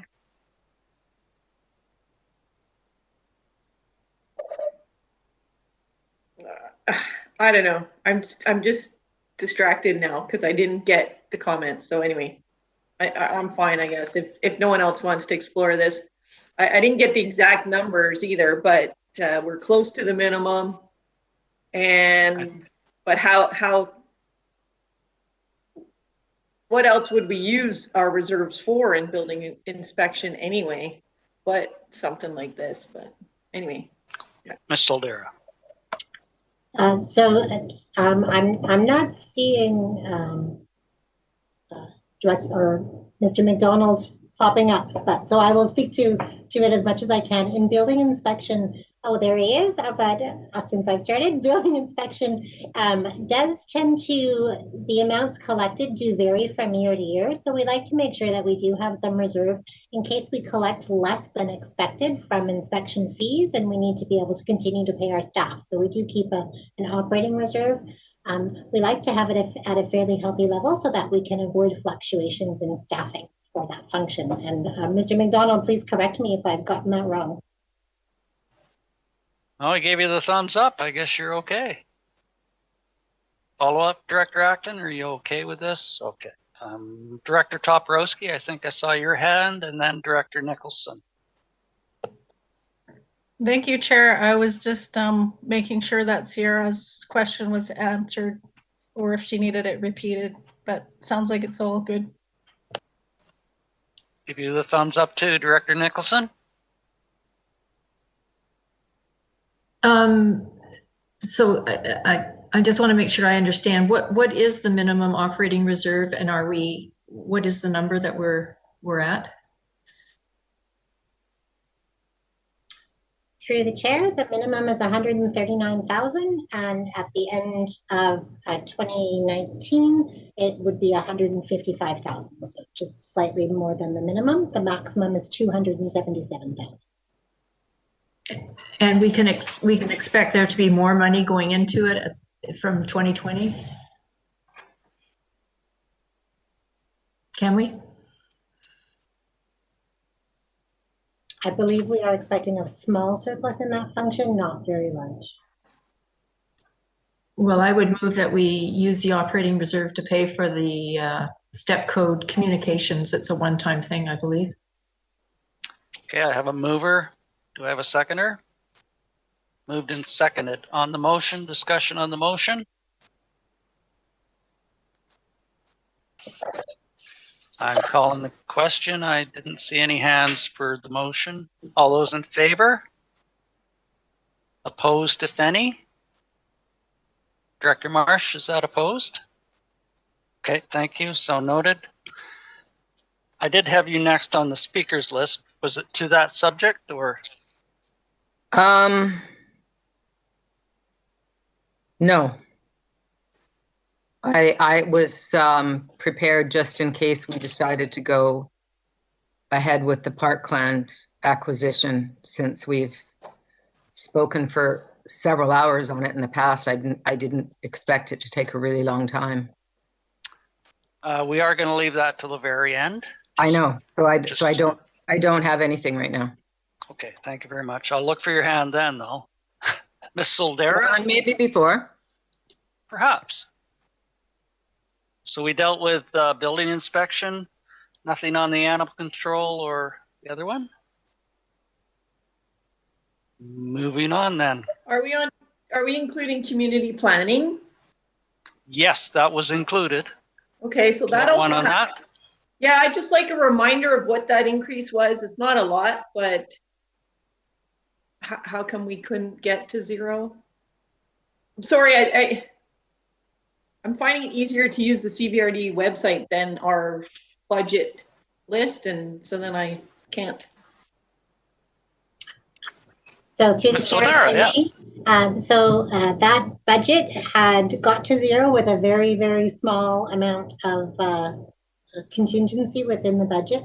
And so when the board approved the HVAC project for Ingram Street, it increased the allocation to all of the other functions, which required us to increase the requisition in function 325 to cover their share of that project. So it's a small increase overall for that budget for their share of the HVAC allocation. You're muted, Director Acton. Okay, so it's just the allocation from the HVAC, and HVAC was covered by reserves as well. In which function? Ms. Solera. The HVAC project is under function 200. It is a very large and expensive project, if the committee remembers correctly. We did submit a grant application to cover the project, but in the event that we did not receive the grant application, it was included in the budget. It will require borrowing in order to finance the entire project, which is why there's an increase to the total allocation.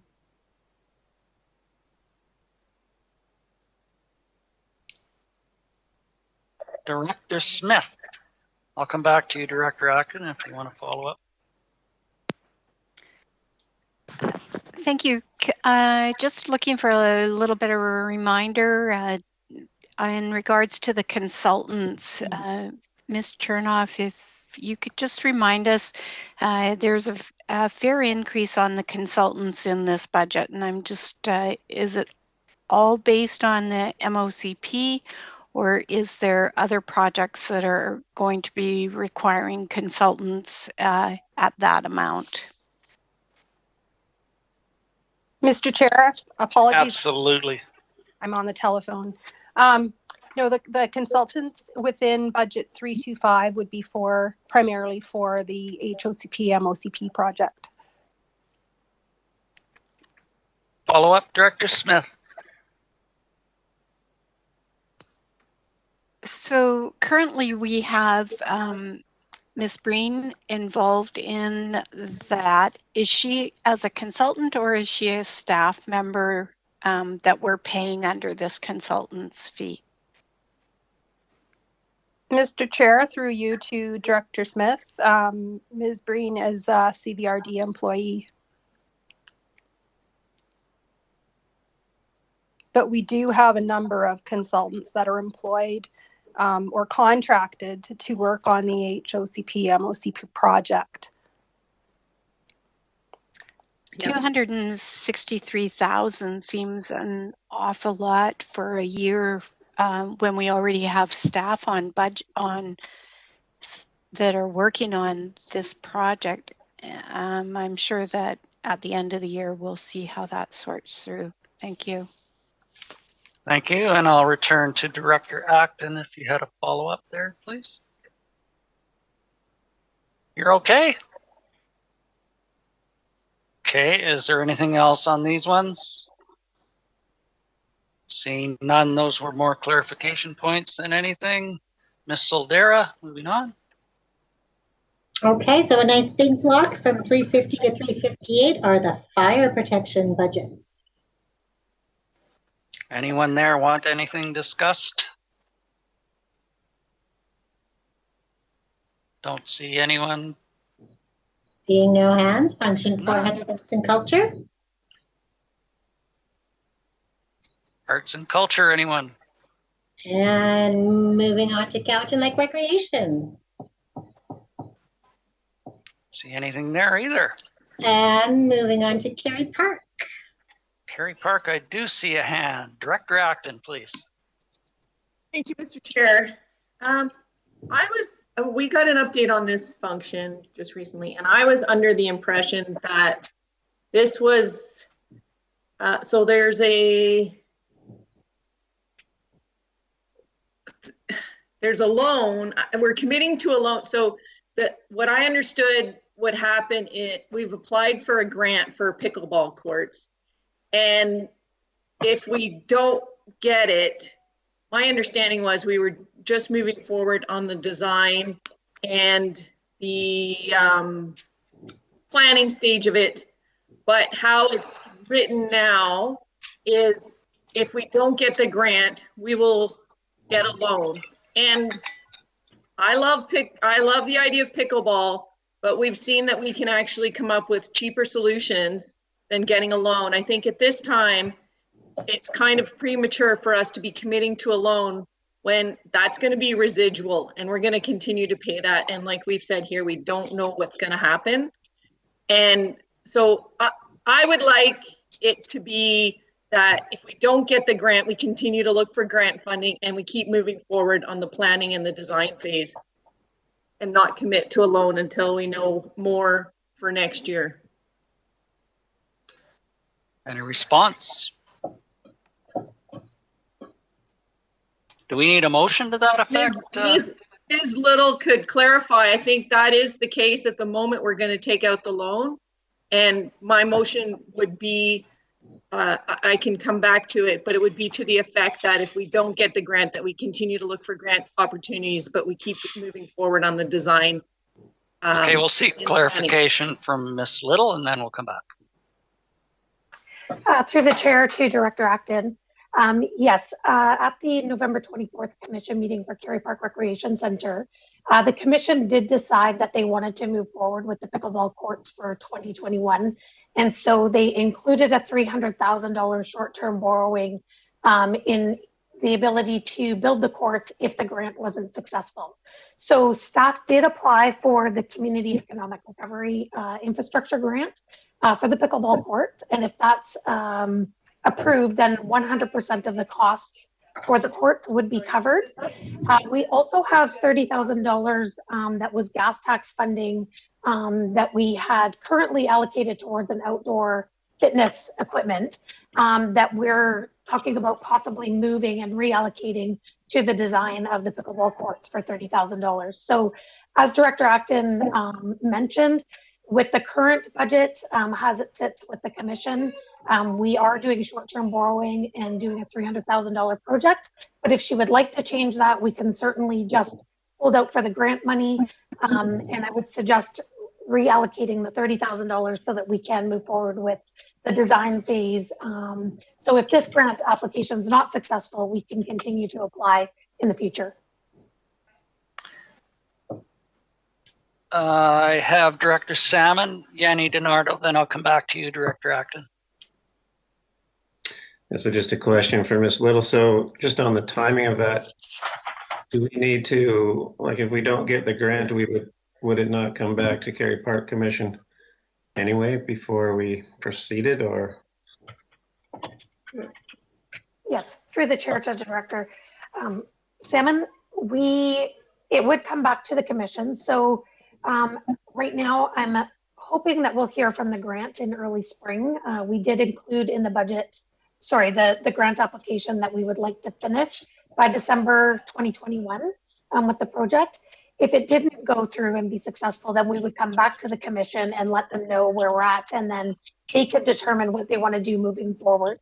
Once the budget's been approved, I don't believe we can go back asking for requisition in 2021. It would have to be moved to a later year if the commission decided they wanted to fund it through requisition versus grant monies. Okay. Follow up? Yeah, thank you. So I'd be more comfortable leaving it the way it is then, although I do like the idea about reallocating the outdoor fitness. So do you need a motion for that part? If we can just go through the speakers list, I'll let Director Acton put her motion forward, and if there's a chance for a friendly amendment or an addition or whichever, we'll go to Director Yanni DiNardo. Oh, I'm sorry. Did you have something else, Director? Well, maybe just to have Ms. Little. So you would also need a motion about the reallocating the outdoor fitness gas tax. Okay, thank you. Okay, that clarifies. Thank you. Director Yanni DiNardo, please. Thank you so much. I'd like to make that motion for the 30,000, but I thought we had done that at the commission already. And if the 300,000, we could actually do that again in 2022, could we not? Because it's unlikely that 2021 we would be going ahead anyway. Ms. Little. Through the chair to Director Leonardo, yes, we could certainly do that. If you didn't want to move forward in 2021, we could bring it back as a supplemental again for 2022 if we were unsuccessful with the grant. And just a follow up, it would take the consultant in doing the study on the pickleball and that it would probably take the year, like timeline anyway, to get that efficiently done. Am I correct? We have started that process just with internal staff through the Parks Department. They feel we probably could get something together fairly soon. So we're confident we could move forward with pickleball courts this year if the grant was successful or if the funding was kept in place. Okay, thank you. Could I move the 30,000, please? Absolutely. So you're moving the 30,000 be allocated from the outdoor equipment to the design? Yes, please. Seconded by Director Salmon. Discussion on that motion, please. Call the question on that. All in favor? Any opposed? I'm going to go to Director Acton now.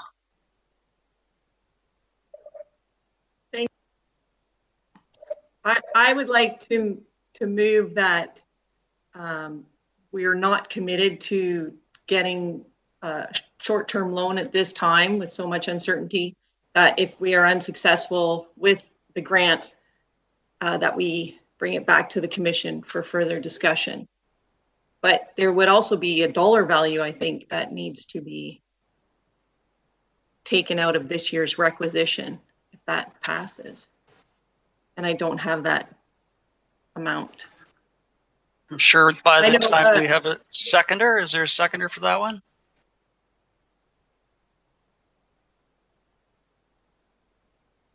No seconder? But So seconded. I'm just going to go ahead and. No, it's been moved and seconded. Okay, well, I'll just comment that I think it's irresponsible of us to take on a loan for a nice to have. And we don't know what's any kind of residual effect is going to happen.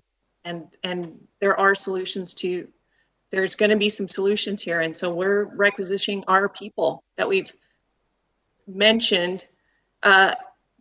These are hard times. So I think this is an unnecessary purchase, and it could be only by 4 or 5 months. But, we're making a decision that we don't have to make right at this moment, and we'd still be moving forward. Thank you very much. I have Director Morrison, Director Yanni DiNardo. Anyone else while I'm looking? Director Salmon, I'll add you to the list. Director Morrison, please. So, thank you, Mr. Chair. I seconded the motion. I understand the intent of where Director Acton's going. I'm just curious because we haven't been sort of given the detail of the discussion at the commission. And am I wrong in assuming that the loan amount is a placeholder in the event of the grant is unsuccessful? Then that would be the option, and wouldn't the staff come back to the commission and the board and report this has been unsuccessful? However, we do have this fallback position should the commission and the board choose to trigger it. That's generally the way we look at things, or our commission looks at things. It's automatic just because it's in the budget. It's more of a placeholder than we shall do this automatically if you're unsuccessful in the grant. So can I have some clarification on this, how whether this makes sense what I've just described? Ms. Little? Yes, through the chair to Director Morrison. There was quite a discussion at the commission level. Originally, we were just going to budget for grant monies, but we have heard from a group of pickleballers that has created their own club down in the South End on a number of occasions, asking for outdoor pickleball courts. The commission debated this project in length and determined that they wanted to have, like you say, a backup plan if the grant wasn't successful.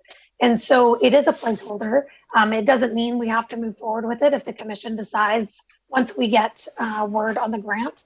The plan was to report back to the commission in early spring, just to let them know if we've heard on the grant and then make decisions from there. And sorry, I just have one more comment. I know Director Acton asked about the cost for this year. So the budget includes $31,000 worth of debt payment, which was done through requisition. And if I could follow up, Mr. Chair? Absolutely, please do. So I just another clarification in that generally the board approves and authorizes the grants that the CVRD applies for. So I just want to be sure that if this grant is unsuccessful, then it just goes it goes back on the list, isn't necessarily at the top of the list for future grant applications. That's the way we work as far as making grants in the future. Is that not correct? Can finance or legislative services confirm that?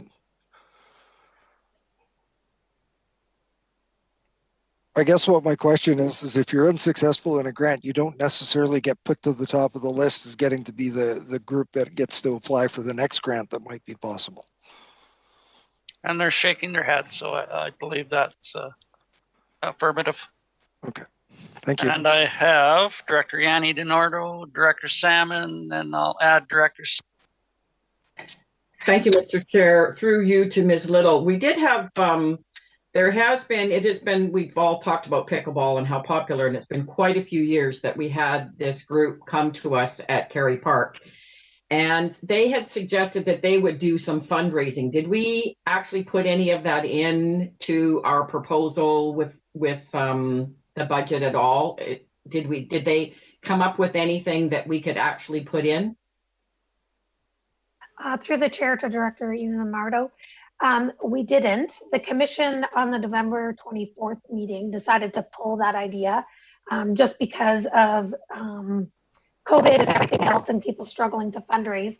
We did discuss, though, however, the option of possibly that group working with Rotary Club and maybe doing some trails and landscaping improvements, but not to have them worry about the actual pickleball courts.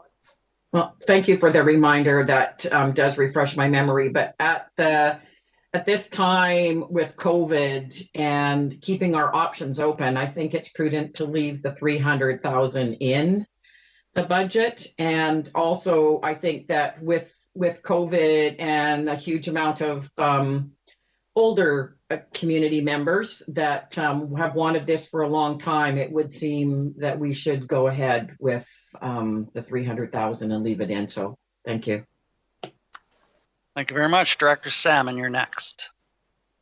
Yeah, briefly, I totally agree with Director Yanni DiNardo, and especially as we will have a chance, it will come back to the commission if we do not get the grant. So we'll have that chance then anyway. Thank you. Thank you very much. Director Sebring.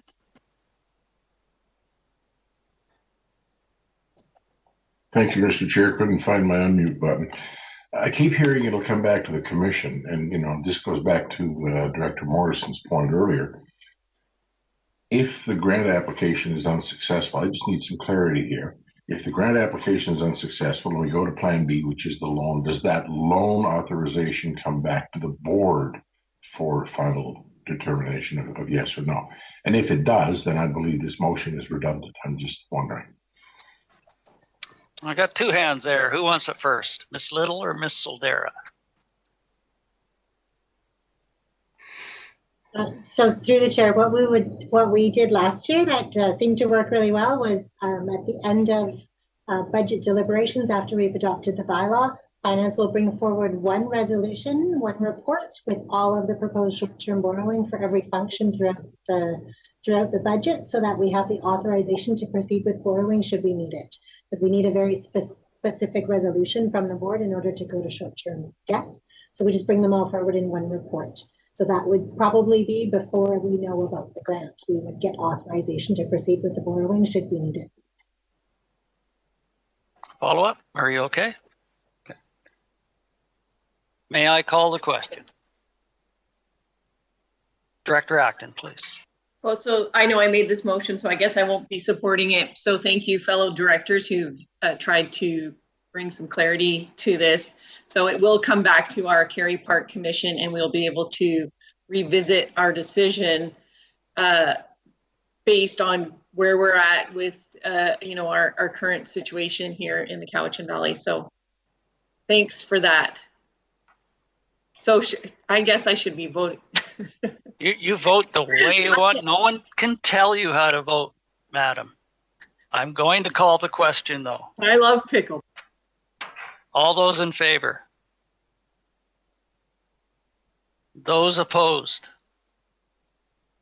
Director Sebring, Nicholson, Martman, keep them up, please. Salmon, Smith, Morrison, Yanni DiNardo, Staples, Wilson, and Acton. That motion fails. Moving on. Okay, so I should have mentioned both numbers at the same time. 417 is the Kerry Park Aquatic Service, and I'm assuming everyone's good with that one. It hasn't changed in in the few years that I've worked here, it hasn't changed. So our contribution. And so now I'd like to call all of the ones for the Island Savings Center all at the same time, or sorry, the Cowichan Community Center, excuse me, getting stuck in old terminology. So that would be function 420, 423, 426, 427, and then by extension 435, 436, 437, 438, and 439. I see hands. I'm going to take them down. Director Marsh, Director Sebring, and who was the other one? Director Yanni DiNardo, did you have your hand up? No? So Director Marsh and Director Sebring.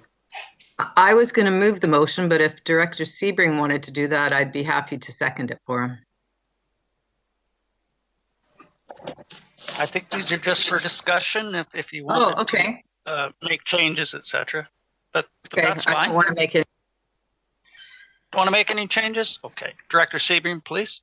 I'm not sure I want to make any changes. I do have a question. I missed the commission meeting where these budgets were set due to health issues. I need staff to remind me again, under capital under 2021, there's a $905,000 entry there. How is that funded? What's that for? And I know sort of notionally in my head that we were applying for some big grants. What's that one about? Because that seems to be a good chunk of the increase. And who has popped up here? Ms. Taskman? Ms. Schrader, I think, could answer that. Schrader? Anyone here? Please.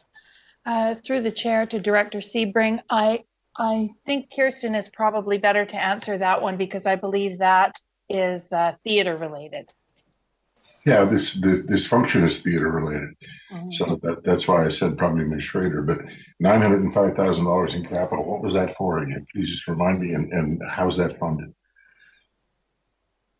Through the chair to you, Director Sebring, that is for a grant that we applied for, a federal grant for a major theater lobby and accessible washroom upgrade. If you remember, we talked about this at the discussion or at the commission. Okay, now I missed that meeting. That's why I was trying to, because I know notionally we talked about it earlier in the year, but we haven't had that many meetings, so I'm good. Thank you. Okay, that clarifies for you then. Excellent. Anything else on these? See any changes here? So moving on, Ms. Soldera. Okay, so now we're gonna do a whole whack of them all at once. So all of the grant functions. So we're gonna go all the way from 440 down to 510. Nope, sorry, 497. I'm gonna go to 497, with the exception of, I would ask that we not talk about 464 at this time, because that is the Shawnigan Lake Recreation, which just happens to be in the middle of all of the grant and aid functions. So these include the Cowichan Sportsplex for areas A, C, D, and E. And I might add that all of these budgets have no changes from what was originally presented. So the Cowichan Sportsplex for A, C, D, and E, Mill Bay Recreation, Glenora Recreation, Saltaire Recreation, Victim Services West, the Lake Cowichan Activity Center, Victim Services, Recreation North Oyster, Cowichan Aquatic Center Area E, Cowichan Wooden Boat Society, Cobble Hill Historical Society, Recreation Cobble Hill, Shawnigan Lake Historical Society, Cowichan Station Association for Area B, Frank Jameson Community Center, the Senior Center Grant, CATSA Historical Society, Mill Bay Malahat Historical Society, Cowichan Station Association for Area E, Cowichan Aquatic Center for Area F, Cowichan Aquatic Center for Area I, the Nature and Habitat for Area I, and then also in there, maybe we should pull the Thetis Island ones, but there's the Thetis Island Wharf, the Thetis Island Boat Launch, the Cowichan Lake Water Protection Function, Safer Futures, Social Planning, South Cowichan Community Policing, Cowichan Community Policing, and Cowichan Valley Hospice. That was a pretty long list. Thank you very much. That is a long list. Yeah, Anyone? I know. Director Acton, you had a question or something on one of these? Yes, my question is for function 467, and it's in the negative of $639. Can you, I think I know why, but can you verify please why that is?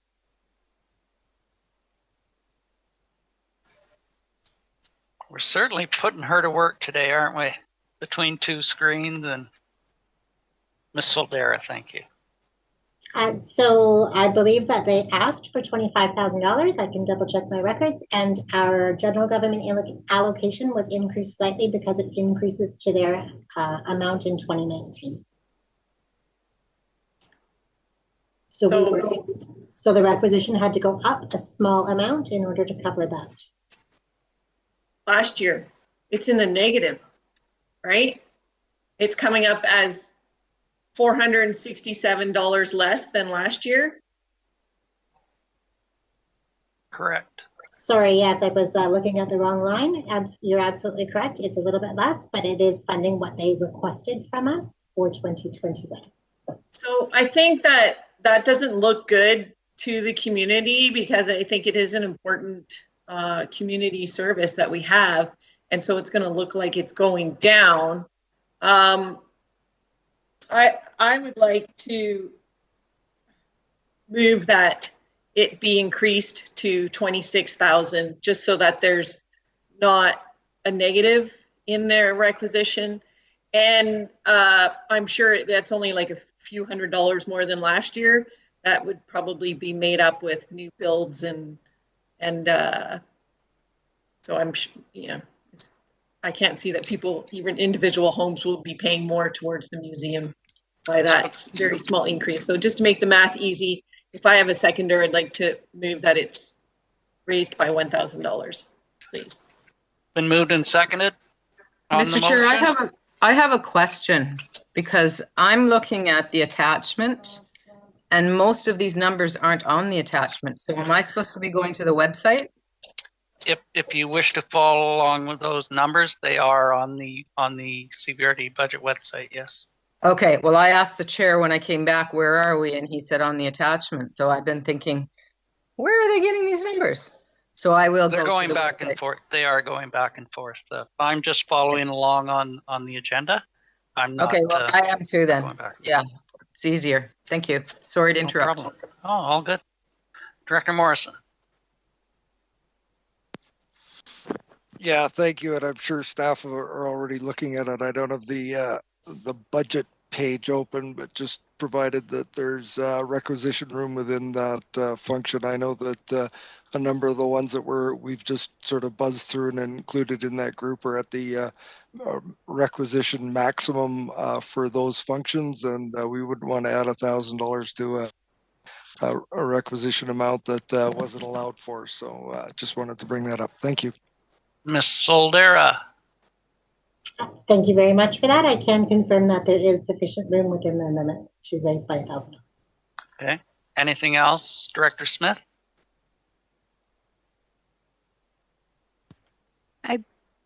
Well, I believe that Ms. Soldera pulled 490, so when we are finished with this, I would like to speak with that, to that.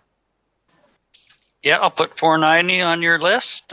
We do have a motion on the floor to increase. Can you remind me the number of that function, Ms. Soldera?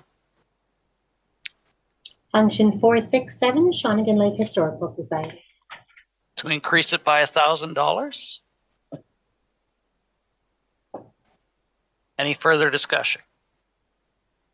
Call the question. All those in favor? Opposed, if any? That motion carries. Now I'll move to Director Smith and function 490. Thank you very much. As time's gone on, we've been moving along with the Thetis Island Wharf and some upgrades that are required to make it possible for vehicle traffic, which then would enable the emergency vehicle to transport patients off of Thetis Island to the waiting taxi. And we've just finished with a bylaw that increased that taxation, and I'm just wanting to know if that requisition increase it would go into the 2021 budget, or would it not come in until 2022? And then I have further questions from that. Thank you. Okay, I'll let Ms. Soldera respond and then I'll come back to you. So my understanding, and I can be corrected if I'm wrong by Ms. Legault, but I believe that the board is going to adopt that bylaw to increase the requisition on Wednesday. Should the board adopt that bylaw, the increase in requisition wouldn't automatically happen. So if you would like to suggest that suggest that should the adoption of the requisition limit increase go forward on Wednesday, that we increase the 2021 requisition for this function, that would be appropriate. Director Smith. Yes. Do I need a motion, or is it just a request? It would be an I think it actual would motion. require a motion, yes. Ms. Legault, could you help me with that recommendation to ensure that if based on the approval on the Wednesday board, that the board increase the requisition limit to the maximum for 2021? So something along the lines that's subject to adoption of the requisition limit increase bylaw, that the requisition for function 490 be increased to the maximum.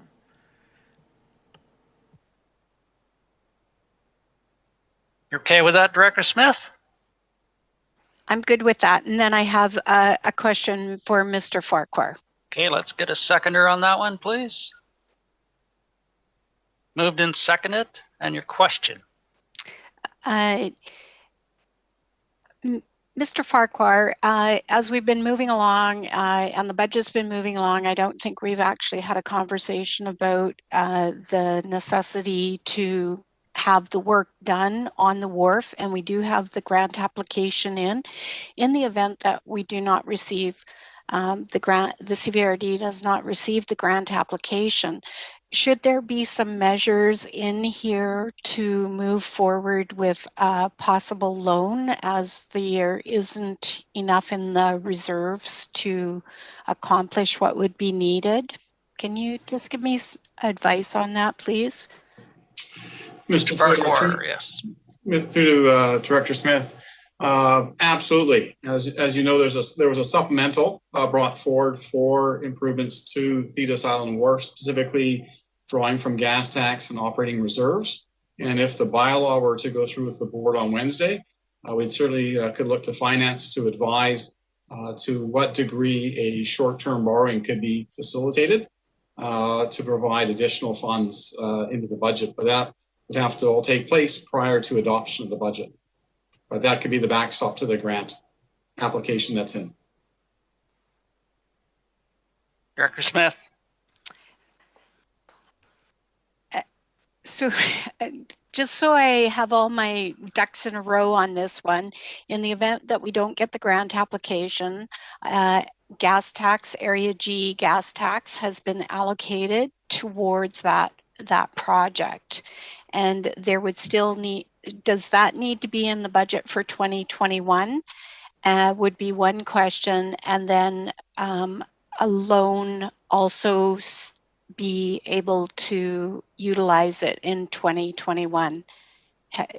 Do we have this? We don't have this in the budget at this time, and I'm just wanting to make sure that before we come to the budget bylaw that we have all these options in the budget for that function. Thank you. Ms. Soldera is going to respond to that. So because you would be requisitioning the maximum amount, there would be no change to the requisition. So you could amend other parts of the budget at any time throughout the year. So we do a couple of amendment bylaws throughout the year. It would just be a change from which line we allocate the expenses to. So you would already be requisitioning the maximum amount that you can. And what if a loan is required? So same thing, you're already requisitioning the maximum amount that you can. So we would need to look at how much loan you would require and what the potential costs would be to service that loan for the year. And so we did actually do a little bit of math on that in the interim. I think that we came up with the, I can't speak to what the final number, I cannot recall off the top of my head, but any further amendments to that requisition limit would be part of a larger process, including inspector approval. And so should you need to go to borrowing, we can likely do those for the 2022 budget. I'm going to come back to you, Director Smith. We'll Just want to we'll gather have your thoughts. a further discussion. Thank you. Thank you very much. I'm going to move to Director Marsh. Yes, thank you very much. Just seeing this had me remember standing a couple of summers ago on the Penelakut Island Wharf, which I believe also needs work, and I understand is part of Director Smith's area. And I just wondered if she and or the staff have explored one of the partnership grants that is available if we're doing something in partnership with First Nations. And I know they're separate islands, but the ferry goes back and forth from them. And I wondered if that might qualify as kind of a partnership. Because I don't know what kind of monies, if any, Penelakut Island gets for being part of the CVRD in terms of voting for their director. Do they get, I don't know about that because I'm not on the EAC. Thank you for that. Director Smith. Function 490 is funded only by Area G, Thetis Island, and Hudson Island taxpayers. There's no funding from any other source. And maybe I see Mr. Crothers there. He could address some of your other questions. Just reminding you all that we do have a motion on the floor. If we can keep the discussion to that, please. I forget what the motion is, sorry. Yeah, I mean, if I can, Mr. Chair, I was just going to suggest that I answer Director Marsh's question offline. Offline? Okay, that's fine with me. Okay. Thanks, Mr. Crothers. All good. Thank you very much, Mr. Crothers. Can you read back the motion, Ms. Legault, if possible? Thank you. Subject to adoption of the requisition, the amendment to the service establishing bylaw to increase the requisition limit, that the requisition for function 490 be increased to the maximum amount allowable. Been moved and seconded. Further discussion, Director Smith, or can I call the question? Call the question. All those in favor? Opposed, if any? That motion carries. How are we all doing? We're hanging in there? Want to carry on? Okay. Miss Soldera, get us through this day. Okay, so let's go back to function 464, Shawnigan Lake Recreation. Any changes? 464, anything there? Hearing none. I'm moving on. 498, Cowichan Housing Association. And hearing none. 510, Thetis Island Solid Waste and Recycling. Anything there, Director Smith? No, thank you. Now we're into 515 and 520, so curbside and solid waste management. Director Salmon. Yeah, thank you. So this is the big one of the biggest top or number 2 on most of our average home. Even if we don't have curbside pickup, which we don't here in the south. So just I looked up, I actually sent around, I looked at the staff report from back in September when we looked at this, and there was a list of options to reduce the requisition. So I guess just before I start, Ms. Soldera, did we trying to reconcile this with the requisition attachment you sent around, but did we ended up not choosing any of these 6 options, is that correct? Correct. The decision of the day was to approve the requisition increase, and since that time, 2 supplemental requests were also approved. Okay, and what were those 2 supplemental requests? Through the chair, one was for the new skid steer at Peerless Road, and one was for replacement of the transfer station scale at Bings Creek. Right, okay. Yep, follow up. More follow up. So I've just looking at the list. I mean, the first 2, the biggest one was the increase the tipping fee by about $4 a ton. And that was estimated to decrease our net loss per ton from $24 per ton to $18 per ton. It would save $96,000 on the requisition. So I would like to look at that again and actually move that and discuss it if I have a seconder. Been moved and seconded. Now you can discuss it, and I'll make a list. Would you like to start, Director Salmon? Yes, maybe just to hear from Mr. Warch the argument against. Mr. Warch, if you would, please. Yeah, thank you very much. Good afternoon, through to you, Mr. Chair. So I think we're one of the highest tipping fees on the island. There is one probably higher than us, but I think the geographical area that we have right now is we're right between the CRD and the regional district of Nanaimo. Both have landfills, and both tipping fees are quite low. So normally if our tipping fees goes up, we normally have a loss in tonnages, and if you want to call that a disappearing of garbage, that happens in either direction. There are other things associated with the higher tipping fee. Normally is rather than people bring in the garbage to Bings Creek or the recycling facilities, it goes for illegal dumping and burning and other things. Okay, if I can come back to you, Director Salmon, I have a couple others on my list if you have some further points. I have Director Sebring and then Director Morrison.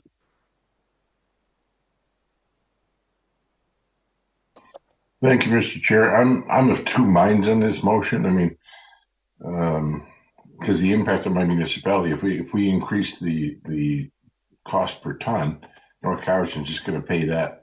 Our residents are going to pay one way or the other. So this is not really a solution as I see it for us. And this is a fairly major component of the increase in both the north and south end of North Cowichan. I mean, it's in the range of 12% from the one side. Yeah, 12% on both of them, almost 13. So I'm not sure that I'd support this, but thank you.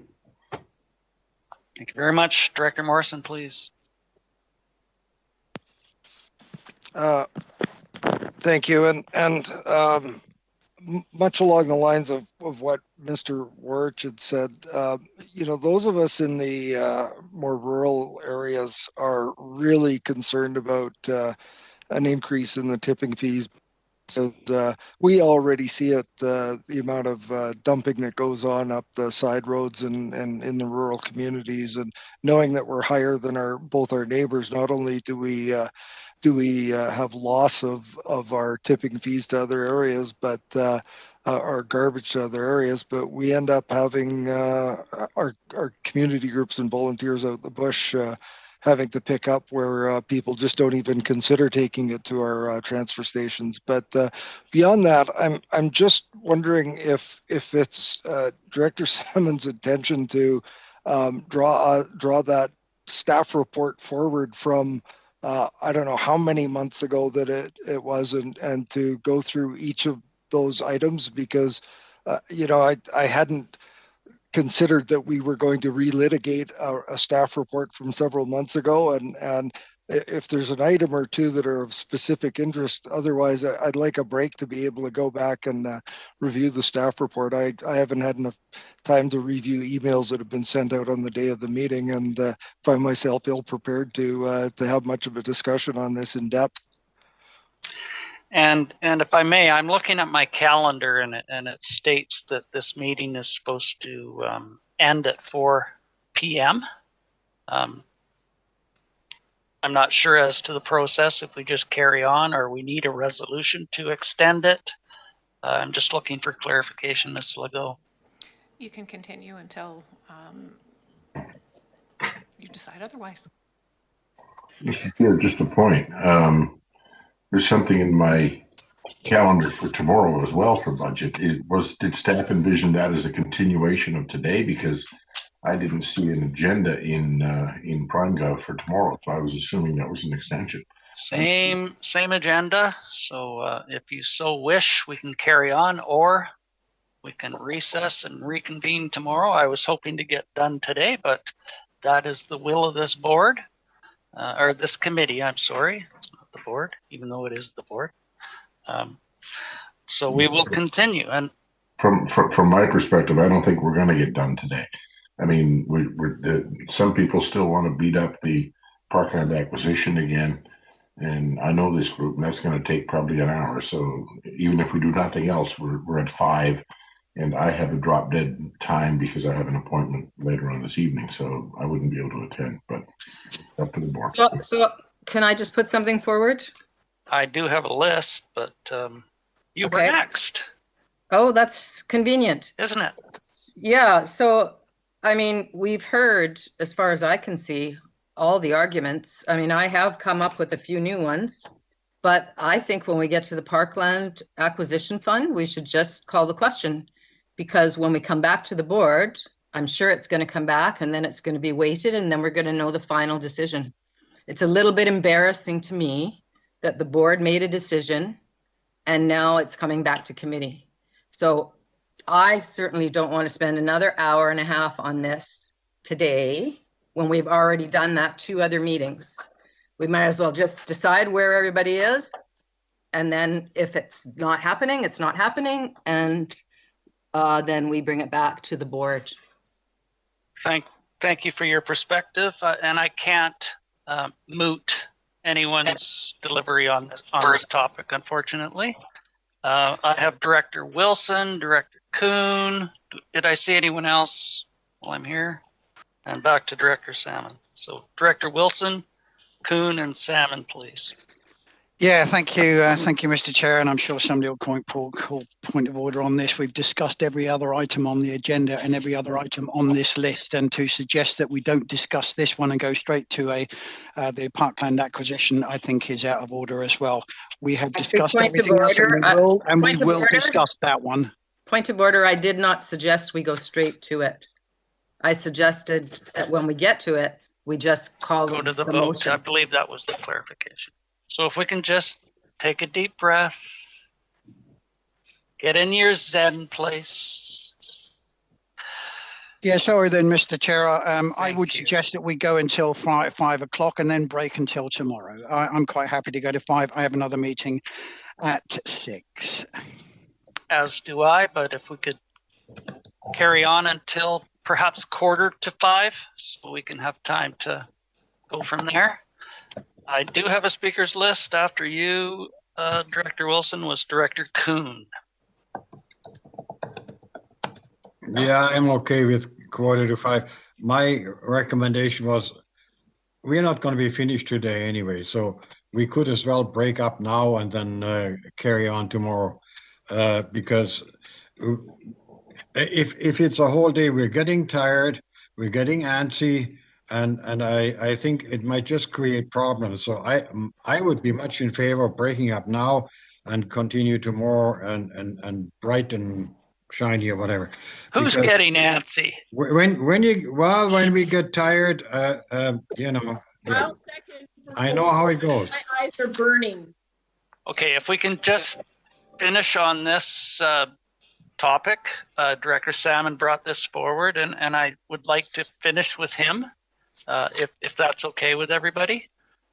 He did bring this subject forward. If we'd like to continue the discussion on this one tomorrow as well, that's your prerogative. But Director Salmon, please. I was going to propose that we do that. It'll give people a chance to read the report. So I'd like to move adjournment.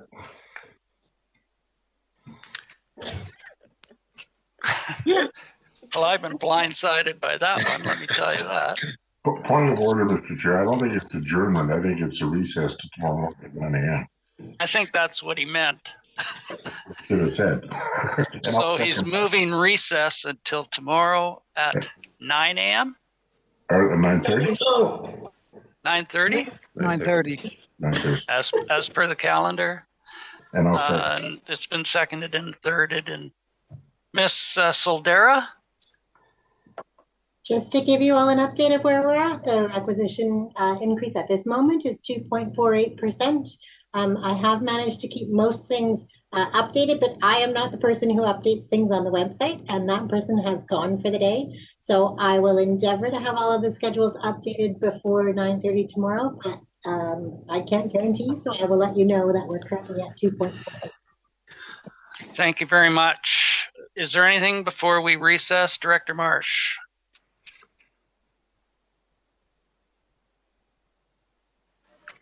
You're muted. I would appreciate if Mr. Warich or someone could forward us that report or give us the exact date. There goes I did forward it. Oh, thank you. Okay. And it's actually, the date is September, but it actually came to the board December 9th as well as part of the corporate service, December 9th. Yeah, thank you for that. So for those watching at home, I apologize that there will be no question period today. If you could hold your questions until tomorrow, we will try to answer them to the best of our ability. And with that, we will recess until 9:30 tomorrow morning. And perhaps, Director Wilson, you would like to take chair at that opportunity. A second. Sorry. I pressed the wrong button there. Yeah, I'll take it. It's going to be a knockdown, knuckle dragging type of thing. So yeah, we'll go for it. Chuck it over there, Tim. That's fine. That was in jest. All those in favor of recess? Those opposed? Okay, we'll see you here at, was that opposed, Director Stone? Director Marsh, you're opposed?